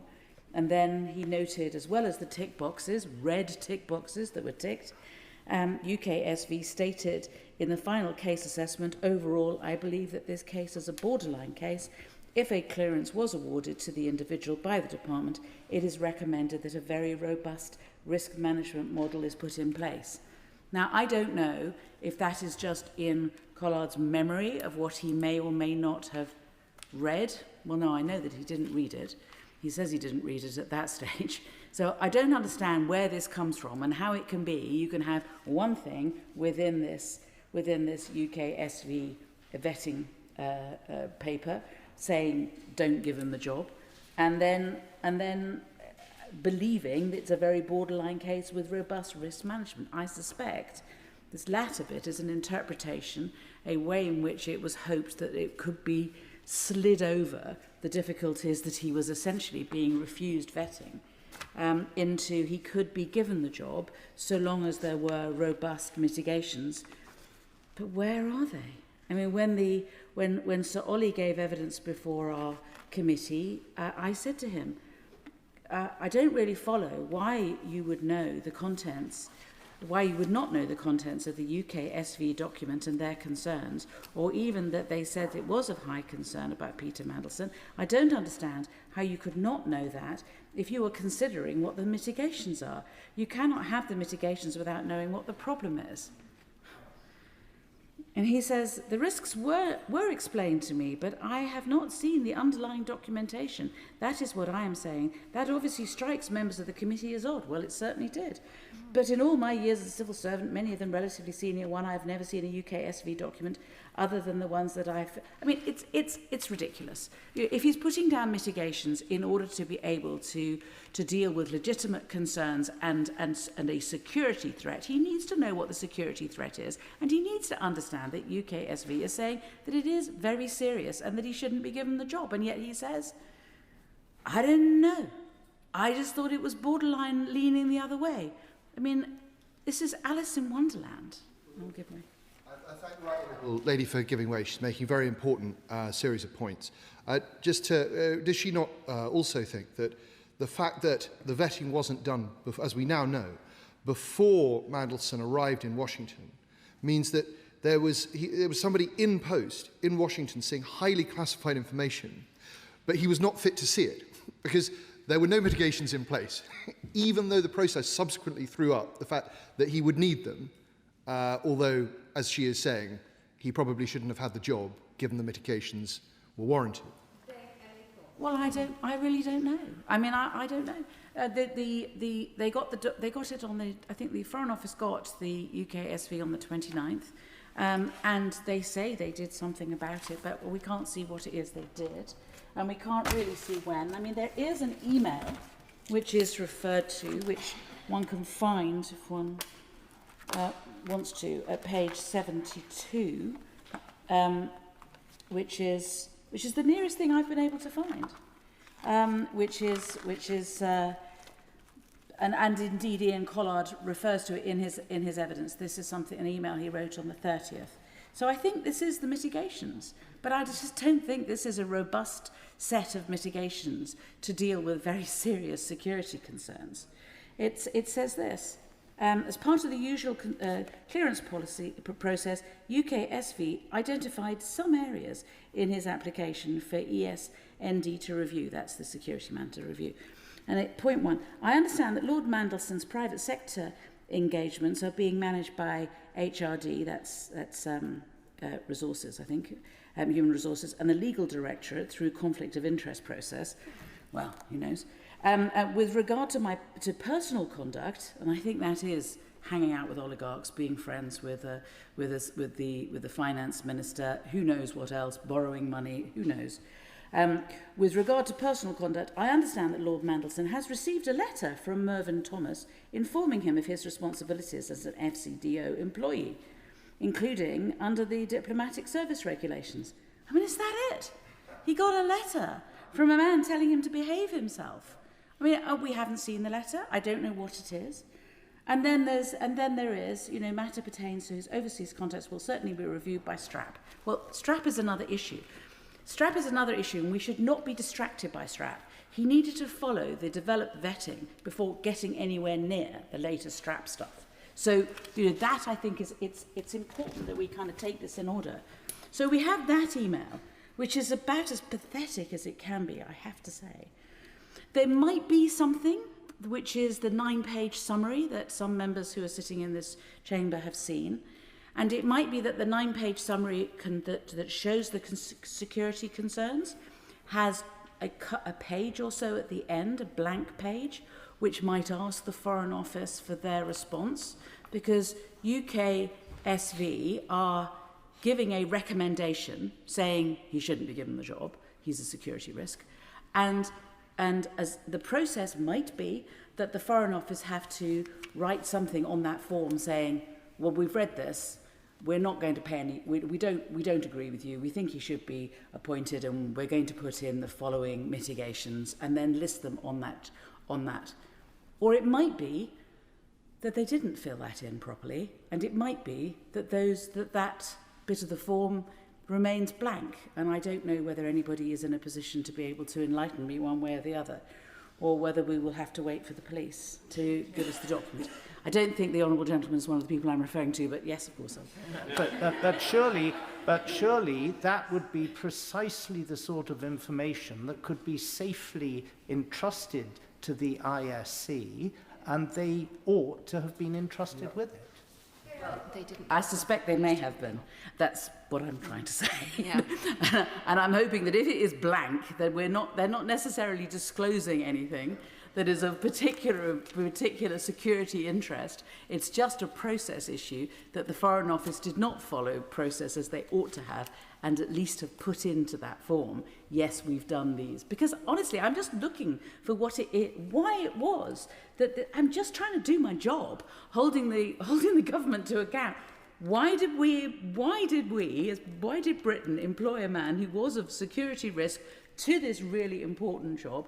We did so because of the mitigations, but nobody will tell us the mitigations. After all these thousands of bits of paper and all these times, and the poor right honourable gentleman coming to the chamber 11 times, and we still can't get to the root of this. Yes. For giving way, it would be entirely inappropriate for me or any other member of the ISC to say what we've received that's now been sent to the police, but it wouldn't be unreasonable for a diligent member of this House like her to conclude, given the fact that I challenged the Chief Secretary at the urgent question just before the recess on the issue of mitigations and asked him whether there were mitigations in place and whether they would be made known to us, it wouldn't be unreasonable to assume that I wouldn't have asked that question if I knew the answer to it. Yeah. Well, that's very helpful. Thank you very much. Wink, wink. So moving on. Is there a record of the decision? I mean, when the Foreign Office appeared in front of us, when Sir Ollie Robbins appeared in front of us, and indeed when other people appeared in front of us, I did keep coming back to the question, which is, where is the record of your decision? What was the process you went through before doing this? Why are there no notes? Why is there no record? How can we hold you to account if genuinely you're not making any notes at all? And when the decision is made to give Peter Mandelson the job, subject to mitigations, where is the decision? Where is the record of the decision? Do the police have it? Is it in the papers and I've missed it? I don't think so. Was there never a record written of the decision? And surely somebody would have made a record of the action taken, or is that the email? Is that it? Is that the action that they took? Or is there something else? And surely there was a written letter to Peter Mandelson saying, you have the job, but only if you do X, Y, and Z. This cannot be dealt with by way of a WhatsApp message or a phone call. This is very serious. This is the security of our nation, and it should be in a letter. And I certainly hope that the reason that I haven't seen it is because it does exist, but the police have it. But I don't know one way or the other. This is not, I mean, I know that other people will be dealing with this later, and I want to kind of draw my remarks to a close. But the Foreign Affairs Committee has been trying to do its job to the best of its ability to try to make sure that a mistake like this doesn't happen again. We have been doing it in good faith. It has been difficult. We have been mandarined. We have been given partial answers. We have been given nonsense by people believing that it's not for us to know. Well, it is for us to know. And it's for us to know because we are trying to make our government better. And that is our job as backbenchers to do that. Thank you very much. I call the Liberal Democrat spokesperson, Ian Salmon. Thank you very much, Madam Deputy Speaker. The Chief Secretary reminded the House on Monday that he's now made 10 updates on the Mandelson affair to Parliament. It will be 11 today, as the Minister General reminded us. Over 1,500 pages of documents in this release alone, the largest government response to a humble address in parliamentary history. And still, there is one account we have not received. In April, I said in this chamber that when the Prime Minister simply says he should not have appointed Peter Mandelson to the UK's most important diplomatic posting, that it was, in his words, an error of judgment. He gives a description of an outcome, not an account of his judgment. I use the analogy of a driver saying, I should not have crashed the car, without ever accounting for the actions that led to the crash. That matters if we are to properly understand what went wrong. It matters for preventing it from happening again. And it matters for judging whether the driver should still be behind the wheel. And if the House will indulge me in extending the analogy, these 1,500 pages give us the crash scene in more detail than Parliament has ever received on any comparable matter. We have the vehicle's full mechanical history. We have the account of every passenger. We have what the bystanders observed from the pavement, what the recovery team found when they arrived. But what we still do not have, after all of that, is the driver's account. What did the Prime Minister weigh in his decision? What did he conclude? And where does he now think he went wrong in his reasoning? Madam Deputy Speaker, when the Prime Minister received the due diligence in December 2024, it documented Mandelson's association with Epstein, that he had stayed in Epstein's home while Epstein was serving a prison sentence for sexual offences against a minor. The document described that as a reputational risk. A reputational risk. Not a moral question about what it means to appoint someone who maintained a friendship Not a question about what message it sends to the victims and survivors of Epstein's crimes, just a reputational risk to be managed. Did the Prime Minister consider any of those questions? We don't know. All we know is that he proceeded anyway. As my honourable friend, the member for Eastbourne, said on Monday, in these 1,500 pages, Epstein's victims are not mentioned once in any document dated before Mandelson's appointment. The only reference to them seems to be in an email written after he was sacked. They were not just an afterthought. They were given no thought at all. And the published documents also highlight failures once Mandelson was in post. The due diligence was explicit. Global council interests would have to cease on appointment. During Mandelson's 7 months as ambassador from February to September 2025, he retained a substantial shareholding in Global Council. In February 2025, weeks into his ambassadorial role with that shareholding intact, he accompanied the Prime Minister on a visit to Palantir's Washington headquarters. No formal minutes of that meeting were taken.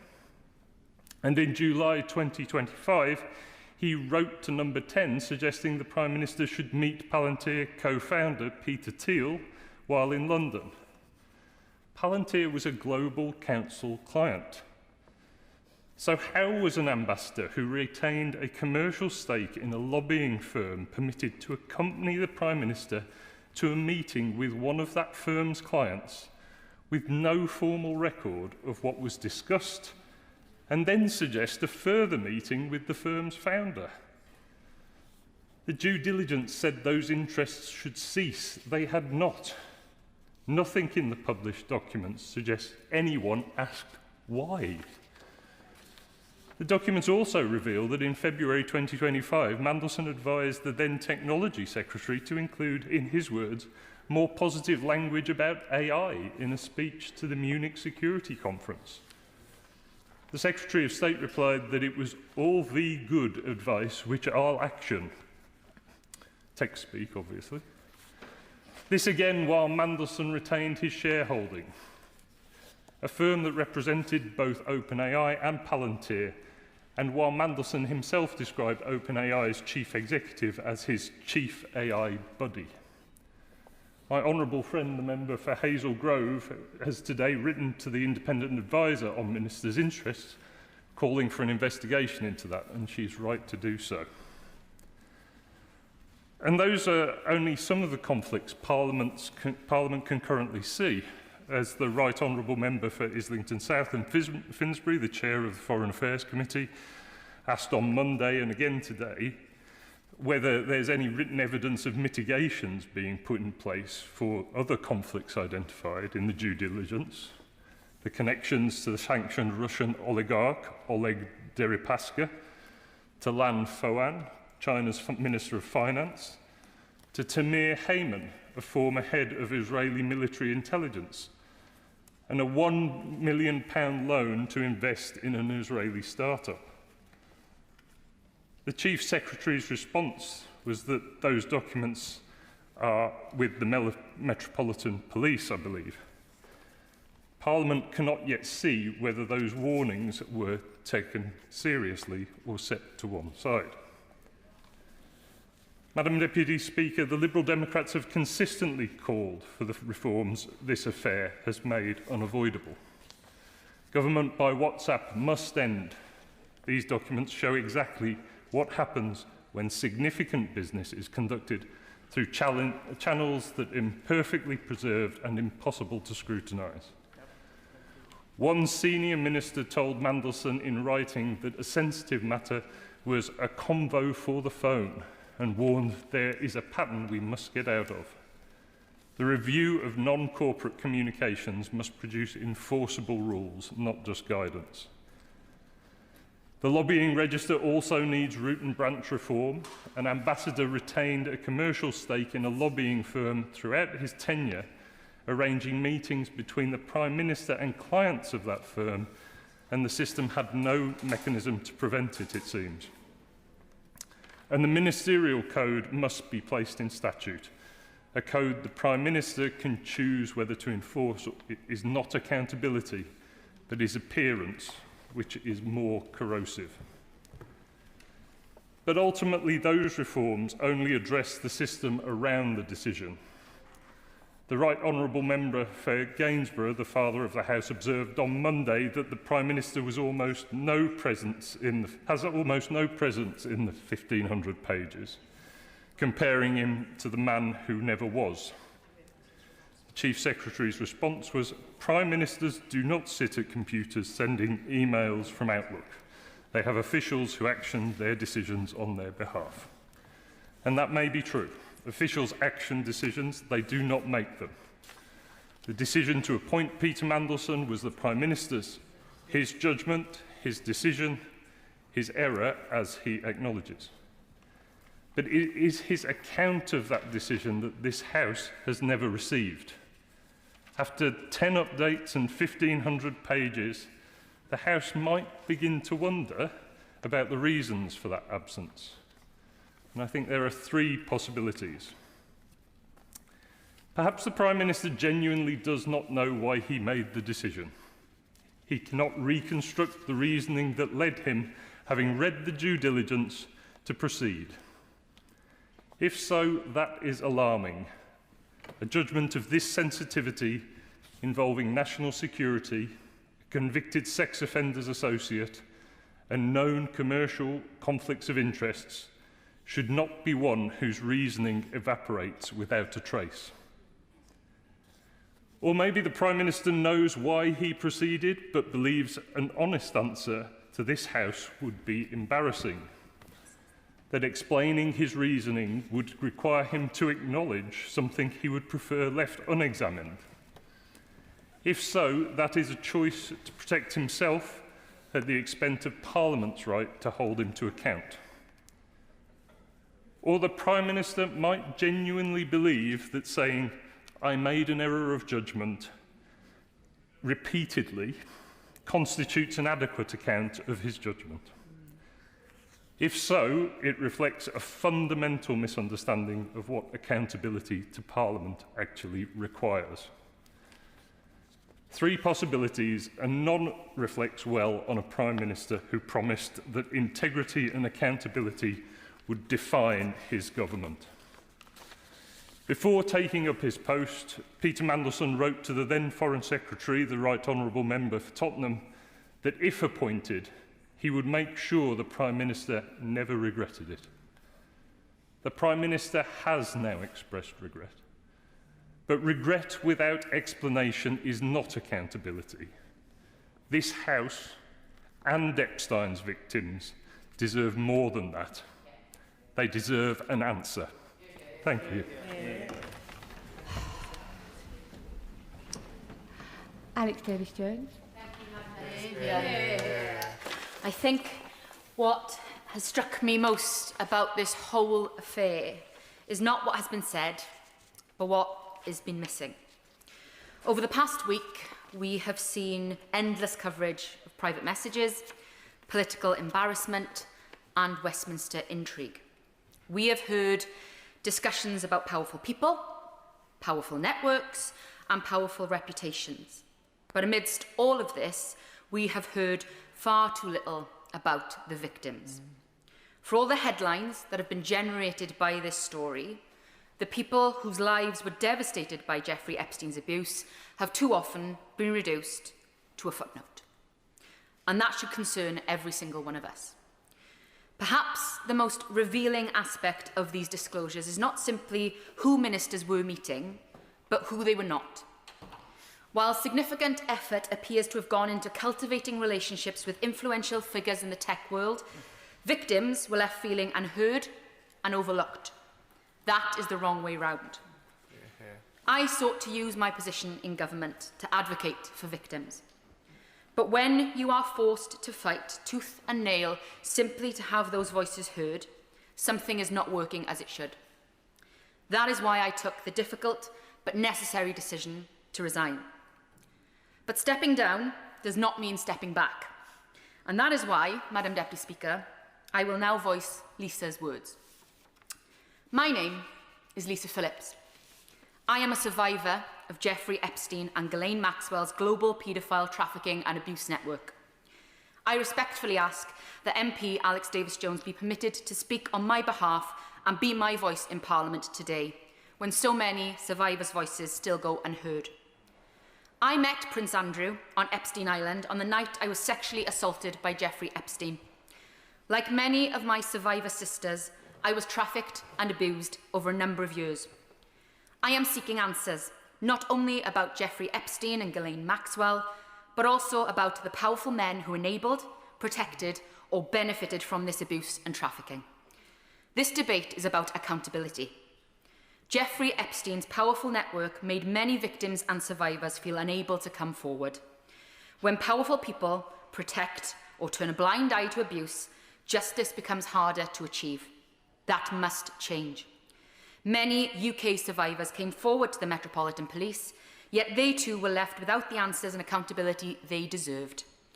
As a survivor, I struggle to understand why Prime Minister Keir Starmer appointed Peter Mandelson when his association with Jeffrey Epstein had long been publicly known. For survivors, this raises serious questions about whether the lessons of the Epstein scandal have truly been learned. I have repeatedly requested the opportunity to meet with the Prime Minister, but those requests have all been ignored. Must I now wait for the next Prime Minister to acknowledge me and my survivor sisters? With respect, Prime Minister, your apology alone means little without meaningful action. So I ask you directly, Prime Minister, do you and the government you lead support a full public inquiry into Jeffrey Epstein, Ghislaine Maxwell, and those who enabled, protected and participated in or benefited from their crimes, including those on British soil? The simple answer, yes or no. Regards, Lisa Phillips. The least Lisa deserves, and the many other British brave survivors, is an answer. Yet they are being met with silence. Lisa's testimony reminds us all that this debate cannot be confined to any one individual, though. It is about a culture where power protects power, a culture where influence and connections can matter more than accountability. The disclosures made available to this House paint a troubling picture. A picture of senior figures discussing how to build relationships with powerful tech billionaires and Silicon Valley elites. A picture of a government seemingly preoccupied with winning over the likes of Elon Musk and maintaining close relationships with figures such as Sam Altman. And I think this raises an important question. What was the priority? Because at precisely the same time as these ministers were discussing how to secure the approval of tech oligarchs, ministers such as myself and my friend, the Honourable Member for Birmingham Yardley, along with campaigners, safeguarding experts and survivors, were all calling for stronger action on online harm. We were calling for action on violent pornography, action on misogynistic content, action to better protect children online. Yet too often, our voices were ignored, sidelined or dismissed. And as someone who has spent much of their career campaigning to tackle violence against women and girls, I and my honourable friend found that deeply frustrating, to say the least. Because the role of government should not be to seek approval from the world's most powerful technology companies. It should be to stand up for the people we are sent here to serve. And when people look at these disclosures, they see a government that appeared more interested in cultivating those relationships, as I've said, with the tech elites, than listening to the warnings about the harms being experienced by women, girls and young people every single day. That matters. Because the public increasingly feel that there is one set of rules for the powerful and another for everyone else. They see the same names, the same networks, the same circle of influence, the same men, and they see powerful institutions closing ranks when difficult questions are asked. That perception damages trust.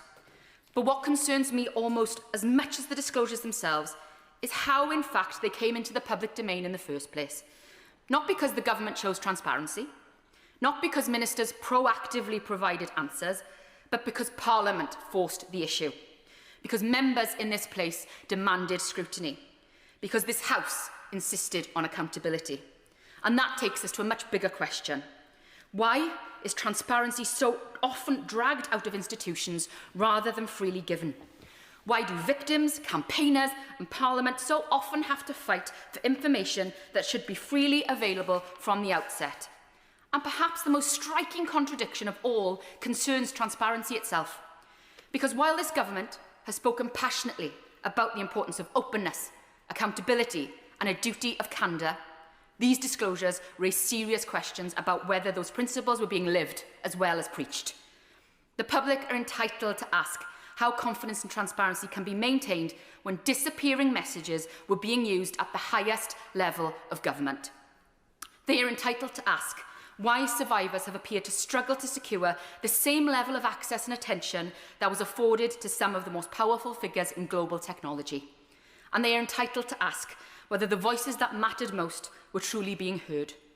Because when victims and survivors feel ignored, while those with wealth, influence and power are actively courted, something has gone badly wrong.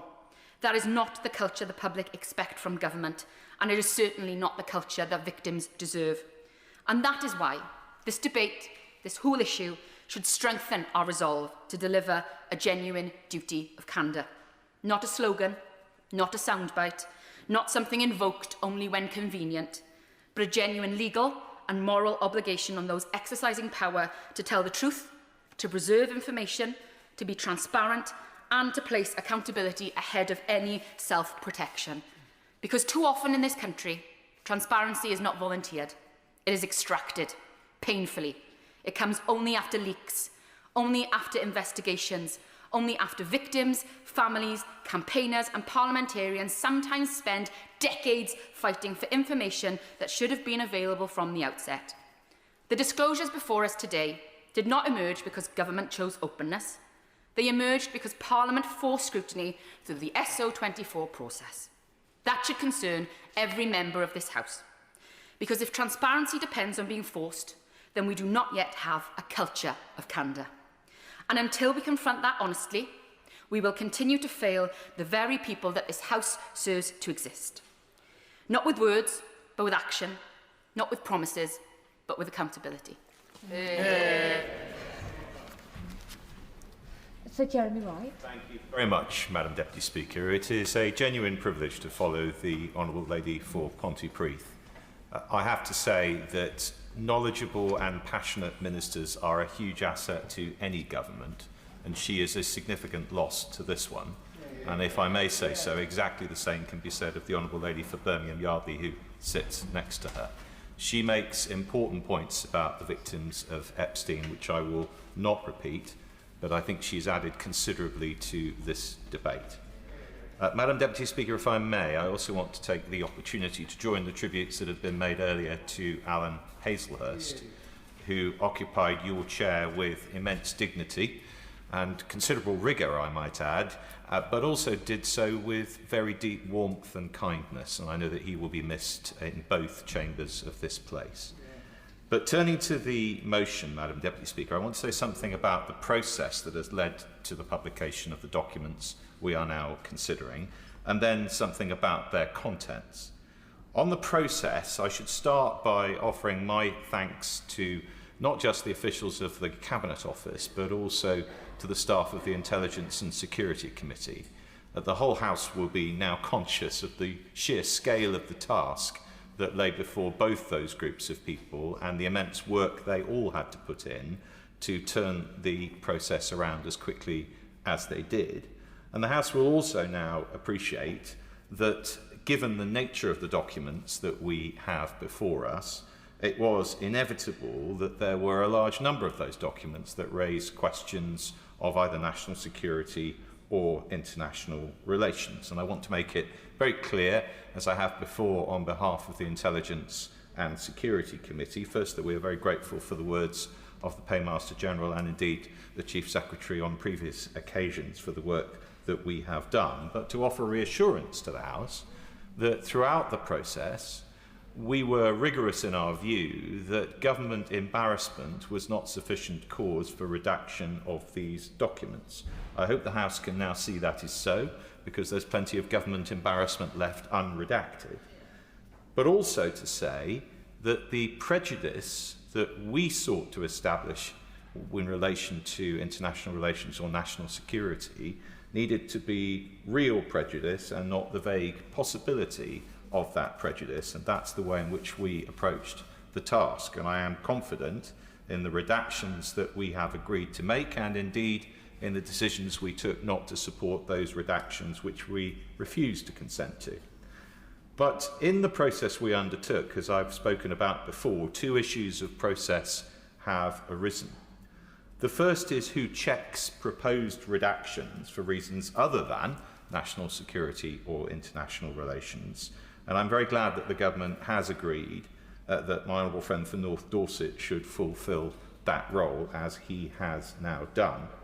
And the other is grounds for redaction beyond the protection of national security or international relations. Now, as many who've heard these conversations before know, I have been and remain critical of the way the government has maintained the unilateral right to redact for other reasons. I don't propose to go through all of those arguments again. But my position is not because I do not think the government has, I will in a moment, a good case to do that, but because I think it's wrong for the government to assume Parliament's consent to that case. I'm happy to give way.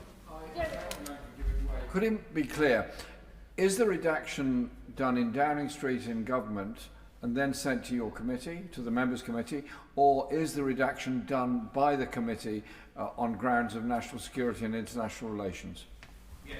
I'm happy to give him that clarity. The documents that we received were unredacted documents, but marked on them were proposed redactions the government sought to make for reasons either of protecting national security or international relations. Where we agreed with the government, we agreed that those redactions should be made. Where we disagreed, then those redactions were not made. So we saw all those documents unredacted. We decided whether to accept the government's proposals for redaction or not. And as the House had made clear it wanted, the final word on those redactions, yes or no, was ours as a committee and not the government's. I hope that's of assistance to the right honourable gentleman. Happy to give way to my right honourable friend. Just for the sake of completeness, will my right honourable and learned friend explain, with regard to the third category of documents redacted or withheld because of the police inquiry, did the committee see those, or does the committee labour under the same degree of ignorance as the rest of us? Well, I think we may have to wait for the Chief Secretary to explain the position from the government's perspective. I can only say that what was put in front of us were not, I think, the documents that the police had sought to have withheld. I cannot say that that is the case in every instance, but we do not believe that there has been complete disclosure yet. We think there will be further documents to be put before us, which the police currently have in their possession. So it may well be the case that there is further work for the committee to do. But I know he recognises from his long experience that we will apply the same degree of rigour and the same degree of impartiality to any further documents put before us that we have with the documents we have already seen. Happy to give way. To ask one more question of clarity, because this is incredibly useful. In terms of the redactions that are made because it's personal information, for example, did the committee see the unredacted version of those documents, or had they been redacted by the time they got to the ISC? Yes, I'm grateful to the Honourable Lady. The answer to that is that we will only have seen the documents on which there are proposed redactions for the purposes either of national security or international relations. However, in relation to other redactions proposed on the same documents, we may well have seen those proposed redactions too. So the reason, as she knows, that I've raised in the past concern about the breadth of those proposed redactions for other reasons is because the committee has seen some of those proposed redactions, but of course we had no way of knowing what proportion of such proposed redactions we had seen, because if a document doesn't contain within it redactions the government proposed for either international relations or national security reasons, the document wouldn't have come before us at all. Now, Madam Deputy Speaker, once more. Just one last question then. The Paymaster General said that those marked with the 3 stars are the ones that were redacted with agreement with the committee. Can you confirm that that is correct, that other redactions are marked differently and the 3 stars relate to the IOC? Yes, I can confirm that. And this, of course, is an important point because the Intelligence and Security Committee wanted to be extremely clear that we only took responsibility for the redactions that we had considered and we had agreed. And the government, to be fair to it, has always accepted that those redactions that the government has made, without the involvement of my committee, would appear on the documents differently, and they do. And the House will be able to see exactly the difference when the documents are considered. Now, Madam Deputy Speaker, I need to make it clear, I am not an enthusiast for the use of humble addresses to demand disclosure of documents at all, whichever party may choose to use them. And I will in a moment, but just to expand on this point, simply because I think it is inappropriate to involve the monarch in a political argument. But if we are to have them, or indeed any other motions which demand the disclosure of material, then I think we should be clear about the grounds in which or on which the government is entitled to redact that material. But I give way. Way. I've had the privilege of meeting some of the women who survived Epstein's abuse, and I want to pay tribute to them and to those who are no longer with us. Does he agree that as we rightly discuss the processes that took place, we also have to highlight the sheer bravery of those women, and that should be front and centre in this debate, and that this appalling episode of overlooking the victims and still appointing Mandelson despite his links to Epstein must lead to a fundamental change in political culture? Well, I do agree with the point she makes, and I think that argument was put very forcefully and very eloquently by the Honourable Lady for Pontypridd, which she may have heard a moment or so ago. But, Madam Deputy Speaker, I wanted to return to the issue of grounds on which the government is entitled to redact material under this or similar motions. And it seems to me not only that Parliament should have clarity about the grounds on which government seeks to redact such material, but also that the proper time to have that clarity is when such a motion is first agreed, not as documents begin to be disclosed in response to it. So I want to make a suggestion, and I hope the government will see this as a helpful suggestion. It is genuinely meant as such. I suggest that this House agrees standard rules by which a government may redact and the reasons for it, and does so for use in all similar situations in the future, so that we have that clarity. The government has relied on a variety of legislative and common practice routes to support its right to redact, or even in some cases to withhold documents altogether, in relation to this humble address. And I think that process would benefit from consolidation of those reasons into a single document, which the House can then endorse and save this argument being rerun in the future, or at least limit it to a discussion of any specific grounds for redaction the government seeks to rely on beyond the list of agreed reasons to do so. But, Madam Deputy Speaker, I want to turn to the content of these documents and what they tell us, and on which I've said very little in order to, I hope, preserve the integrity of the process the ISC has been conducting at the House's instruction. There is, of course, lots of interest in these documents. How, for example, the ambassador to the United States steadfastly refused to stay in his lane as a diplomat and instead offer his advice on almost every aspect of the government's activity. The fact that he was held in such high regard, not to say awe, by so many members of the government. The slapdash approach to secure communications, to which the government, I know, and perhaps also my committee will return. But I think it is important to remember that this whole exercise, as I think the chair of the Foreign Affairs Select Committee said, was supposed to be about interrogating how Lord Mandelson's appointment as US ambassador came to be made. Now, I think it would be churlish not to accept that Lord Mandelson had successes in this role, and that indicates that he had merits as a candidate for the job that the Prime Minister was entitled to consider. But considering someone for a role is very different to appointing them to it, especially someone who had such obvious and well-known risks, and especially to an appointment of such evident importance and sensitivity. And that is why I find the process of making this appointment so concerning and so surprising. Now, Madam Deputy Speaker, I accept it is unfashionable or even heretical to say it these days, but I have a soft spot for the Prime Minister. I don't think it's just because I like the idea of lawyers with knighthoods being in charge, though I do. It's really because I am an enthusiast for good government. And I think the question of whether you support a government's policies or not is one thing, but we should all be in favour of good government nonetheless. I want to see responsible decision-making, considered judgments, a preference for evidence over instinct, and flashy ideas properly tested to ensure that they will actually work. That is good government to me. And I thought in this Prime Minister's administration I would see it. But good government requires that where a sensitive appointment carries considerable risk, extra work is done to understand that risk and to mitigate it. And these documents don't show that.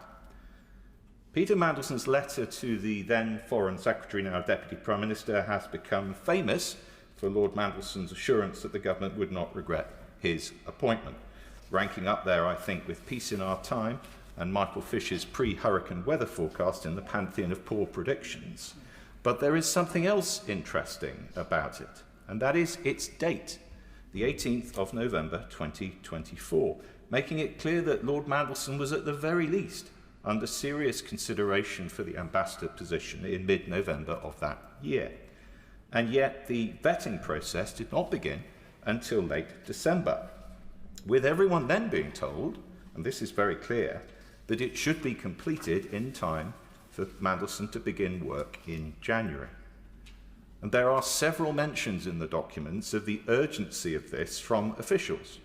We know already that the National Security Advisor considered that the process was strangely rushed, and in the latest drop of documents, for example, in the Part 1 volume, page 21, and I quote, "The SPAD work has shown just how slick this can be when needed," or at page 66, "We've had quite a bit of senior interest in the processing of this case, not the details, merely that it goes smoothly."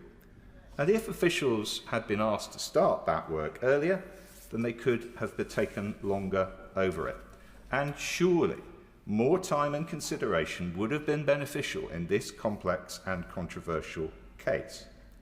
Indeed, the haste with which things were being done was apparent elsewhere.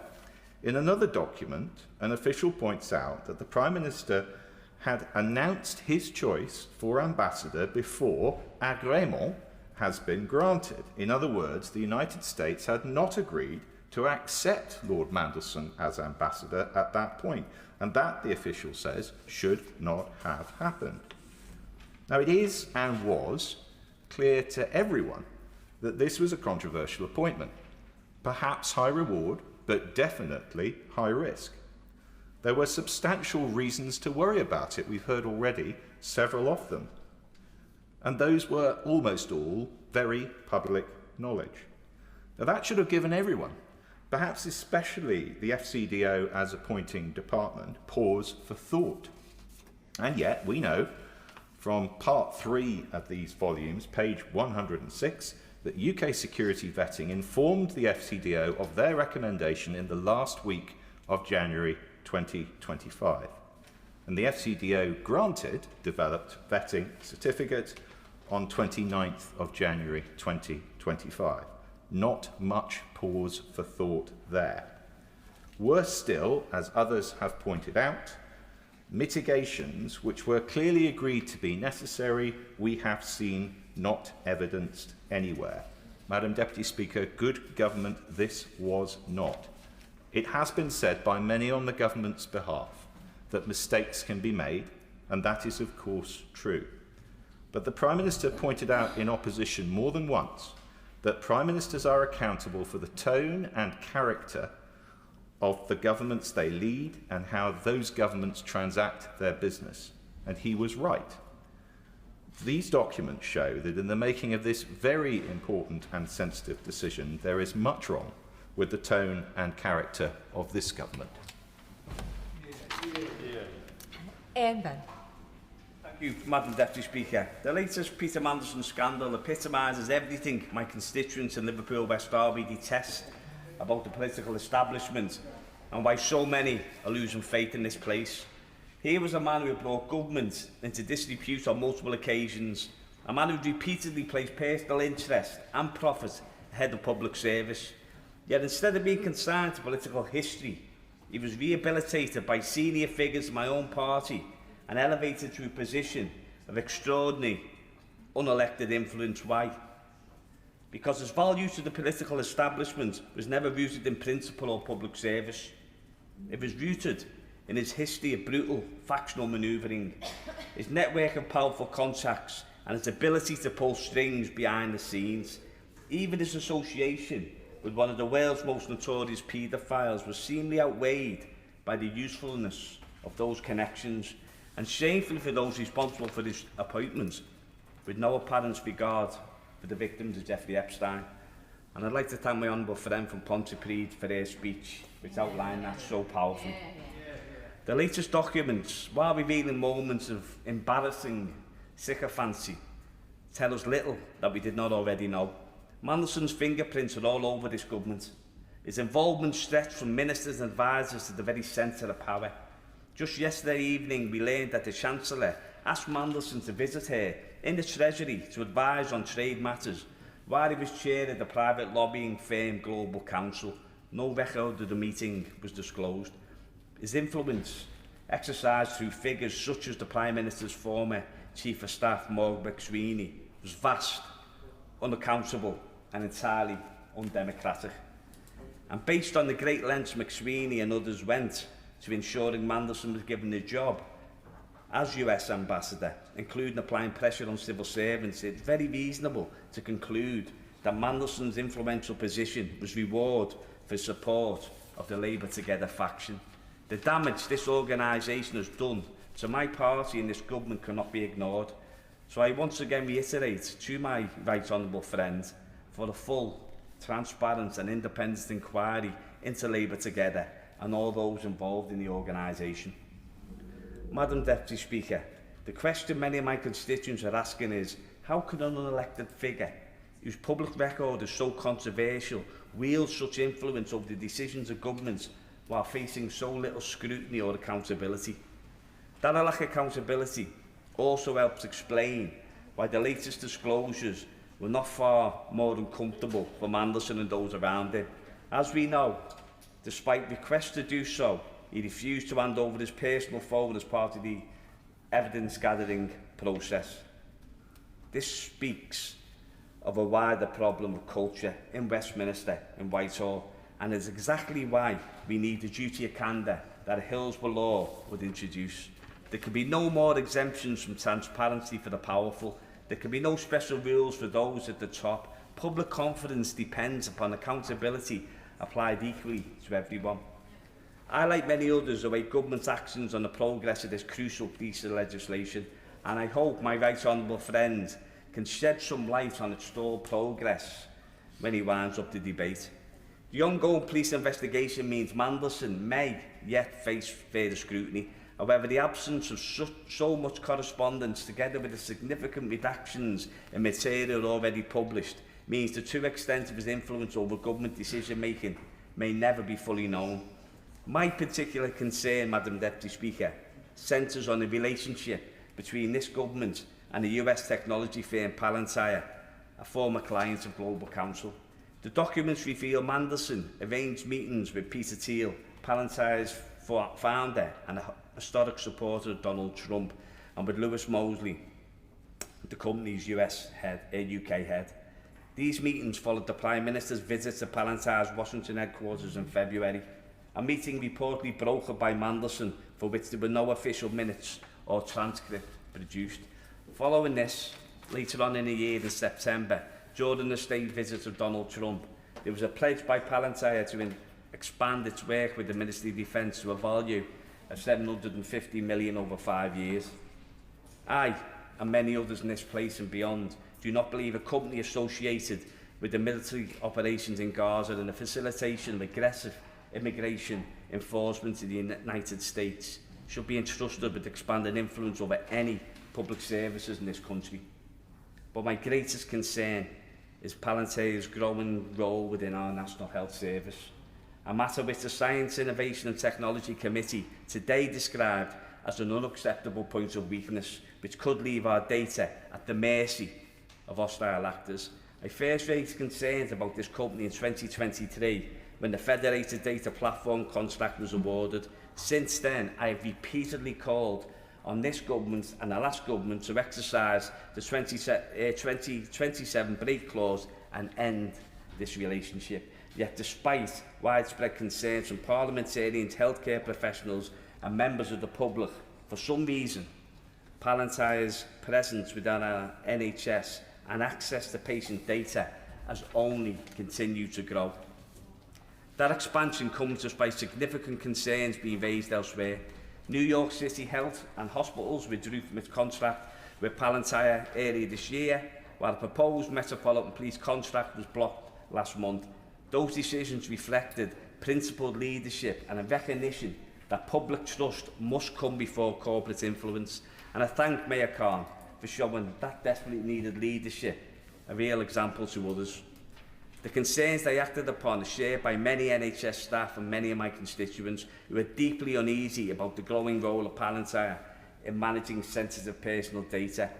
That's why I was particularly concerned when the former Health Secretary ruled out ending Palantir's contract early this year, citing efficiency gains, despite evidence that many NHS trusts using the platform had not reported clear benefits of the software. And here, that the missing documents for me become extremely significant. Just months after Mandelson sought a meeting with Palantir's UK Lewis Mosley, the former Health Secretary, who we know was in regular contact with Mandelson, held a private meeting with Mosley himself, as reported by The Guardian, amongst others. So a legitimate question arises: did Mandelson facilitate that meeting in the same way he appeared to broker discussions between Palantir and the Prime Minister? While many in Westminster are preoccupied with the gossip, personal exchanges and political intrigue contained within these documents, I'm far more concerned by what is absent: the gaps, the redactions, the missing correspondence that may never come to light because relevant material was withheld or phones were stolen. Because those missing pieces would not simply demonstrate that Peter Mandelson was embedded within the machinery of the government, they would reveal the consequences of that influence. They would show how decisions affecting our public services, our NHS and our democracy may have been shaped by unelected power, corporate interests and private relationships operating beyond public scrutiny. Until there is full transparency and genuine accountability for how decisions of national importance are made, public trust in this place will continue to erode, and that, Madam Deputy Speaker, is a very, very dangerous place to be going. That principle should have applied to Peter Mandelson, but it clearly didn't. And what a catastrophic mistake that was and continue to be. But moving forward, it must also apply to all those currently exercising power within this government and anybody seeking to lead this government in the years ahead. Sir John Hayes. Thank you, Madam Deputy Speaker. This House stands tall when people across it find common cause in speaking for the people. Our authority is derived from just that. There is immense wisdom present in the House today, and probably even greater wisdom that's not present. But that's not the essence of the root of our authority. Our authority is derived by our election. And when the House finds its feet in the way that it did, personified by the speech of the Honourable Lady from Pontypridd, I think the message that's broadcast from this place more broadly is that MPs don't merely dance to a tune composed and conducted by the Treasury bench, or indeed the opposition front bench, but are capable of making judgments of the kind that she epitomised when she made her contribution earlier. Now, I've been part of this process. I won't say sweated blood, but certainly spent a great deal of time, like my right honourable friend, over the past weeks. I've seen more of my fellow members of the ISC than I have my own family, and we have trawled through immense numbers of documents. And following that process, I want to make 5 points. The first is that the humble address, and there is a debate to be had about the appropriateness of humble addresses. We've rehearsed bits of that debate today. But the humble address was absolutely explicit in its instructions to the ISC. It empowered the ISC in a unique way, actually, which is why I don't accept the arguments being used earlier about the withdrawal of documents, the argument around precedence, because this particular humble address, as my friend Claire, empowered the ISC in a way that is unprecedented to examine those documents concerning international relations and national security pertaining to the appointment of Peter Mandelson as the ambassador in America. It did so on the 4th of February in expansive terms. There is a case to be made that the humble address was too permissive, but that's not for us to debate now. That was the debate that took place then.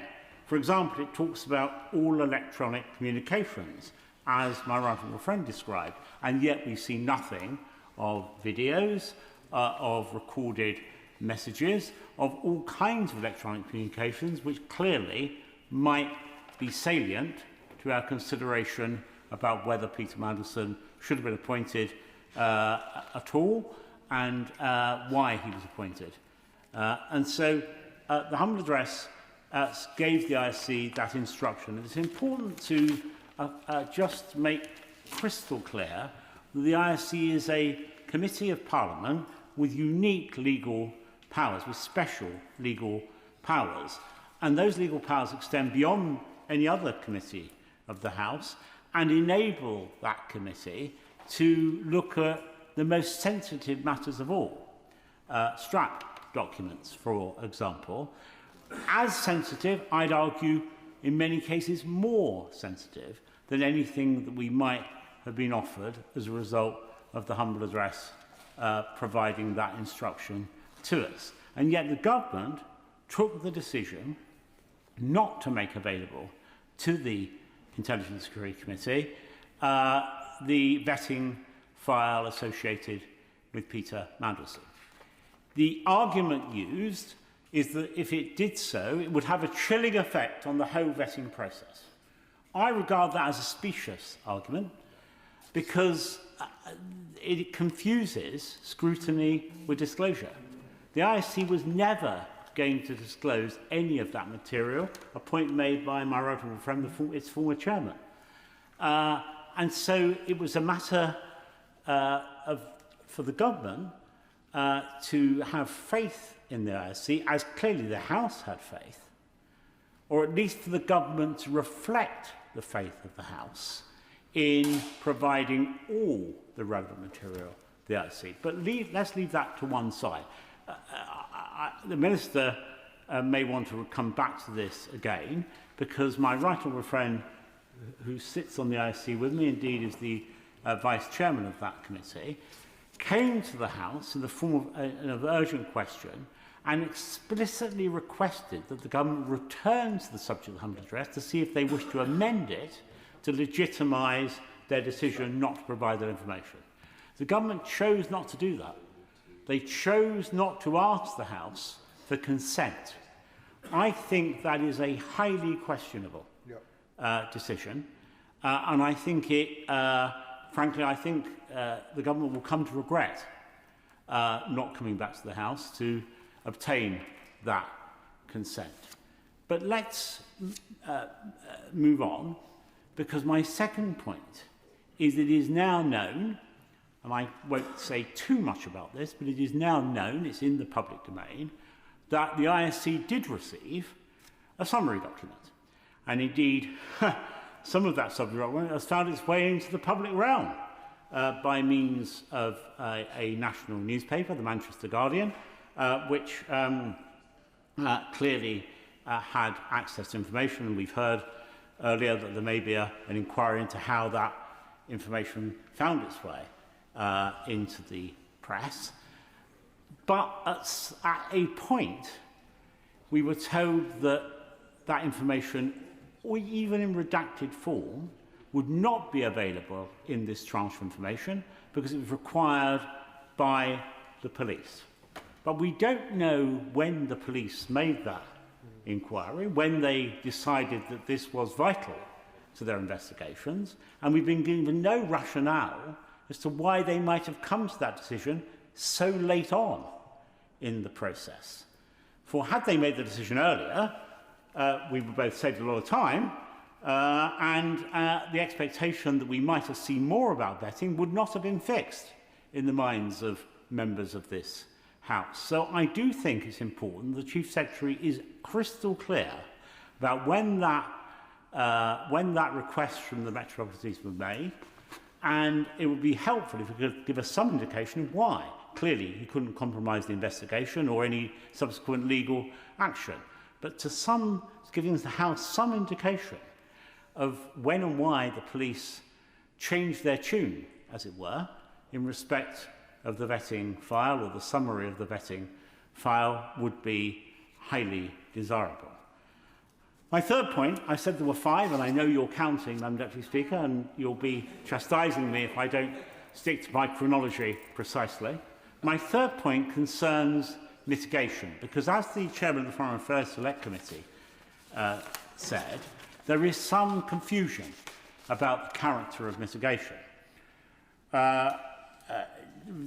Certainly we know there nothing's been provided in respect of mitigation. Nothing about the reaction to the flags about his associations with senior figures in foreign states or his personal circumstances. And yet, Sir Oliver Robbins gave evidence for Foreign Select Committee, and the chairman of it has made this clear in April, in which he said clearance could be approved, quote, if risks identified of the highest concern through vetting could be managed and or mitigated. And such mitigations were meant to have been noted in an email from Ian Collard, the Foreign Office Head of Security, noting the decision to grant Mandelson clearance. According to Oliver Robbins, that email recorded, quote, the ways in which we would manage his clearance and, quote, the mitigations. Sir Oliver Robbins' claim was supported by the top official in charge of gathering the Humble Address material, Kat Little. She told MPs that she had seen an email which, quote, sets out the decision to grant DV and some mitigations. So there was certainly a stated need to manage the risks associated with Peter Mandelson's appointment, and an acknowledgement that that might be done through some process of mitigation. But we've heard no more. Now, it may be that no detailed mitigation plan was drawn up. Perfectly possible that might have happened, for the very reason that these risks were so great they couldn't have been mitigated.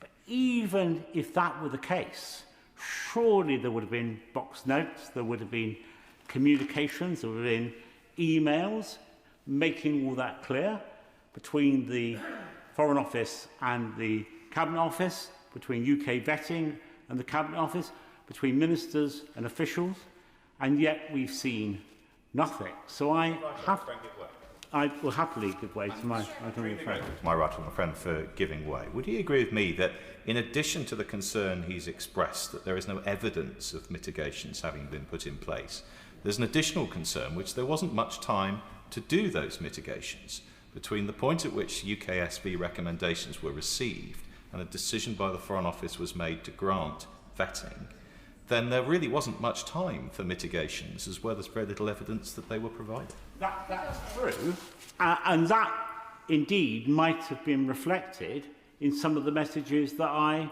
have suggested to the government, that they might, even at this late stage, make it available either to our committee, perhaps that's the most sensible thing given the terms of the humble address, or if and subsequently in a redacted form more widely. So even if it were true that because of the pace of the appointment, that a full plan couldn't be drawn up, I find it inconceivable, I go as far as to say unbelievable, there were no communications of any kind associated with the measures referred to by Sir Ollie Robbins and by Ian Collard. I give way to the... Right, honourable gentleman, I'm just. I hope this is helpful. In the evidence, in the written evidence that Collard gave to us, he said at point 6, when was the receipt? When was the? In answer to this question, when was the report received by the department? So that's they received an email from UKSV at 1:52 on the 29th of January, informing PSD that the report was ready for the FCDO to review. So that's the date you heard about the developed vetting. And then the email with which is the nearest thing we have to anything that has any mitigations, is dated the 30th of January at 10:12 in the morning. Well, the Right Honourable Lady will know, furthermore, that Ian Collard, through a letter sent on behalf to the Foreign Office, told MPs he had sent an email, quote, recording the fact of the decision, but not any of the underlying discussions or reasons for doing so, and mitigations. So she's absolutely right. And when she said earlier she was unknowing of why this had occurred, I think the whole House would share her view. None of us quite know why on earth that material doesn't exist, or if it does exist, why it's not being made available. My fourth point, I'm coming to my exciting conclusion in a moment, so I know you'll be pleased to hear that, Mr. Speaker. My fourth point concerns the declaration of interest form. Now, we know from the first tranche of documents that were relayed to the House that a blank template on declaration of interest for Peter Mandelson to complete was made available. But the completed declaration of interest, from which presumably detailed actions could be derived, has never been made known. I understand this is another document that may have found its way into the hands of Metropolitan Police. If so, when did that occur? When did they request it? And again, why did they request it? Greater clarity from the government on the declaration of interest would be most welcome. Finally, Madam Deputy Speaker, I'd say this, thanks to the learning of the Paymaster General, we were able to speak a little earlier of Gladstone and Disraeli. And Benjamin Disraeli, whose picture I carry with me at all times. Many people carry pictures of their children, their grandchildren. I carry a picture of Disraeli. Benjamin Disraeli, I'd be happy. Should I carry a picture of Gladstone? Well, I would recommend not. Before the honourable member responds, regardless of whichever picture Mr Martin would wish to carry, it's always decent to make sure you're in the chamber long enough to intervene on someone that's giving a speech. Sir John Hayes. Madam Deputy Speaker, I'll say no more, but Come on, John, show us you're dizzy. Except this. Disraeli said that circumstances are beyond our control, but we all have control of our conduct. And, of course, it's true. The context in which the appointment of Peter Mandelson was made was beyond the control of the gentleman who's responding to this debate tonight. But the conduct of the government, as described by my right honourable friend, is a matter for which he and other members of the Treasury bench are answerable. And the conduct of this affair seems to me to be, at best, highly questionable, and at worst, something much more serious. So I simply say to the Minister winding up, there is still a chance to right some of these wrongs in what happens next. Some of the questions posed from across this House as it found its feet earlier today can and still should be answered.